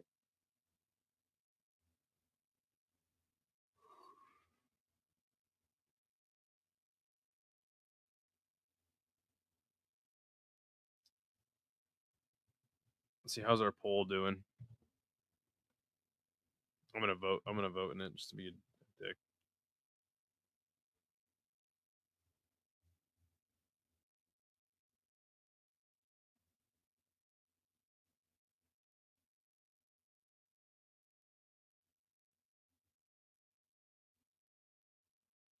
Bro, we watched him have one last Ryzen event? Wait, what do you mean? What do you mean? Cinna?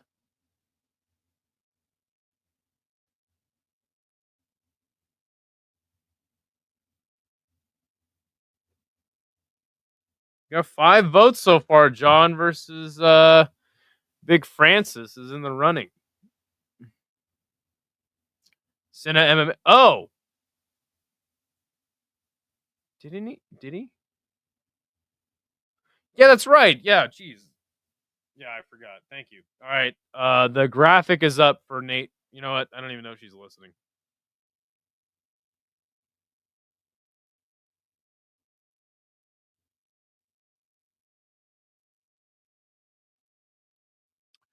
Yeah, you're right. Jeez. Who the fuck did he fight though?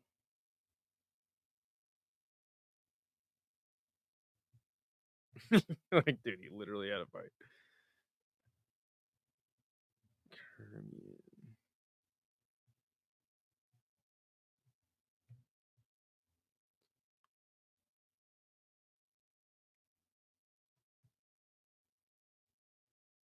Oh, Hidetaka Arato. That was literally what in Sapporo on June the 14th, a month ago. Yeah, I forgot. Okay, Nate the Train is being introduced now. To be fair, you have to watch those cards at like 4 a.m., so it's not surprising you forgot. I generally don't remember many things that happen on Ryzen cards. But yeah. By the way, show weather, we're doing a K1 fight companion, so it's probably geo blocked where you live, but if you're able to watch K1, 22 fights in that fucking card, dude. Fuck.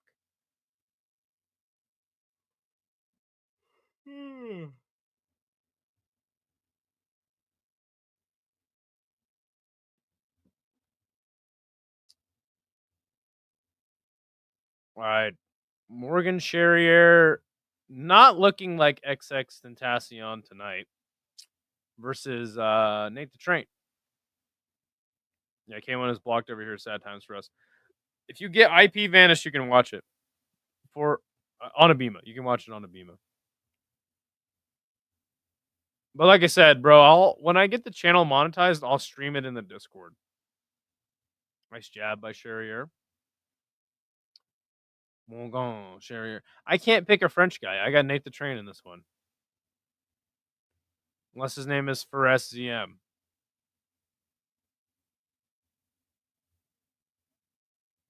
Ooh. Double jab from Nate the Train.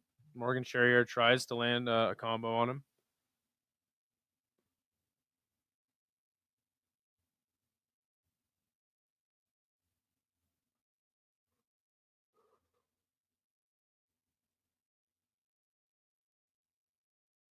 At least when I go to Japan, I don't have to use my fucking VPN to watch K1. And I'll try to get a Unex subscription when I go over there too.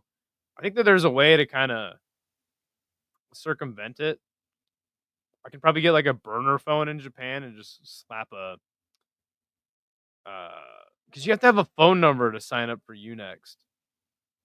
So maybe when I go to Japan, I can get that working.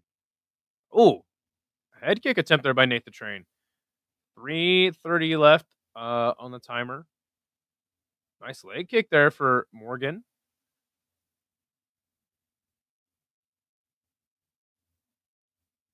Now, Nate the Train kind of got his soul beaten out of him last time he fought against Duho Choi. He looked terrible. So I think that's why a lot of people were picking Morgan in this fight. There's a nice left hand by Nate.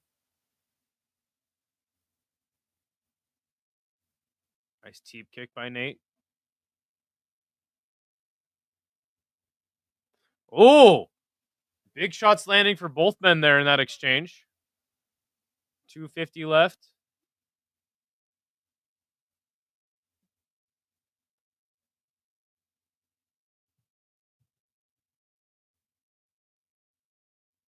Nice right hand by Nate. And both men have been in the center of the cage this whole time. nobody's really putting too much pressure on either man. They're very fast hands from Morgan Charriere. He snuck in a nice right hand on the chin of Nate the Train. Nice, another one right there. As Nate was pulling back from his 1-2, Morgan just kind of snipes him with the right hand.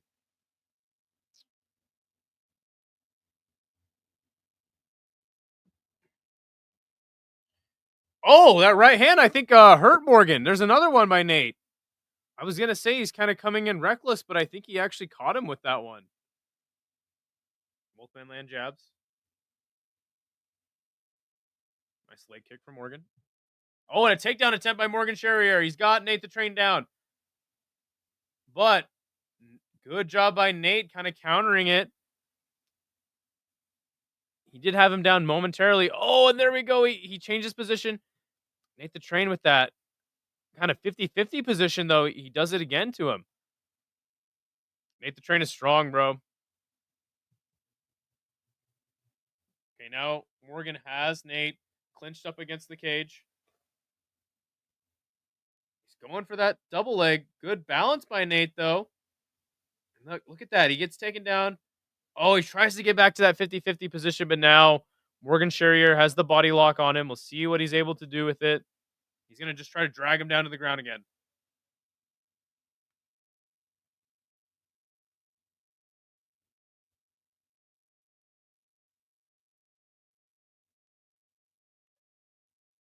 Smart by Morgan to mix the fight up a little bit.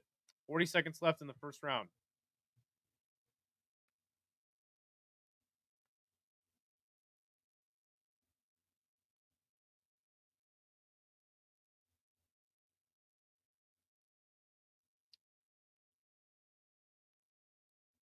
Nate the Train was trying to pull a guillotine on Morgan.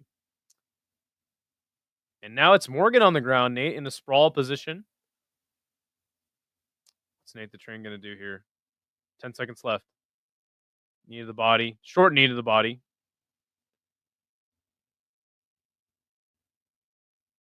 Oh, a nice knee to the body to end the round by Nate. Why are they zooming in on his feet? That's gross.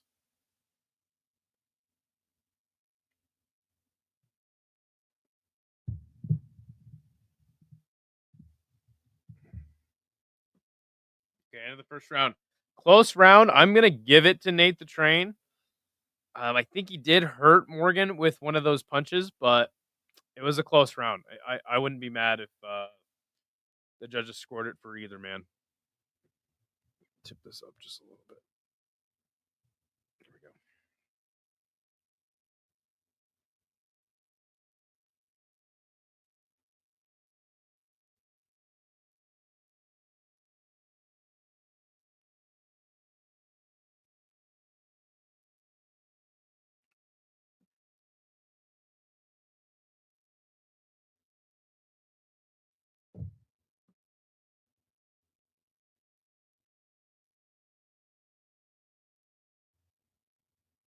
All right, here we go. Second round.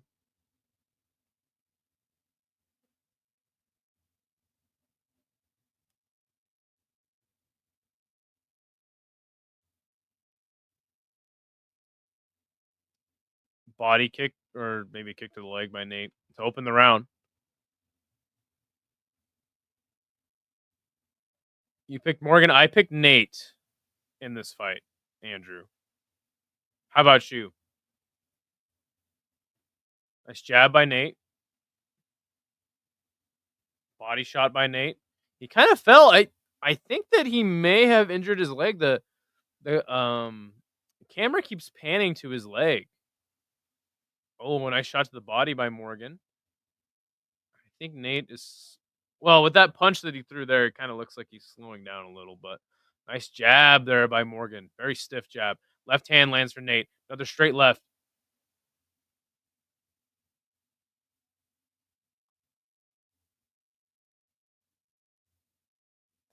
Double jab by Nate, keeping Morgan at distance. I pick Nate. Let's go. It's a close fight up to this point, though. There's a teep kick by Morgan. Charriere sounds cooler. I'm gonna say Charriere. Nice leg kick there by Charriere. Left hand by Charriere. Another teep kick. They're gonna say it's a low blow. Referee's gonna stop. Nate the Train's protesting. He says, "I don't want to stop fighting." Getting the crowd all amped up. Nate's all hyped up. He throws a right hand, fucking misses by a mile, and Morgan goes, where did that go? Oh, nice 1-2 by Nate. Left hand. Oh! They landed. There was a good exchange by both men, but Nate got the better of it. It's a close fight. Right hand by Nate.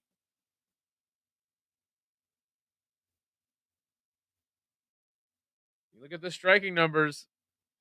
Nate the Train mostly head hunting here, but 10 leg kicks have landed for Morgan Charriere. Oh, there's a good left hand. Every time Nate lands, though, Charriere is able to land one back. It's the 2, the 3, and the 4 that are able to hurt Charriere on the end of Nate the Train. USA, says Andrew. Let's go. USA.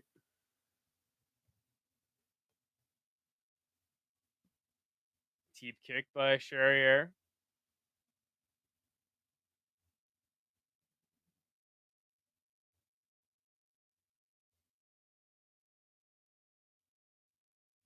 Two minutes and 5 seconds left in the second round now.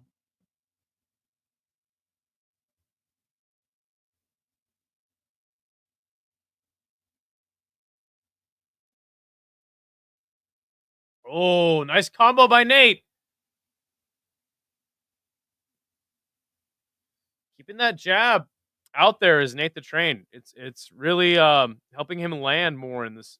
Look at this second round significant strike numbers. 29 for Nate the Train and 7 for Charriere with 1 minute 35 left to go. He is up big time on Morgan in this round. And Morgan has appeared to completely abandon the wrestling game plan so far in this round. I mean, we might see him shoot another takedown in the last 60 seconds, but overhand right. Well, a right hand over the top of Morgan's jab there for Nate the Train. Uppercut for Nate. Oh, nice 1-2 by Nate. Clubbing right hand by Nate. But Morgan is able to land on Nate during these exchanges. He's able to get one sneaky right hand in there. We'll see if that's enough to deter Nate. Or maybe even hurt him. But so far, I mean, Nate lands 3 punches, Morgan lands 1 in these exchanges. Nice jab for Nate there. Right in the center of the... Oh, there's a big left hand by Charriere, but Nate the Train just kind of ate it. He kind of just didn't do shit to him. Oh, there's a big... Oh, both men land nice right hands. Another jab for Nate. I think Morgan's getting a little more confident that he can land on Nate Landwehr. Oh, another big right hand. Or the left, sorry. Looked like Nate just slapped Morgan. That's the end of the round. Nate the Train is up. Oh, Nate the Train is such a character. They end the round. And Nate was staring Charriere down. So then he kind of starts walking to his corner, and Nate the Train just starts screaming at him. He's like, hey! What the fuck? All right. Nate up 2. Heading into the third round.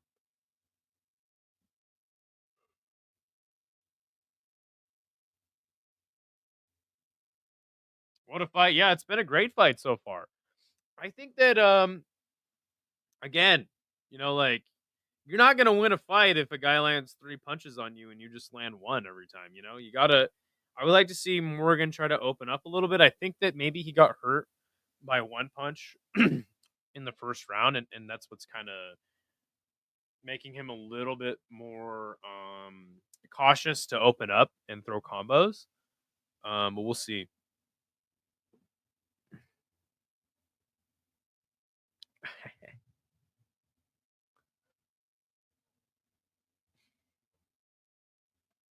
Okay, third round. Landwehr runs to the center of the octagon.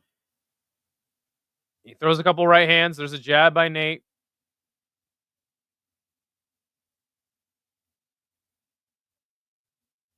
Oh, right hand hurt Nate the Train. He's on wobbly legs. Oh, left hand by now by Morgan. He's rolling with the punches. Oh, another right hand. Oh, I think he... Oh, left hand drops Nate the Train, and another right hand drops him.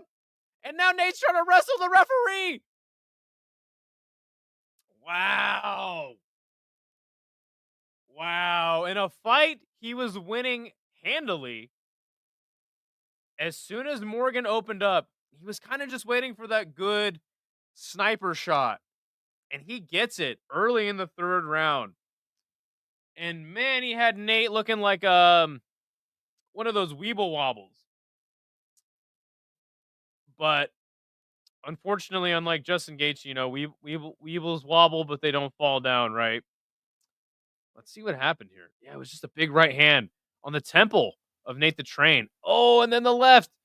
Oh, Nate was looking like he could hang in there, but he doesn't have the fight IQ to shoot a fucking takedown. Yeah. Oh my gosh, those punches are brutal. It was that right and then the left that dropped him. Oh, look at that visual of him being half knocked out and that right hand just putting him over and dropping him to the ground.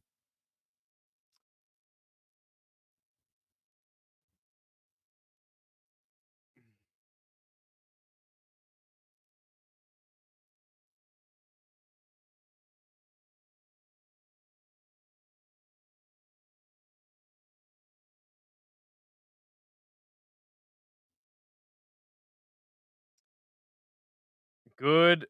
Man, we got lots of finishes on this card, man. It's been great.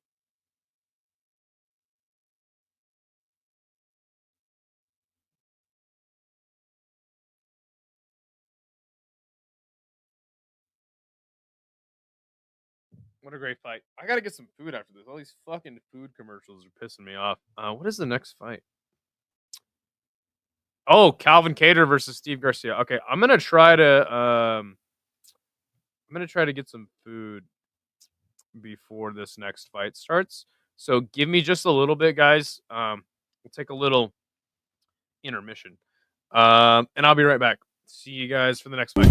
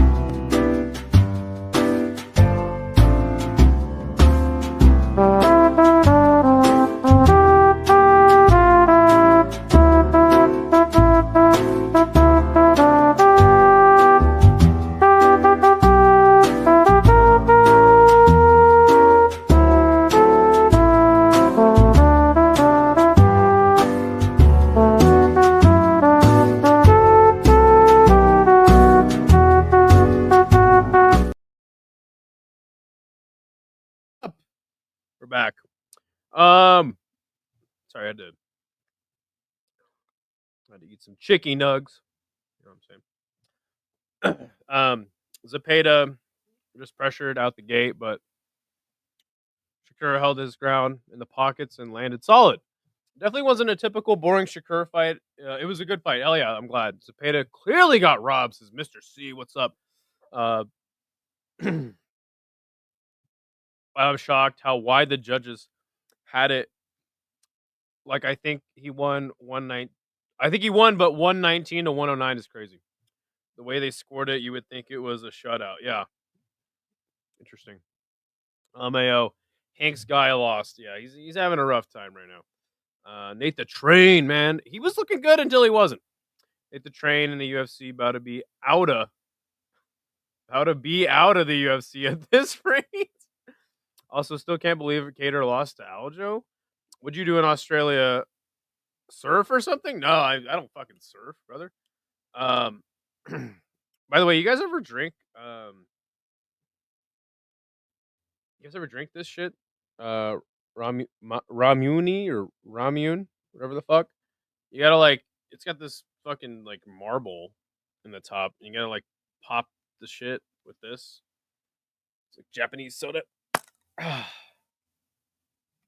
How come so many people left the boxing? What do you mean? Rumor has it if they didn't give Morgan an interview because he was they didn't give Morgan an interview because he was going to claim the superiority of Krebs to Tennessee.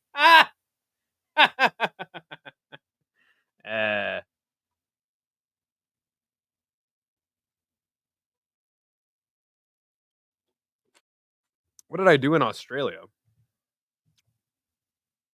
Well, I can show you.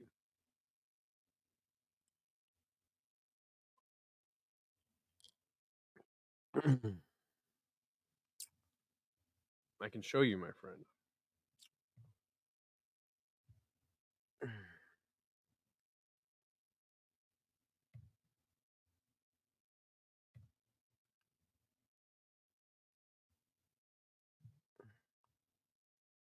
Idaho got with the honeys. You mean skate parks? Then. Oh, by the way, Calvin Kattar is walking out now. I can show you.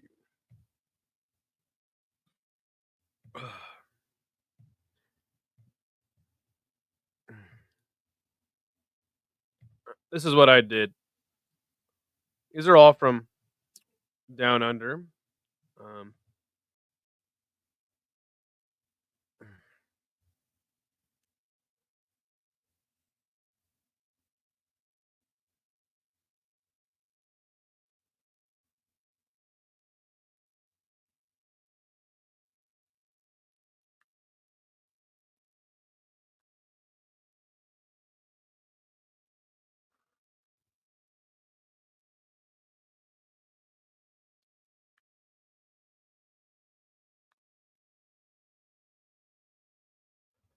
Eat some Vegemite, you know what I'm saying?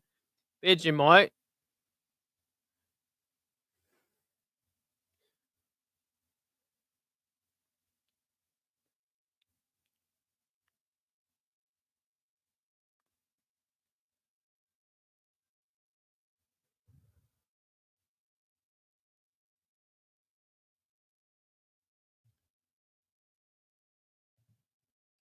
That's what I did in Australia.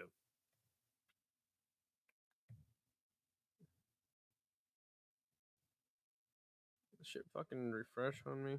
All right, Calvin Kattar from Boston. Is he from Boston? He's the Boston finisher. So. Is introduced now. Francis got some real. France has got some real savages. Should be a great fight. I'm American, and we give shit to French people over here in this country. All right. I don't know why, but it's just like it's an American tradition to give French people the business. All right, we got ads up like a motherfucker.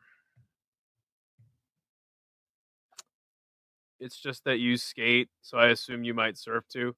Hell no, I don't surf. Did you throw a shrimp on the Barbie? They don't do that. They don't barbecue shrimp down there. Common misconception. Thanks, Crocodile Dundee. I don't even know if that's who said it, but I'm just assuming. All right, round one. There's an oblique kick there by Steve Garcia. Nice teep kick there by Calvin Kattar from Boston. Okay, this fucking ad's got to go away. Okay, there we go. Oh, Steve Garcia with a left hand. Clips Calvin Kattar.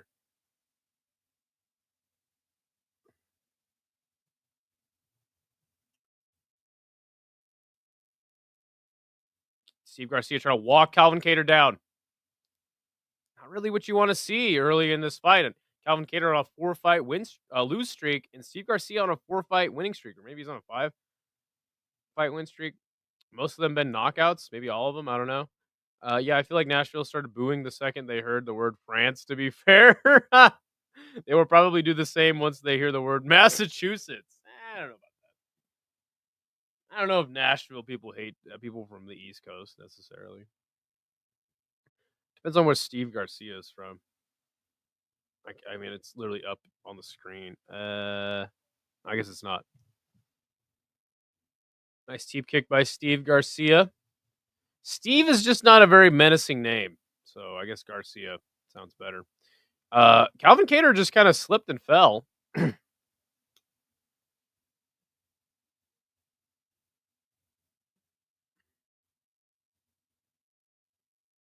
Why is Steve Garcia staying so low in his stance? I'm not really sure why. He kind of has his chin just out there for the taking.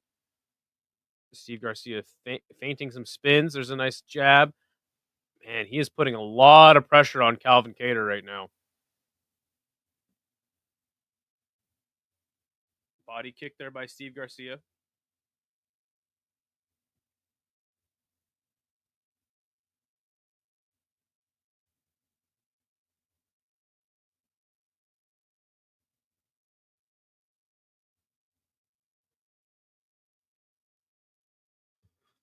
Calvin Kattar, dude, I'm telling you, man, he looks shot. He's not. Oh, there's a big overhand left. He's barely throwing. He seems very gun shy. To me, he's shot. He's fucking shot. There's a 1-2. Steve Garcia is just kind of teeing off on it. I mean, not necessarily landing clean. Like, Kattar's defense still looks good. But, I mean, seriously, one of the first signs of a washed fighter is being gun shy. And that's what I see out of Calvin Kattar right now. Guy's barely thrown anything in this fight. This is fucking kind of sad to watch, not going to lie. There's a nice left hand that sort of clips Steve Garcia. But this is kind of... This is Calvin Kattar kind of being fed to the lions here right now. Or to the wolves. They say being fed to the lions? I don't think that's an expression. I think you say being fed to the wolves. Spinning kick to the head by Steve Garcia. He's just throwing whatever he can out there because, again, there's nothing really coming back from Calvin Kattar. He's not doing shit. Now, listen, Calvin Kattar has power, no doubt, but he's barely even throwing anything. This is sad. This is kind of embarrassing. He's getting oblique kick now. Head kick by Steve Garcia. Oh, a beautiful short elbow there by Calvin Kattar, though. As Garcia got a little bit too close, swinging a big left hand. Look at that. 4 strikes to 21. This is sad. 35 seconds left in the first round. Nice body kick by Steve Garcia. Left hand by him as well. Oh, right hand lands. Calvin Kattar's cut on his forehead.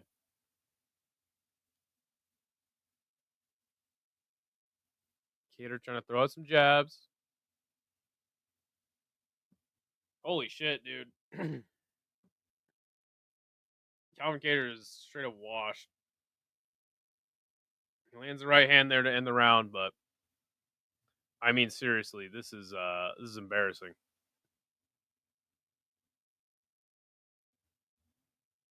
I don't know how you guys feel, but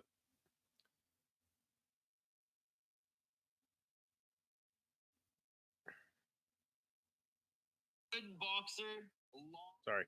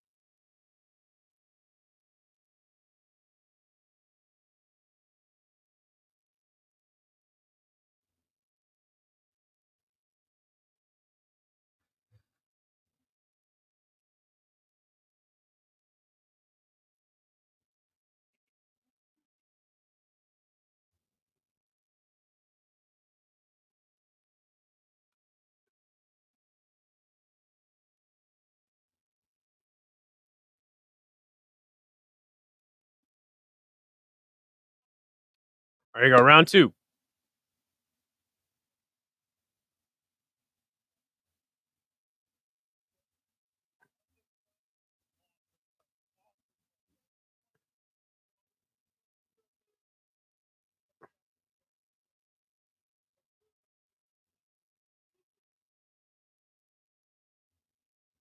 I feel like Tennessee would love BSD. He could probably out Tennessee everyone in that arena combined.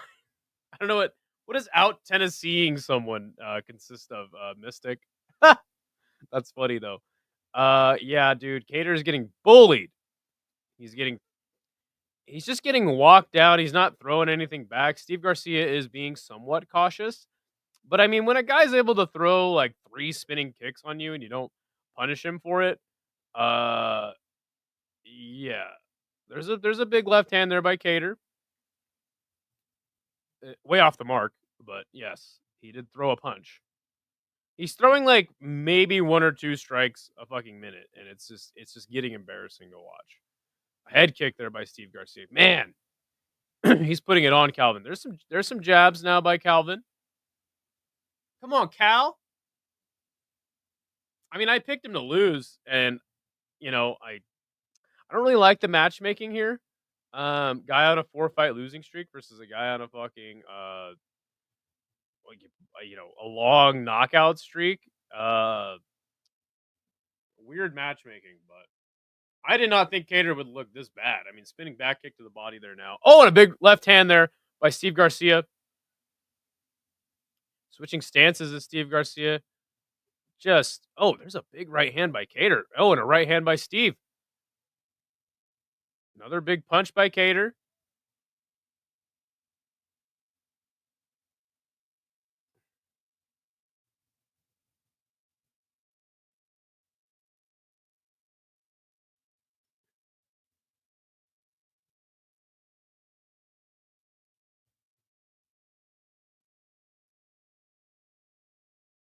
There's a jab by Steve Garcia now. Steve Garcia has long ass hands. Or long ass arms, sorry. Hands. Long hands.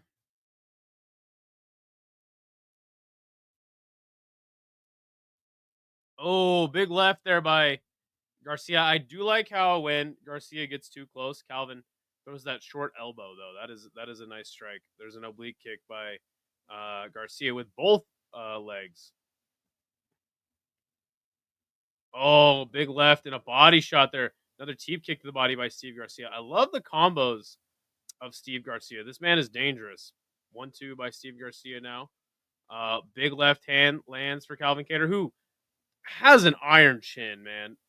This guy got beat up for 5 rounds by Max Holloway, and he only looked rocked like once or twice in the whole fight.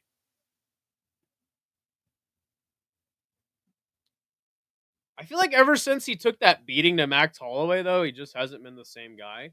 Even though he kind of did what Max Holloway did to him to Giga Chikadze. Like, that beating took so much out of him.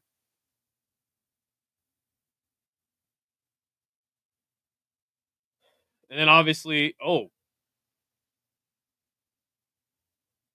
that loss to Arnold Allen, which he just jumped and like fucked his leg up.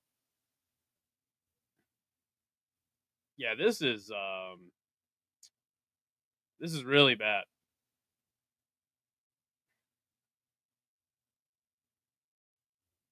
Look at that. 8 punches landed so far in both rounds by Calvin Kattar. Yeah, Kattar hanging up, bro. That knee injury derailed his career. No, this is embarrassing. And again, he is eating big shots. You know, he is throwing back sometimes. But no, this ain't it. This ain't it, bro. Like,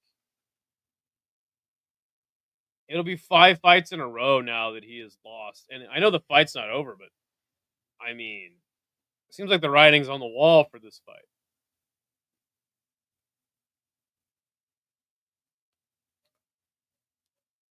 It's not as bad as like when T Wood was washed, like where he just wouldn't throw anything at all.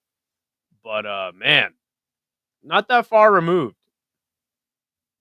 It's only a matter of time before you got to pay the bill of all the damage you've taken and you get knocked out viciously.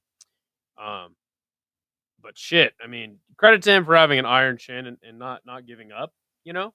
But shit, man, this is getting rough.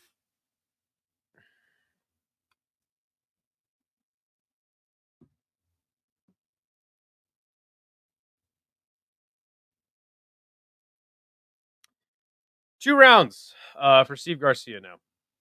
Because he had his best performance of his life after that Holloway loss. He only looked shot after the knee injury.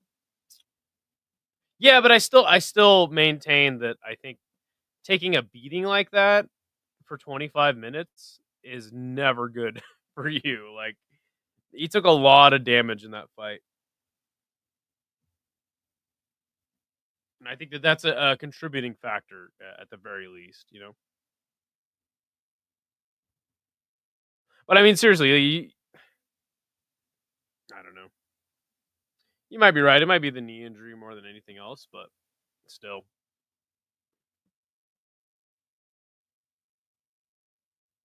I rest my case. All right, round 3 of this one-sided, really just, I wouldn't call this a beating per se, but yeah, Calvin Kattar's getting bullied in there. Nice body shot there by Steve Garcia. Oh, nice head kick and a spinning back fist attempt there by Calvin Kattar. But nothing landed.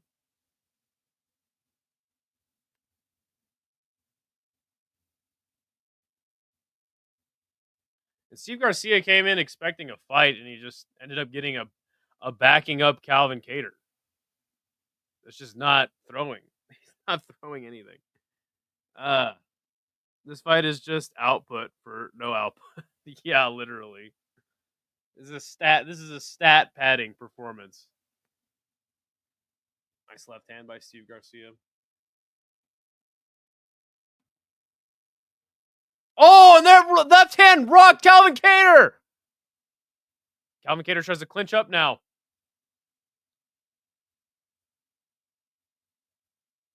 He tries to clinch up. He tries to wrestle with Steve Garcia now.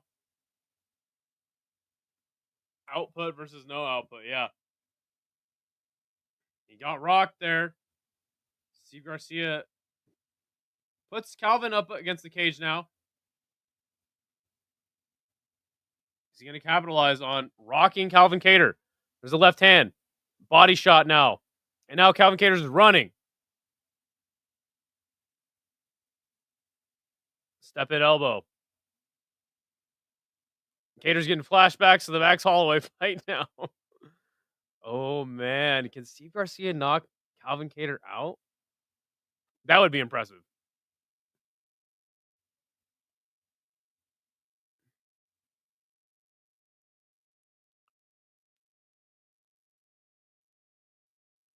Oh, there we go. I mean, Calvin Kattar's defenses are still somewhat there, you know? He doesn't look like he's too rocked right now.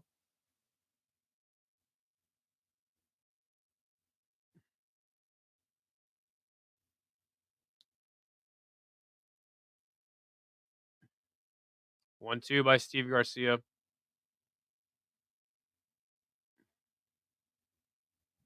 2 minutes 20 left in the third round.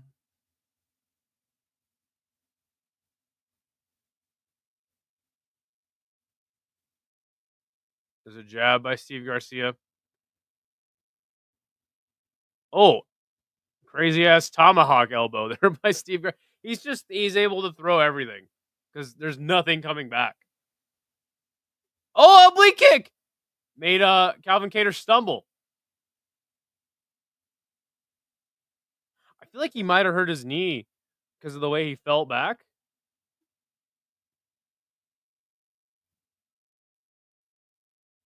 Oh, there's two big left hands there by Garcia. He's not able to land very clean. Nice spinning elbow attempt there by Calvin Kattar, but Steve Garcia saw it coming.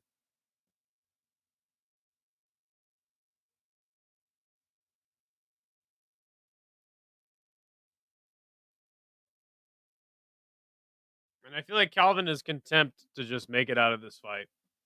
Seriously. He throws a big right hand there, but he's just getting walked down and, as Showother said, just getting the volume put on him. Nice straight left there by Calvin. Nice right hand by Calvin. He's fighting a little bit harder in this third round. Nice spinning back fist by Calvin. He wasn't able to have his feet planted there, though.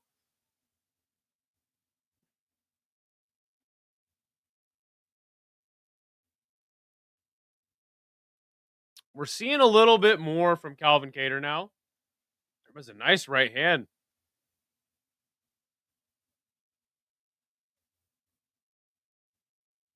In the center of the cage now.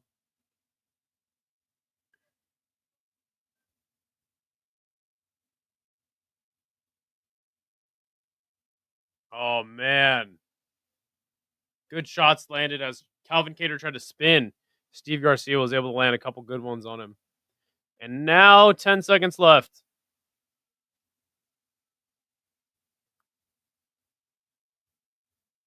Head kick by Steve Garcia. Oh, spinning back fist. Or spinning back kick, too. Damn. Yeah, it was a mauling. This fight makes me wish we got that Pico versus Garcia fight. Why the fuck is Pico fighting Evloev for his next fight? I would love to see that fight. Who would you rather fight? A guy not ranked or a guy ranked? Steve Garcia by decision. Check, says Euphoric Notes. We know what he picked. That's what I picked too. Yeah, dude, that was embarrassing though. That was straight up embarrassing. That was really, really bad.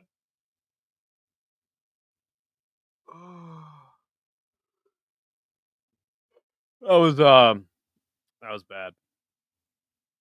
Bad.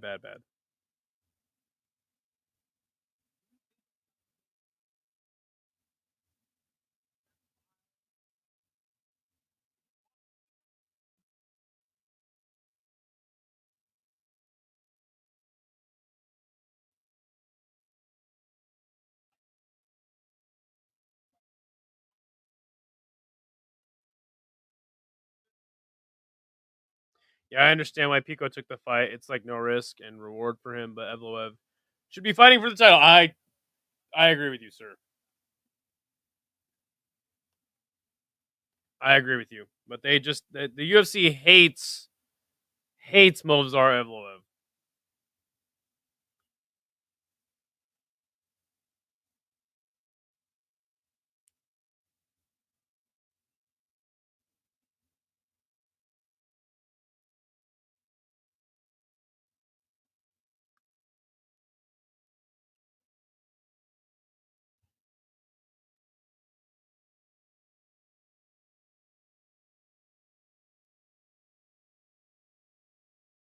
Evloev should be fighting for the title for sure. Yeah, UFC just hates the guy.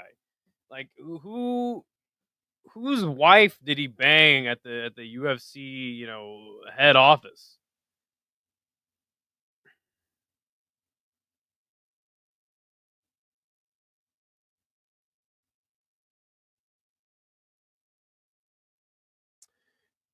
Calvin should hang him up. 5 losses in a row.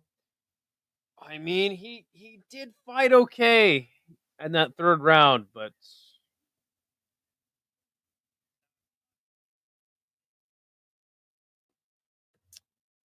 5 losses in a row, man. You got to feel for Calvin because at one point he was a serious contender. But man, Oh, that was bad. That was really bad. He didn't do shit. I think he landed as many punches in the entire. I think Steve Garcia landed more punches than Calvin Kattar did in the entire fight in the first round. In the first round. Sorry, that sentence was structured very well. What I'm saying is, he landed more strikes in the first round than Calvin Kattar did the entire fucking fight. Are you serious?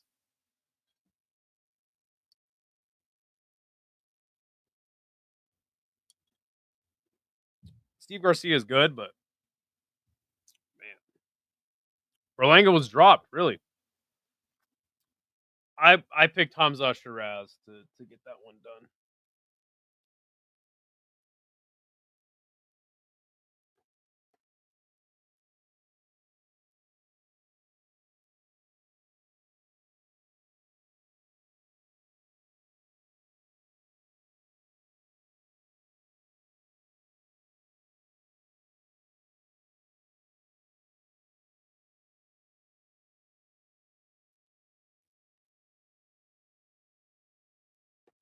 Put it this way: if Kattar doubled his strikes this fight, he still would have been outlanded like 2-1.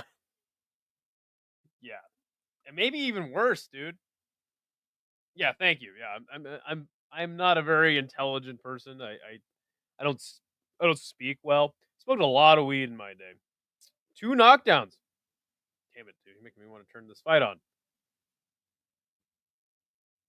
It's Mark Coleman.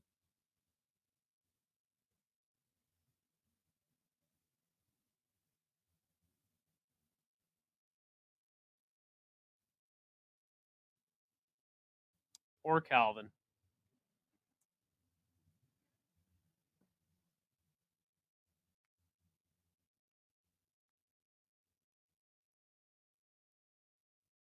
You should go back to hanging with Hobbs.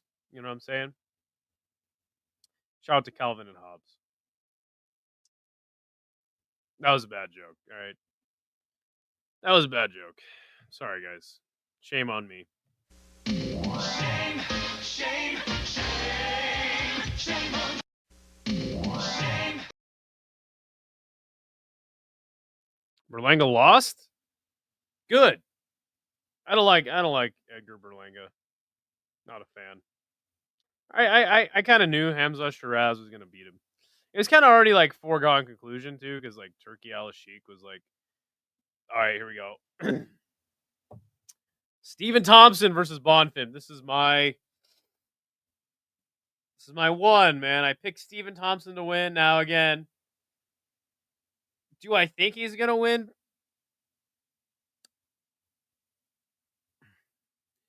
If he doesn't get taken down, he's gonna win. He's gonna win. But over the course of 3 rounds, bro, like Bonfim ain't no Joaquin Buckley.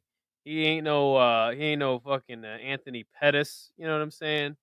I got Wonder Boy. I got Wonder Boy. Wonder Man. All right. He's Wonder Man, Alina. Everyone knows he's Wonder Man.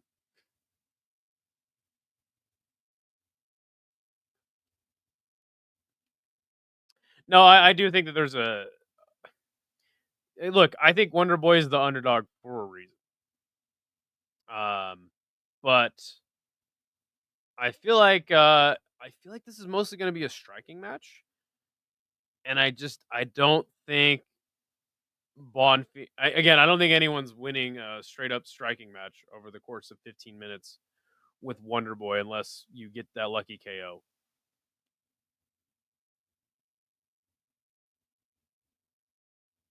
You got sick highlights too.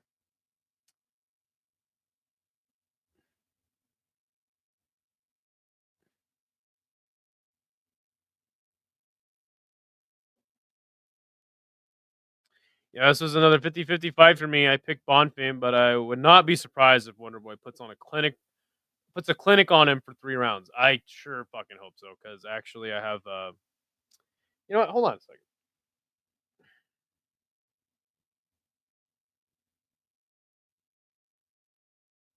I think I got a $20 bet with somebody. Let me make sure.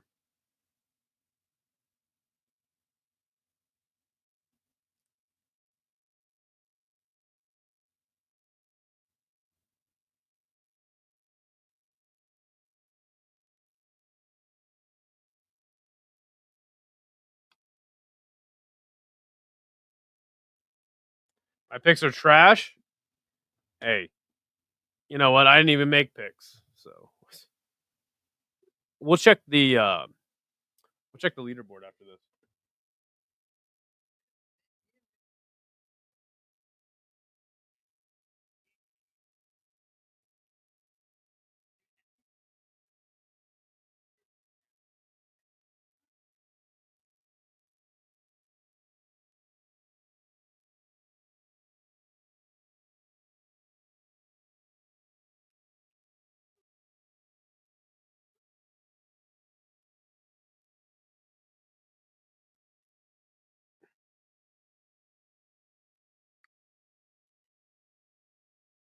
I might have a bet on this fight.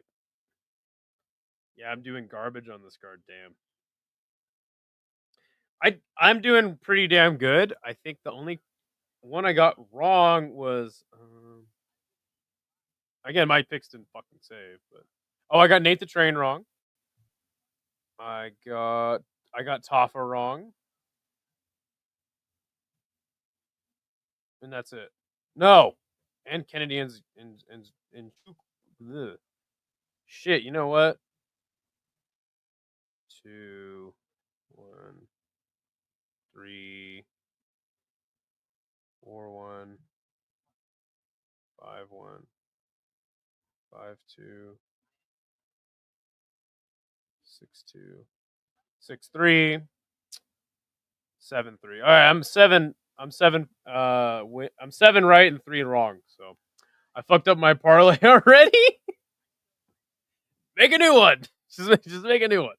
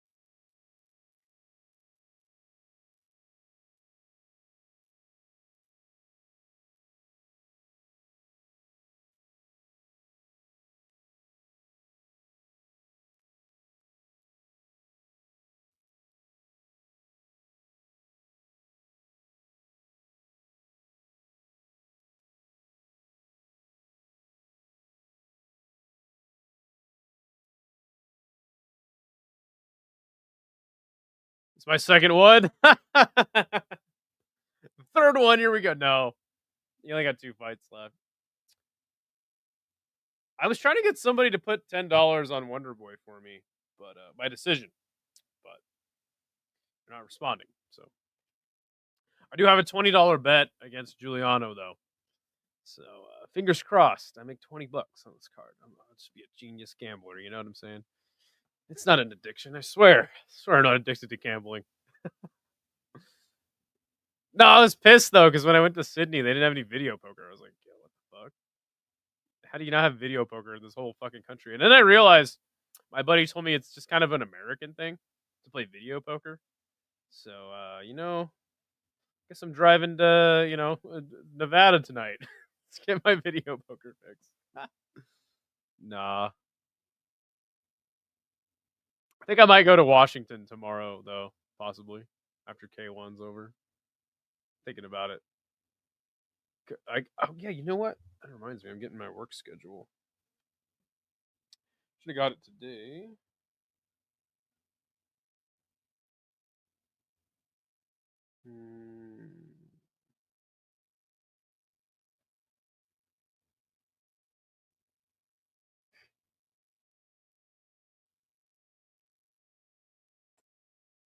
Nope. That sucks. Oh, well. Okay,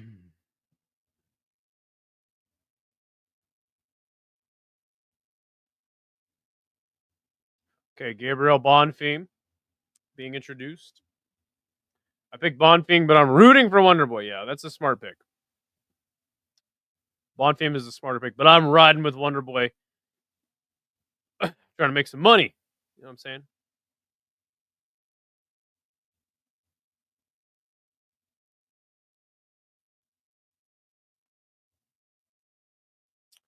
What's this fucking record? 17-8-1? Shit, that's not looking great.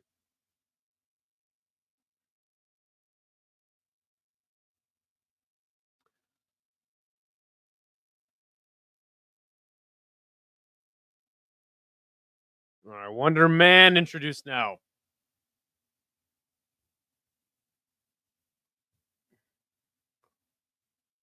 I don't know, man. I have a funny feeling though that like he might get cooked by Bonfim just like really quick, and if that happens, I'll be very surprised. All right, here we go.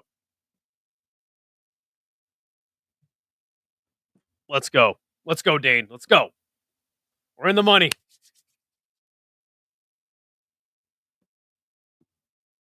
All right, round one.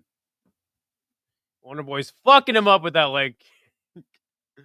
The classic karate stance is Wonderboy. Let's just hope and pray Bonfim does not shoot for a takedown.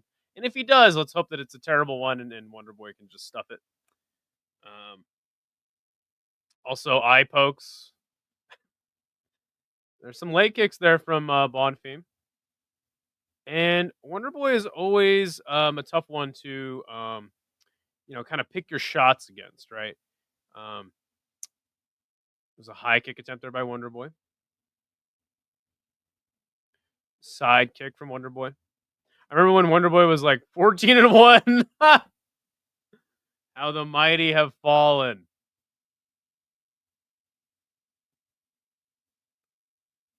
Damn, that means that since he was 14-1, he only got 3 wins. And this is the guy I'm betting on? Fuck. Nice body kick there by Stephen Thompson. Bonfim tried to throw one of his own, but it was like didn't really land.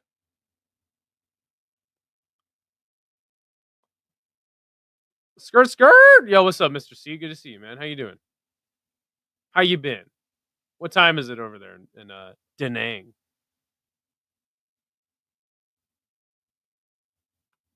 Bonfim tried to throw a right hand again. A lot of his shots are still out of range besides the leg kicks.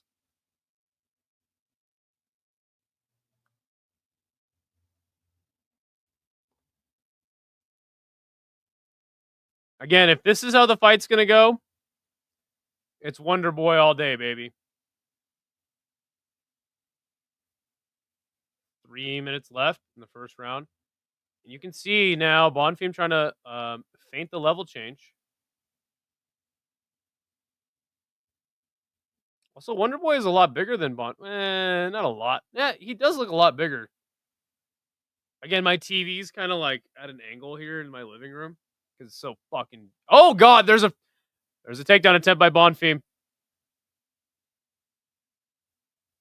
Oh come on, Oh no. Oh, he's got him down. Fuck. Up. Back to his feet. And he goes for a ride again. Shit. Well, I did tell everybody that Bonfim was the smart pick. All right. I did.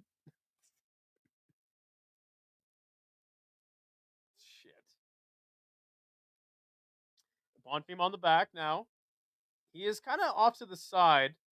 Oh, and there's the rear naked choke. It is in. It's not under the chin, but it's in there. Shit. Okay, let go of it. He's gonna try to get back up straighter on the back and readjust. And now he fell off of it. Wonderboy landed some punches. All right, we're gonna be sweating this one out, Dane. What the fuck? I thought the Wonderboy was gonna go for a guillotine. I was like, what? Into the body by Wonderboy. Back up to his feet. 1 minute, 20 seconds left in the first round.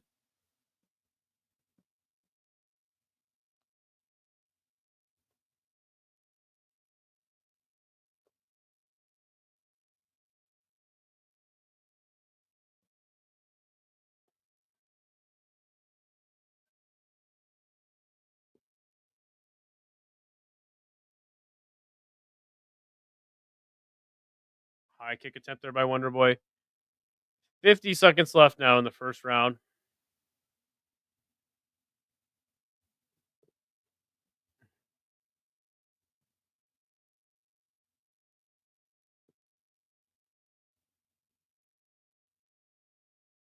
That takedown though was kind of easy for Bonfim though, was it not? Like obviously he failed the initial double leg, but then he just kind of readjust. Oh shit! Left hand lands clean for Bonfim. Wonderboy's got to be careful. Bonfim is fast.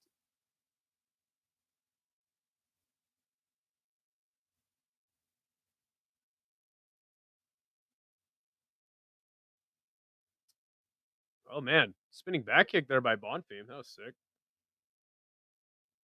All right, into the first. That's a Wonderboy round, guys. That's a Wonderboy round. No damage. No damage was done by Bonfim. All right, Wonderboy up 1. What do you guys think?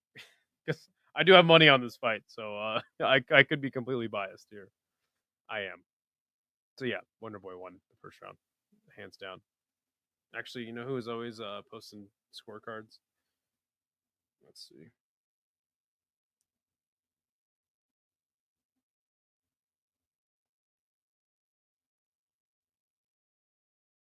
Oh shit! Somebody's got one round for Bonfim.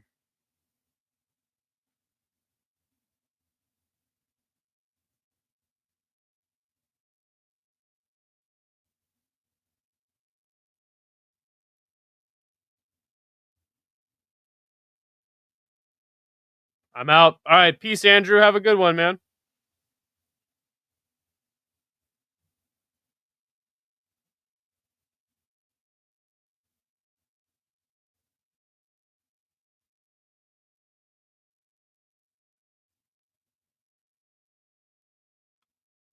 Okay, round 2. Yeah, I thought it was the Bonfim round. Well, you were wrong, sir. You were wrong. You have no idea what you're talking about. Do you even watch MMA? Yeah, I mean it was a close round. I don't know. Not really much happened in that round, to be fair, from either guy. Bonfim did land a good left hand. So yeah, I'd probably 1-0 Bonfim.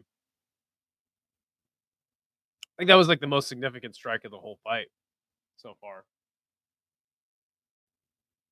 Plus the sub attempt, yeah, definitely a 1-0 Bonfim. Sidekick to the face there by Stephen Thompson. It's a tricky fight for Wonderboy. Bonfim with a body kick.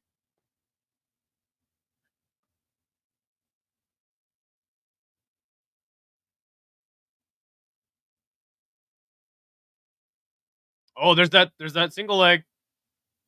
He's got the leg of Wonderboy. Now he switches to a double. He's got Wonderboy clinched now. Just holding him in the clinch now. It's actually my first time. How'd you know? Lucky guess.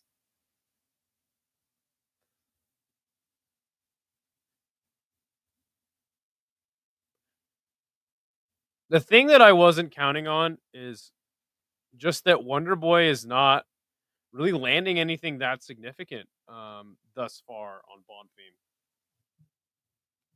All the scorecards are coming in on fucking from Twitter. Now I got 1-0 Bonfim. Fuck. Nice right hand there by Wonderboy though. Little 1-2.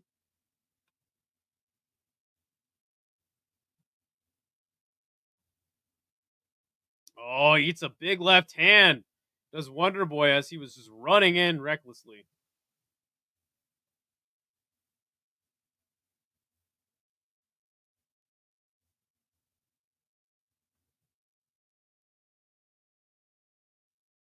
He did stuff the first takedown attempt though of this round. So there's a head kick attempt there by Wonderboy landing on the guard of Bonfim. 2 minutes, 47 seconds left in the second round. Steps out of the way of that right hand of Bonfim. Bro, Bonfim countering pretty nicely so far. I agree. Obviously at range, it's going to be hard for you to, get something off on Wonderboy. But he is doing a great job of when Wonderboy kind of overextends and gets in close range, tries to back out of landing that left hand. Oh, a spinning back kick attempt by Wonderboy.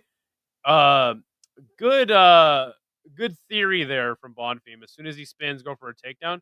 But that was a really slick way of Wonderboy, the way he countered it. And now Bonfim has the body lock, goes for the takedown, gets him down to the ground, puts in one hook as Wonderboy stands up.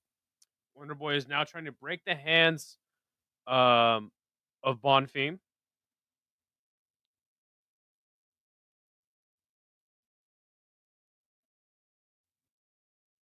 Fighting the hands.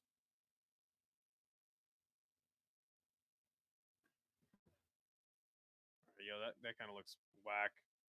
Kind of looks like Bonfim's grabbing his dick from this angle, not gonna lie. It's kind of gay. Gay!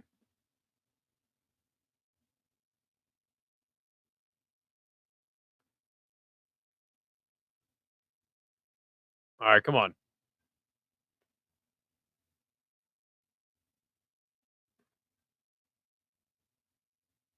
Nice straight left there by Wonderboy. Karate style. Nice side kick by Wonderboy. Oh, big head kick lands there by Wonderboy. Again, it was still on the guard. Didn't land full force. It's nice to see him at least, land that one.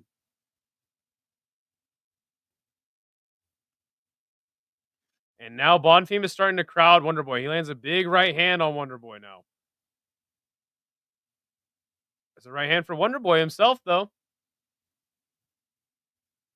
30 seconds left in the second round. You got to think Wonderboy's down 2 rounds after this one, too.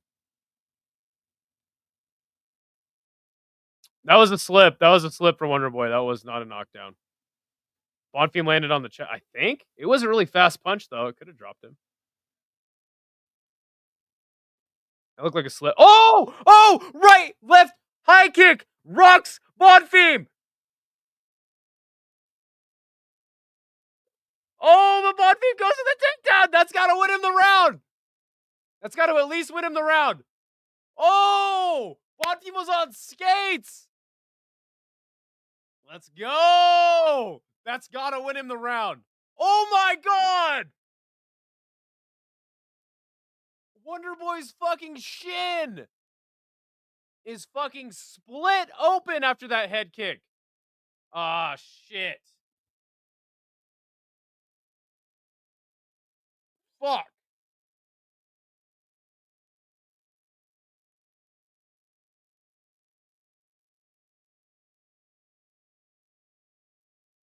It was a check hook that dropped Wonderboy. Damn. Oh, it was a check. I don't think the punch landed. It was the check of the kick that split Wonderboy's shin open. Ooh, shit. Oh, we got some drama now. Don't stop the fight. Don't stop the fight. Save the drama for your mama. Okay, are they going to bring the doctor in is the question. Oh, that shin is split. Good. All right, they're going to let the fight go. Let's go. It was the check by Bonfim that appeared. Yes. All right, here we go.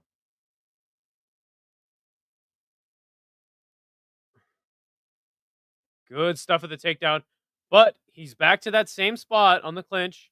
And as soon as he tries to turn out, Bonfim's going to get his... Oh, there we go. Just lifting up the single leg now is Bonfim. That gash is so big, it could have its own only...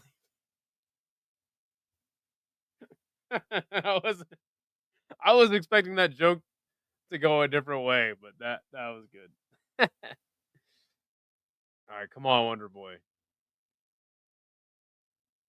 Oh, he's looking at the shin. Don't do that.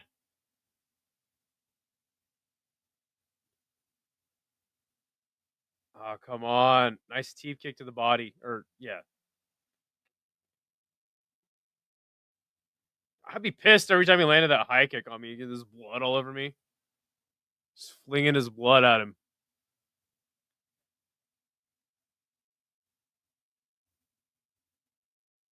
Oh, nice side kick by Wonder Boy.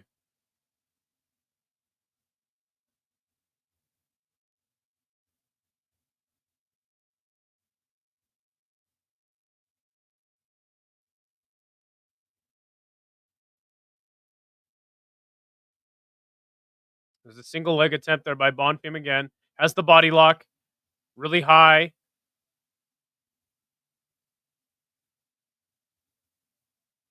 And now the fans are booing in Nashville. Boo. God, look at all that blood coming. Fucking shit of Wonder Boy. Jeez.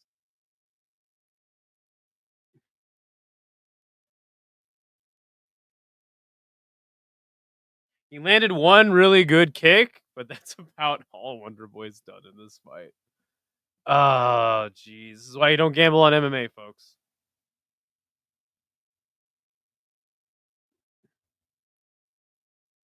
Is the crowd cheering for Wonder Boy? He turns the clinch around. Need to get off of that shit. Get the hell out of there. Kick him in the head again.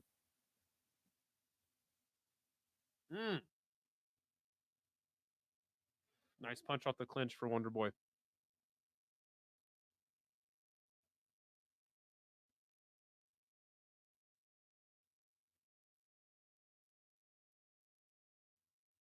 Nice side kick by Wonder Boy. Oh! Spinning back kick was close.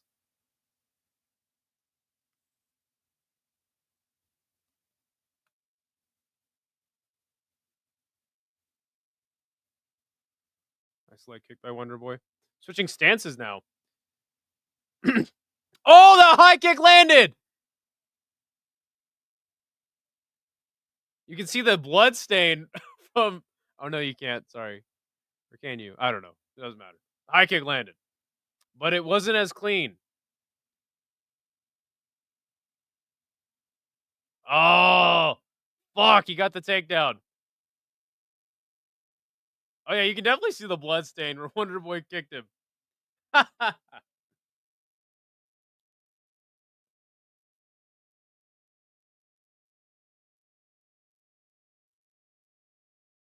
Wonder Boy gets up momentarily, but brought back down. He's along the fence line, trying to... Oh! Nice elbow there by Wonder Boy. He says, get out of here. 105 left in the third round now.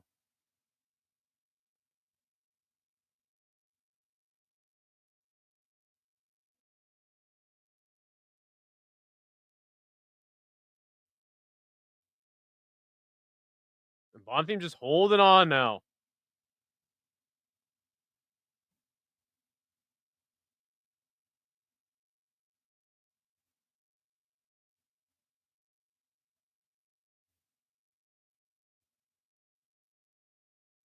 Disengage. Wonder Boy disengage. He turns the clinch around.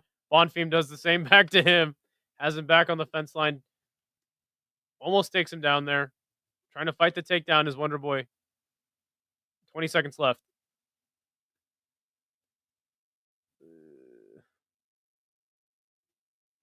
Good little sprawl there from Wonder Boy to try to get off the fence line, but Bonfim held him up against the cage for about a minute to end the fight. So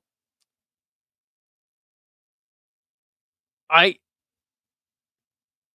think you could make the case for Wonder Boy here. I think you really could. He landed the big shot in that third round.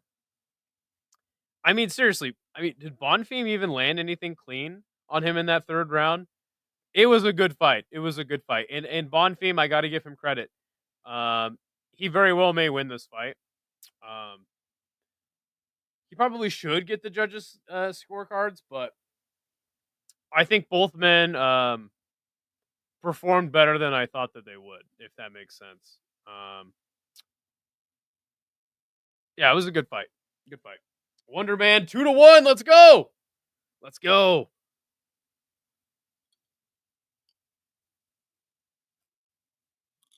Another person that has Wonder Boy.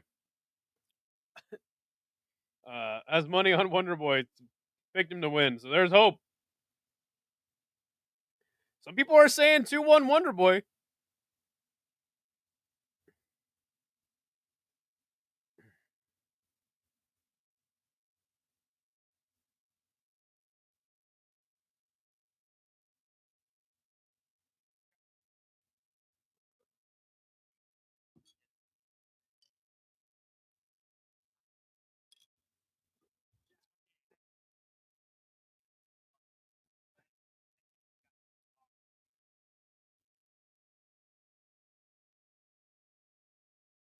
Come on, Sal. How's the card been so far? This card has been fucking fantastic, Mr. C. I might make $70 on this fight right here. Oh, it's a split.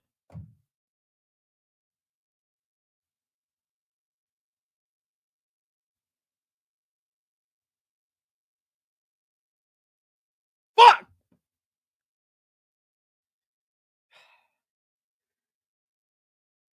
Shit.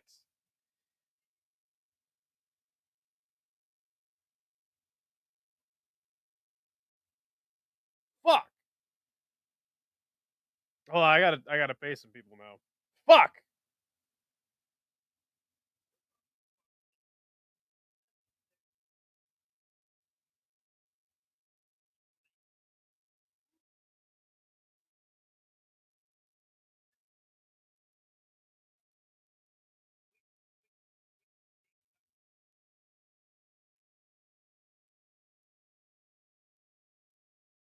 I sent you your money. I sent you your money. Degenerate Dane. I don't know what. I don't know. I thought bullshit. Boo. I thought Wonder Boy probably had that. Fuck. Wonder Boy caught him damn good with that head kick in the second. He did. He did. Let's go. Bonfim says Big Ink. Yeah, it was a good fight.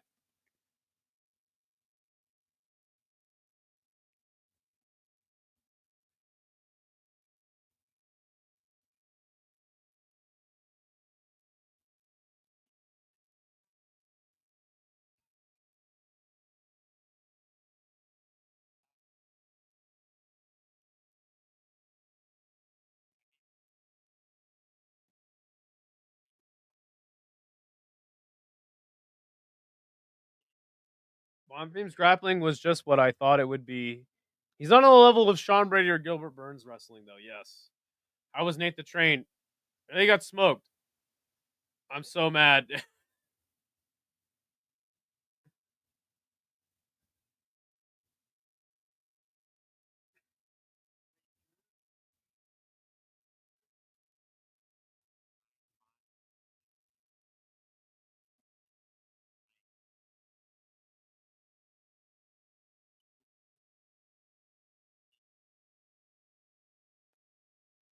Yeah, I'm sure he was.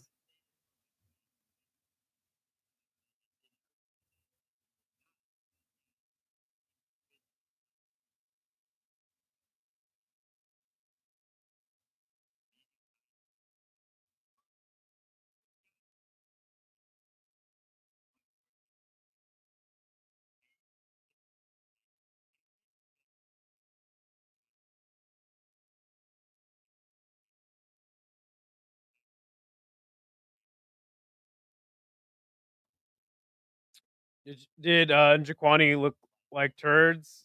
Yeah, he got subbed really quick. Sorry, I'm trying to pay some people right now.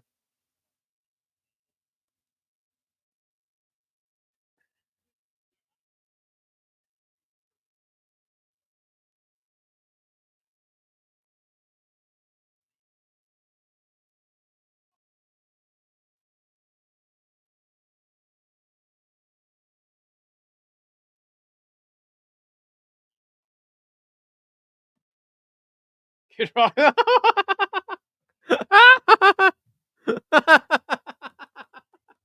Well, he probably does. Like, can you blame him?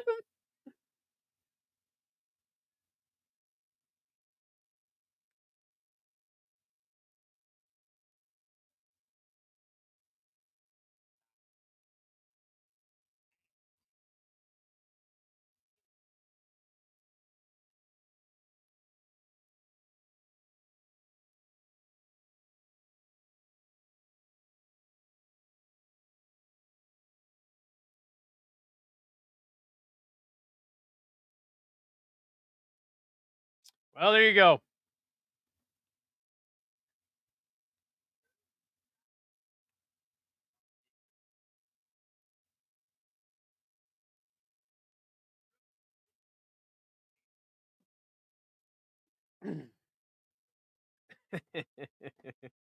Kid Rock Hudson.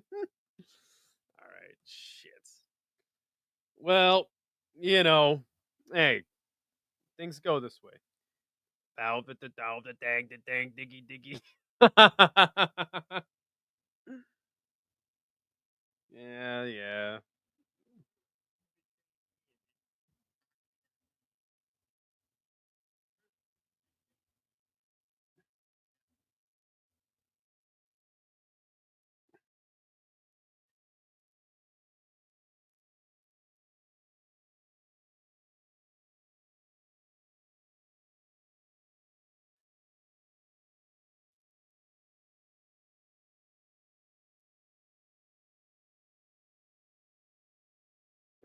Tell me I'm wrong. Gator and Wonderboy on their way out, but Wonderboy did look good. Yeah, he did. It was a good fight.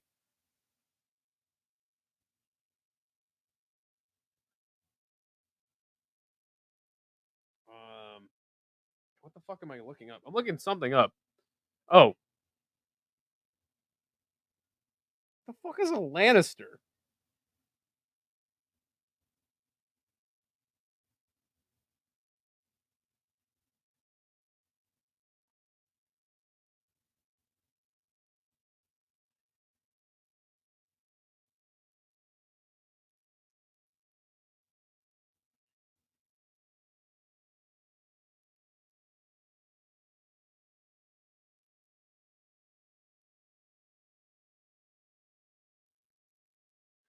All right. Did Berlanga beat Shiraz yet? Nah, he got cooked. Yeah. How was that fight? All right, I got all my bets paid. I'm down $30. All right. What are you gonna do? Shiraz had Berlanga stumbling around like Bambi. Damn.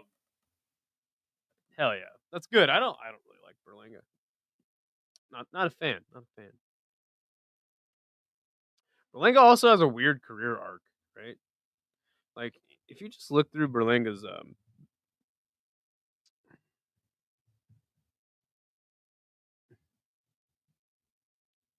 you just look through his fucking his record.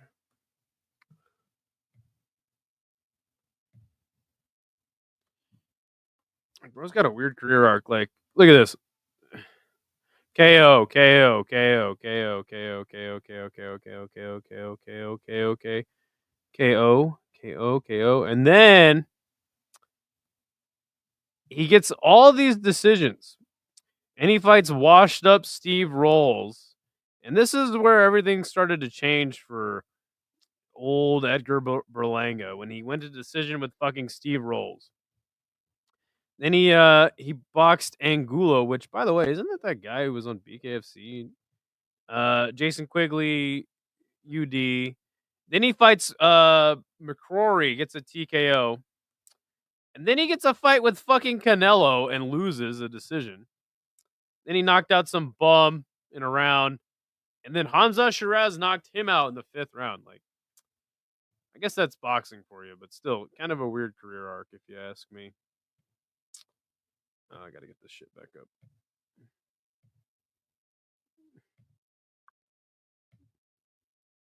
I'm down $30, guys. It's all good. By the way, speaking of me being down $30, I got my Cash App, PayPal, and Venmo scrolling along the bottom of the screen. Just in case, somebody wants to send me, like if someone wants to send me 10, someone wants to send me 20, then I'll be back up. But Turkey must be creaming in his well, he is in secret.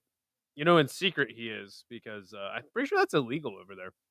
Canelo, I give you $500 million to fight my guy, okay? Turkey right now. Hamza Shiraz, I wouldn't even doubt that happens if he beats Crawford.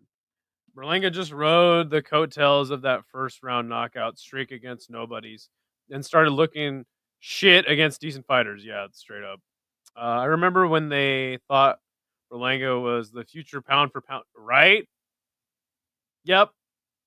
And then he fought Steve Rolls, and I was like, oh. Idaho wants money. Damn straight. Zepeda looked good in the first couple rounds against Shakur. Book Stevenson versus Schofield Jr. right now. That would be a really good match. I got Schofield. Isn't his name Kid Austen? Where am I tripping? Yeah, that'd be a good fight. I pick Shakur probably to beat just about everybody, honestly. Besides Teofimo, I think Teofimo is actually the best boxer out of. Remember when they were talking about like the four princes of boxing, like Shakur, Garcia, Tank, and Teo? Like, I actually think Teo is straight up the best boxer out of all those guys.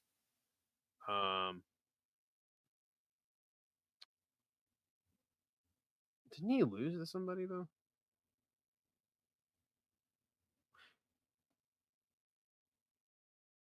God damn, I haven't watched boxing in so long.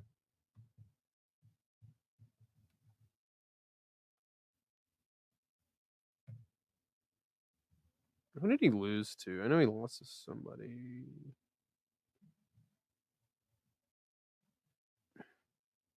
Oh yeah, that's right, Cambosos. Right.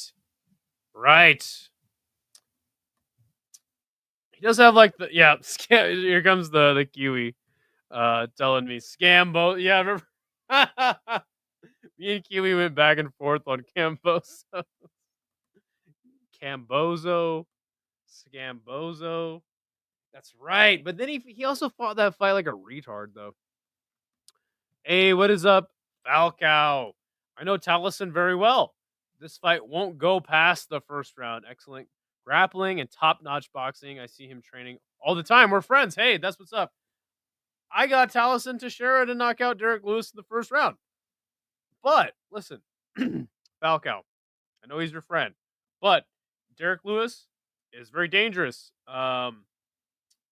throughout the entire round or the entire fight. We've seen him lose fights like pretty handily and then just get a knockout out of nowhere. So he does have a puncher's chance. But yes, I shout out to you, Falcao, and I'm picking him to win as well in the same fashion. That's awesome, Falcao.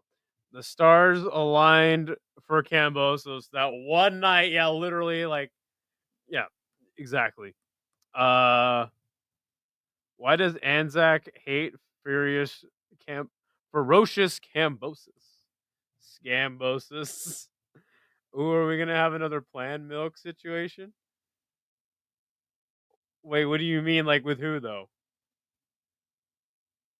Were you saying Chris Moutinho should fight Bonfim?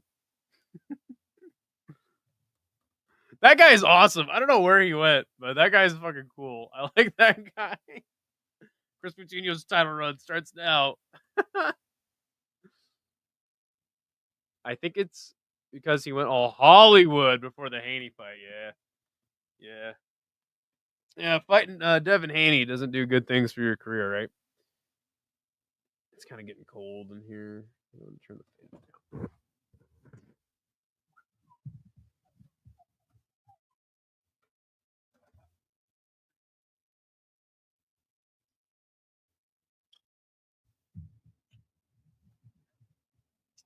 I think, yeah. I represent the Chama MMA channel in Brazil. I've even interviewed Tallison. Hey, dude, sick. Plan Milk to the go. I love that dude. Yeah. That guy's sick. I'd follow him to the ends of the earth.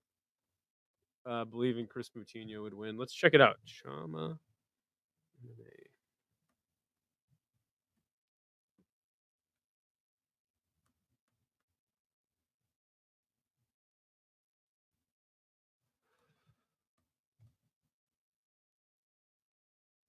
It's called Chama MMA, you said? Let's check it out.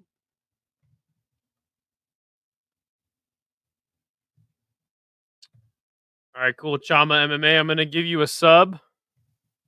I don't speak Portuguese though, but I'll still subscribe. Yeah, all your videos are in Portuguese. But I still gave you a subscription, my friend. Shout out to you, man. Looks like you're doing great work over there, man. You got almost 3.5K subs, dude. Good work, man. That's fucking awesome. Looks like you got sick interviews in person and stuff too. So that's really, really cool. Idaho, did you see that new grappling in a tire sport? I feel like I'm being trolled. Yes, Idaho and I are going to battle for the tire positioning soon. What? Battling for the tire positioning? You can get Neuralink soon and get it directly translated into your brain by Musk. Yeah, I'm not doing that. No troll. It's on MMA fighting. Okay, I'll check it out. Tire grappling. MMA fighting. What? Wait. What? Ultimate tire wrestling. And here's the fucking what the hell I don't even know what's happening in this photo here. All right, Mr. C. See me in tire. What is it called? See me in Ultimate Tire Wrestling, son. All right. All right. You want to fight me? I'll see you in Ultimate Tire Wrestling.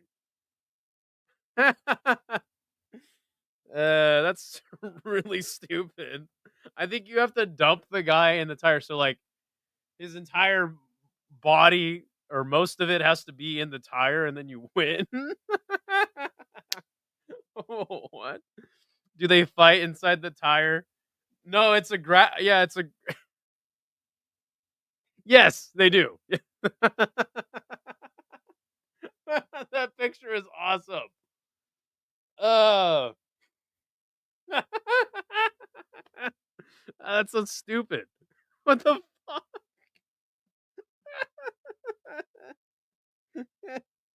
That was the stupidest thing I've seen all day. And I watched Lauren Murphy fight. This might be the only combat sport that rednecks can get behind that doesn't give you CTE. If you reach the tire, you die. What?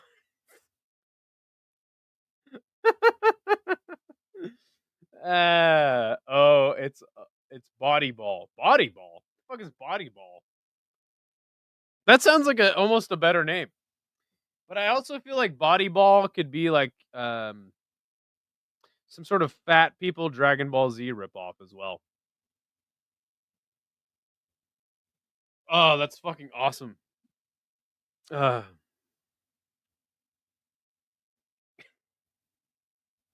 You got to tell Isha about that, Alina. All right, Top's drop is playing. That means Derrick Lewis is walking out. I do not have high hopes for the Black Beast here. I think he's probably going to get knocked out in the first round, but that doesn't mean that I don't want to see Derrick Lewis win this fight. No, that's body. Oh, sorry. Body. No. It's body ball.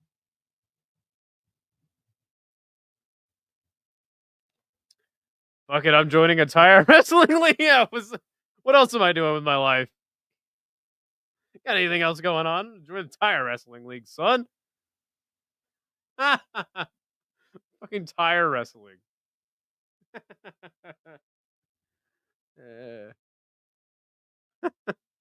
Stupid. So stupid. Okay, hold on. Let's see who's up on the tap league. Oh, it's Nick the Dane. One more fight left for Nick the Dane to tie one Mr. Sean Moody in the Tapology Pick'em League. And by the way, whoever wins this league by the end of the year is going to get 100 smackaroos from yours truly. And that's my thanks to you for participating in my my stupid Tapology League. So thank you very much, everybody who's in there. Kind of crazy. Teixeira gets a main event slot after a one fight. Not even Apex either, like actual fight night. Yeah. I kind of get depressed when I think about how the business actually works. Because, well, first of all, he has had one fight. How did he get into the UFC? Contender Series. He's probably making, 20 and 20. And they're gonna put him in a main event against Derrick Lewis. Fuck it, throw him in the main event. Lewis was born in Louisiana. They should have thrown him on next week's card, but I think he must have something in his contract that states he only fights main events. Was he born in Louisiana? I thought he was born in Texas. Either way, he's a Houston boy. So some 2007 Sean Salmon ass shit right here. Sean Salmon. Wow, that's a deep cut, show weather. They'll literally find a custodian in the building and have him fight heavyweight. Yeah. If he wins one fight by knockout, they'll put him against fucking what's his name? Is that fat fuck? The polar bear? What is that fucking guy's name? The polar bear, the guy from Moldova. I can't remember. We're like 12 and 12. Yeah, I was kind of overestimating it because I'm like, they're not paying him very much, is what I'm saying. And Derrick Lewis gets paid a lot. Sean Salmon, Spivak, thank you. Yeah, Spivak. Yeah. The janitor gets a dub. They put him against fucking Spivak, the main event in Kentucky or something next. Kentucky. All right. And now it is main event time. I'm watching Spanish commentary, and they're calling Lewis the Black Beast. Let's go.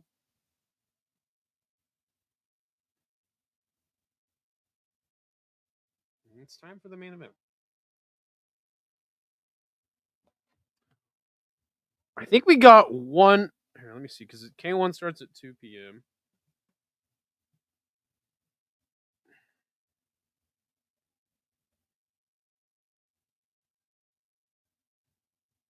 Bist, not Beast. Wait, what? What was I gonna do? Oh yeah. Yes, it is almost 1 p.m. in Tokyo. So it means we got 1 hour till K1 starts. And that means I will be here. I'll probably be here till Monday. All right, to be fair. Because there's 22 motherfucking fights on that card. Fuck. Shit. That's all right. I love me some K1. Just got this Red Bull right. I might have to go get more Red Bull. Just so I can stay up and not fucking just fall asleep. It's all right. I got my main man Isha gonna kick it with me. You'll be there past Tuesday nights. Yeah. Hey, where's Idaho been? Oh, he's still streaming K1. It's been a month. Yeah, shit, man. 22 fights. It's all right. It's all right. We're good. We got this.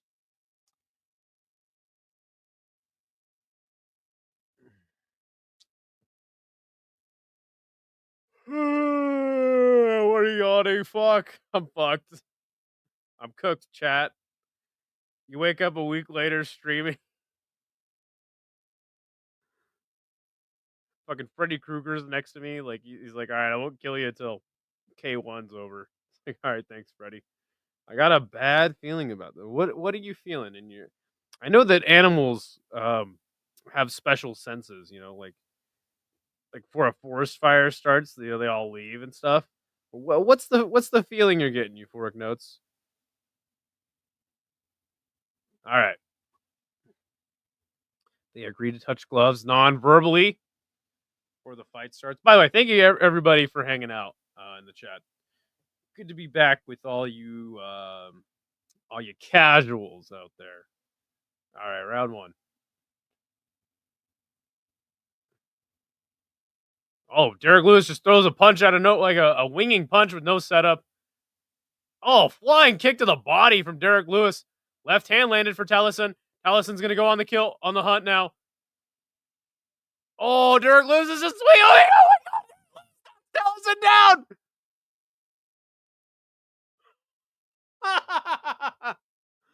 Oh, he's eating some shots. Tallison's eating shots. The referee stopped the fight. Are you kidding me?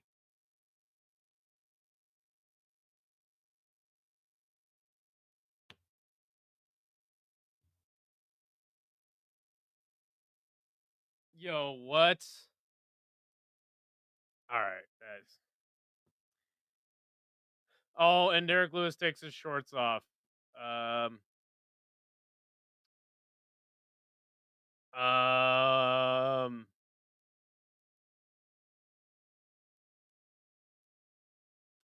and he pissed on the cage. I mean, but dude, like,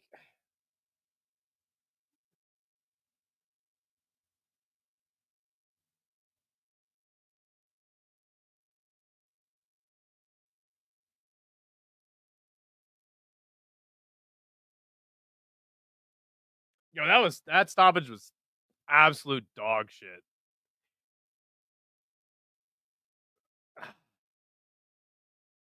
Okay, I see what you're saying. Show whether.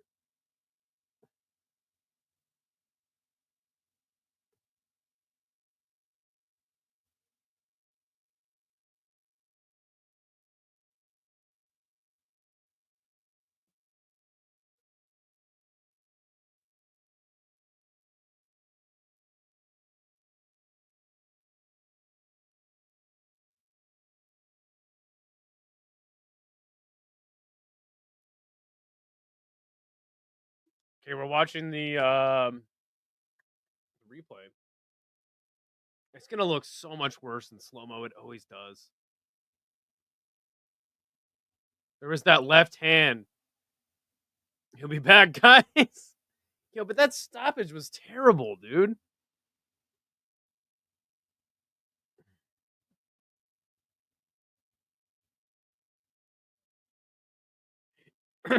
I got a lot to say about this. Hold on, I want to see this stoppage.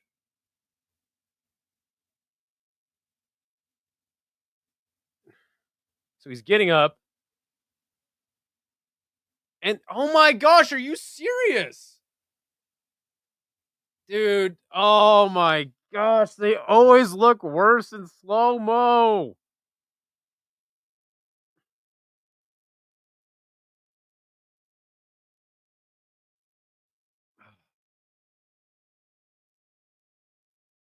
They always look so much. That stoppage was trash, dude.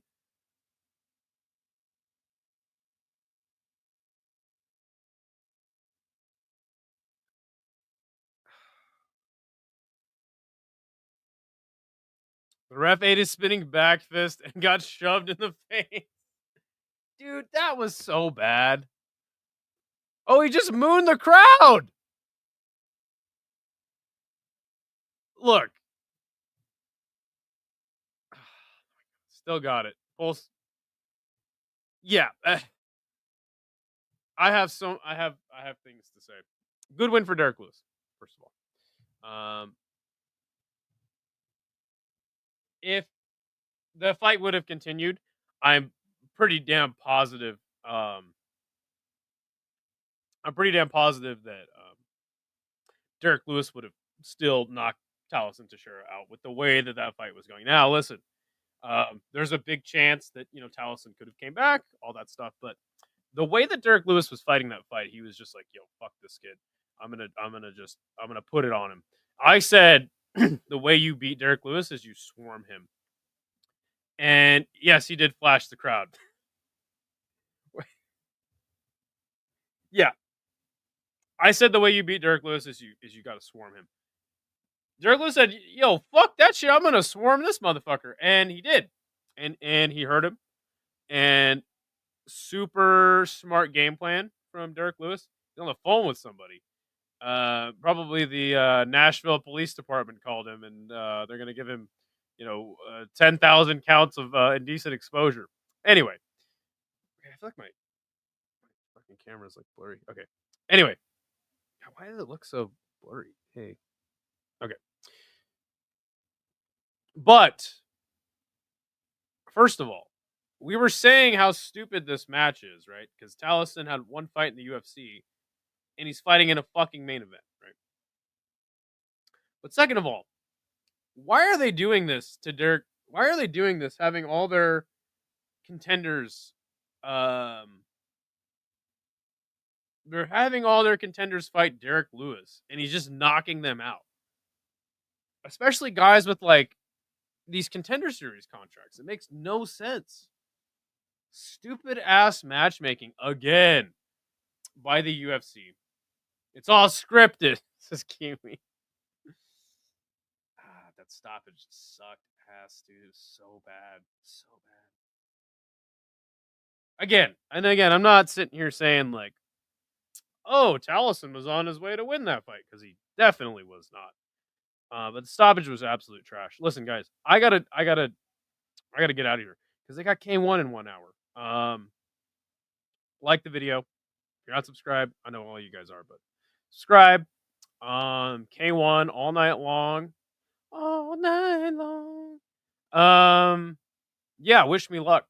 If you guys want to watch K1, get a VPN. That's my advice to you.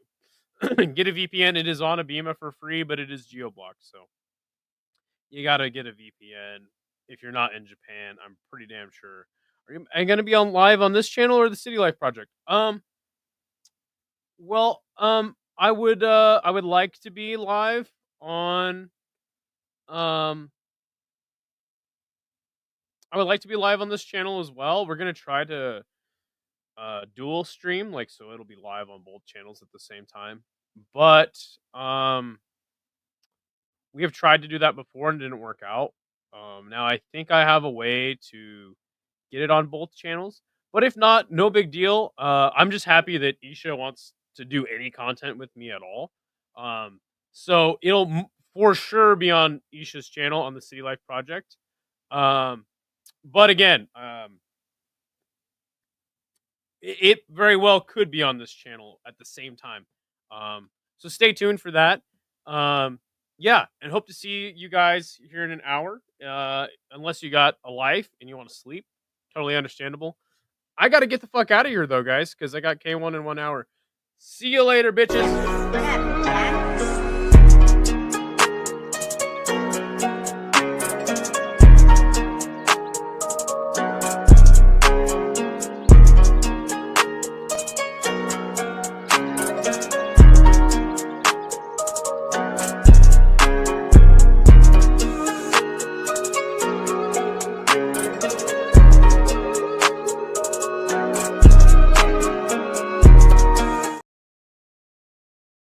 Hold on.